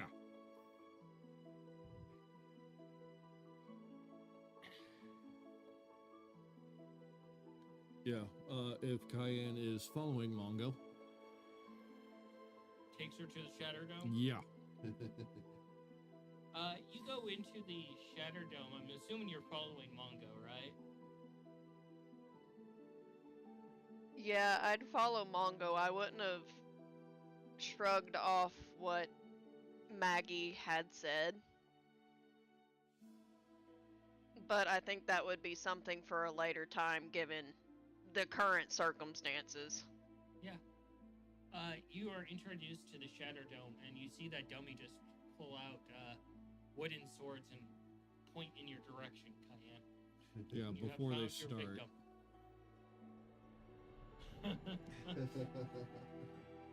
One, watch out for the sticks. Two, I can see her just ignoring you and just charging. yeah. You get to 2 and she's just already going. Yeah. She's gonna trust be me when I rational say- because she knows the power of this fucking dummy. She listens to rules. Yeah. Trust me when I say it's not good to hold on to anger. Finding an outlet helps.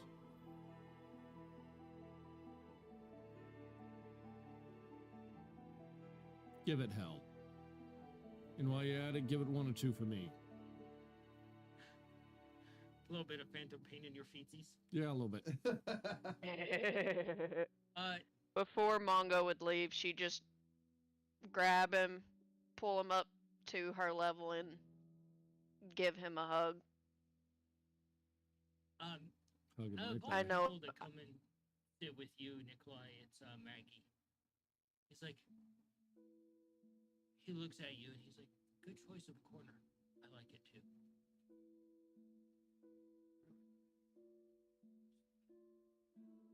Lost in my own thoughts. I'm trying to figure out what to do.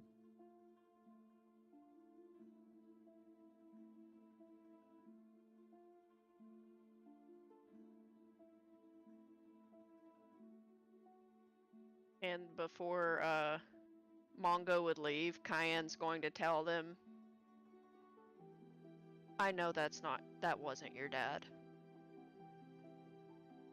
And I know that was not Nikolai's dad. And I do not see Nikolai in that terrible clone. He's not that kind of person. He never would be. Will you please let him know that Oh, while I yes. beat the shit out of this thing? So she starts to square off with that, and Yep. you head back to the big room, and Heading right over to Nikolai. Mongo comes over and bumps you. No. Oh, It's pretty easy to tell that anything that's being said to him is just not even fucking registering. So we're gonna fix that. okay. Not starting another food fight, but easiest way to snap him out of it, let Maggie know that he might want to give it a few inches. Moves off a little bit. Oslin comes and joins you, Kai. Lufa's just leaning on the door to watch.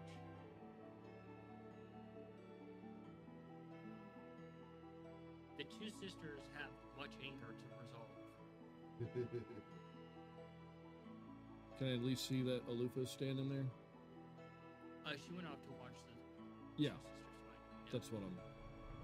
Yeah, I assume that they're kind of passing on the way. Yeah, I'll just let Alufa know. It's like, if by some off chance they need help with that dummy, let us know. And then up to Nikolai, get Maggie to move. Prestidigitation. Cold fucking water right on top of him. Oh, it hits you like a rock. Chilled all the way to the bone instantly to snap you out of it.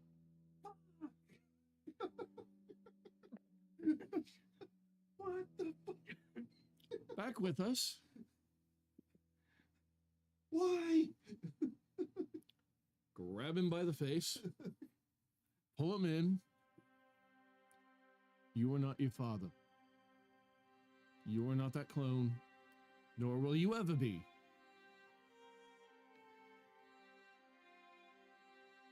You are not now. You are not ever going to be like that. Because you are not that kind of person. What if it takes accepting unacceptable things to stop?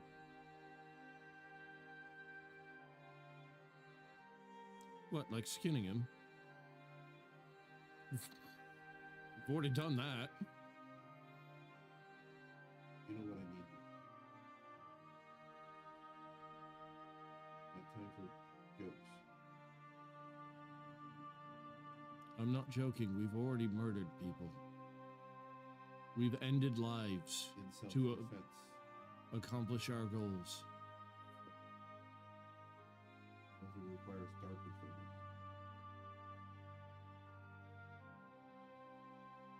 We'll find a fucking way.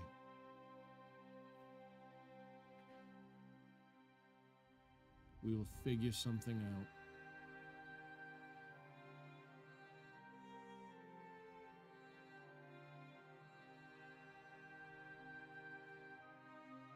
You're not the one capable of the darkness.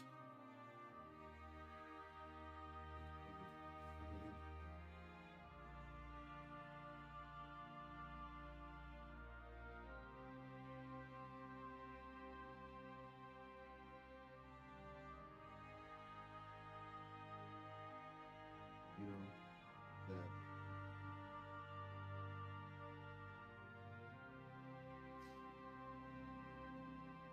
that I can accept doing things out of need.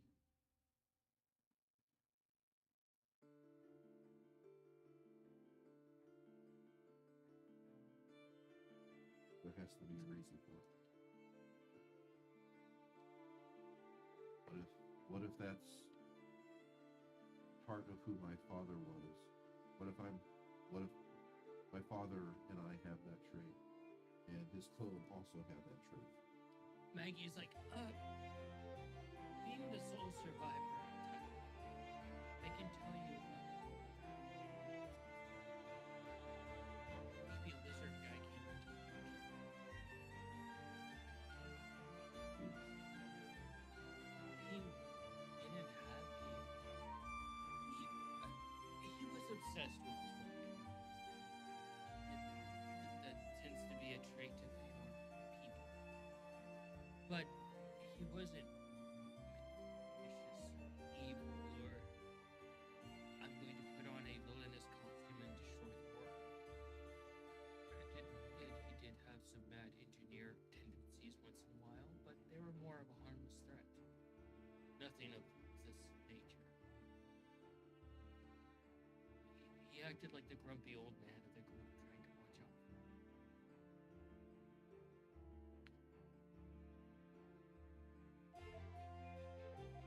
Oh, and he absolutely hated to go into situations without plans, but we always planned along. So far, you're kind of like getting beforehand. I think what he's getting at is that it took the persuasion of that scaly fuck in order to turn him. You don't have that. You have something that your father didn't have. Did this scaly character come before or after he created it? Oh, before. You know that?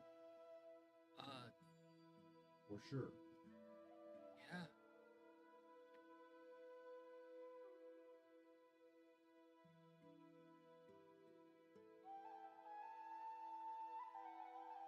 Well, Rurik was the victim of manipulation that created a tool that was used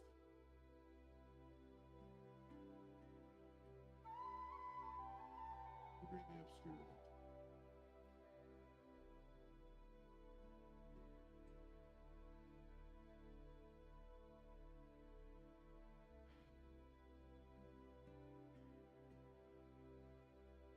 Wish we had something. He said he was pretty in with the family after they made it big because of their need to help everyone. That was one of What our homes faults. has this creature been? Huh? What homes has this creature been? I sure as hell wouldn't allow him anywhere near my homes, and I doubt that he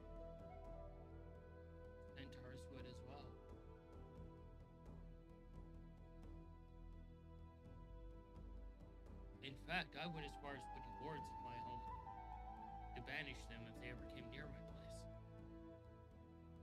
Nothing about the family.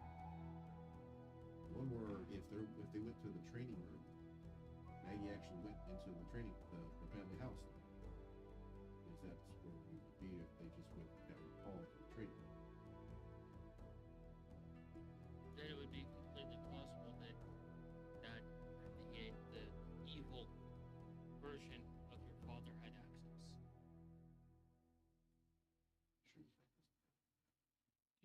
Okay, so I know there is a list like for these house rules, like who can and who can't enter. Do you know how to find out who is on that list? Oh, of course. He reaches in his pocket, pulls out a scroll. Right here. Can I read that, please? Yeah, and that's where we're going to end it for tonight.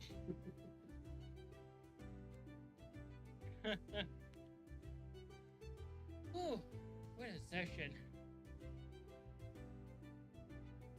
Well, we got your father out into the house, Yeah. apparently. It took the convincing of basically Thanksgiving dinner.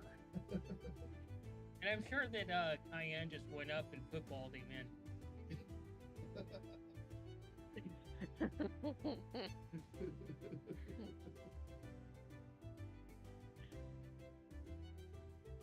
I think after that whole reveal,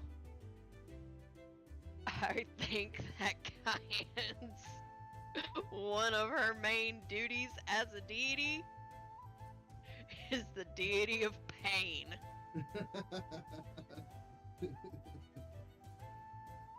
Because when she catches this clone, he's gonna wish he was 6 feet under and in pieces. He's gonna beg that he was. Oh man, that was a whopper of an ending to that session. Yep.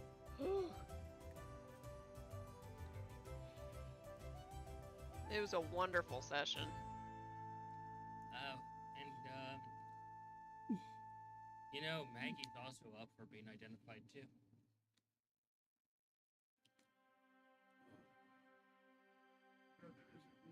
Dude, to fix his brain right away.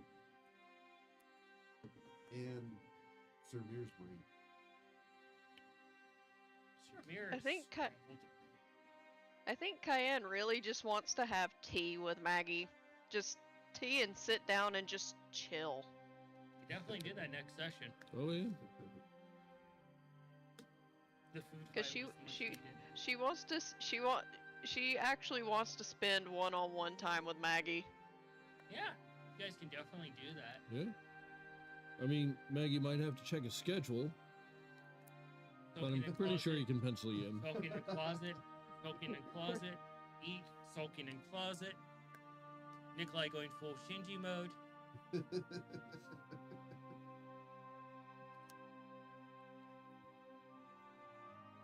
Gosh, get in the machination. We're gonna call it here for the night. We will be back next week to pick up more of this chaos, and perhaps more secrets will be revealed at that point. We hope you have a safe week here, because we want to share this chaos with everybody. And we hope you have a safe, be merry, cause a little bit of mischief in your life, because that always makes it better. It will be October soon, so you got a whole month of spooky mischief to cause. That is Yeah, y'all's homework. It is officially spooky season. Yeah. Have a good night, everybody. Say good night. Have a good Good night, night, everyone. Thank you.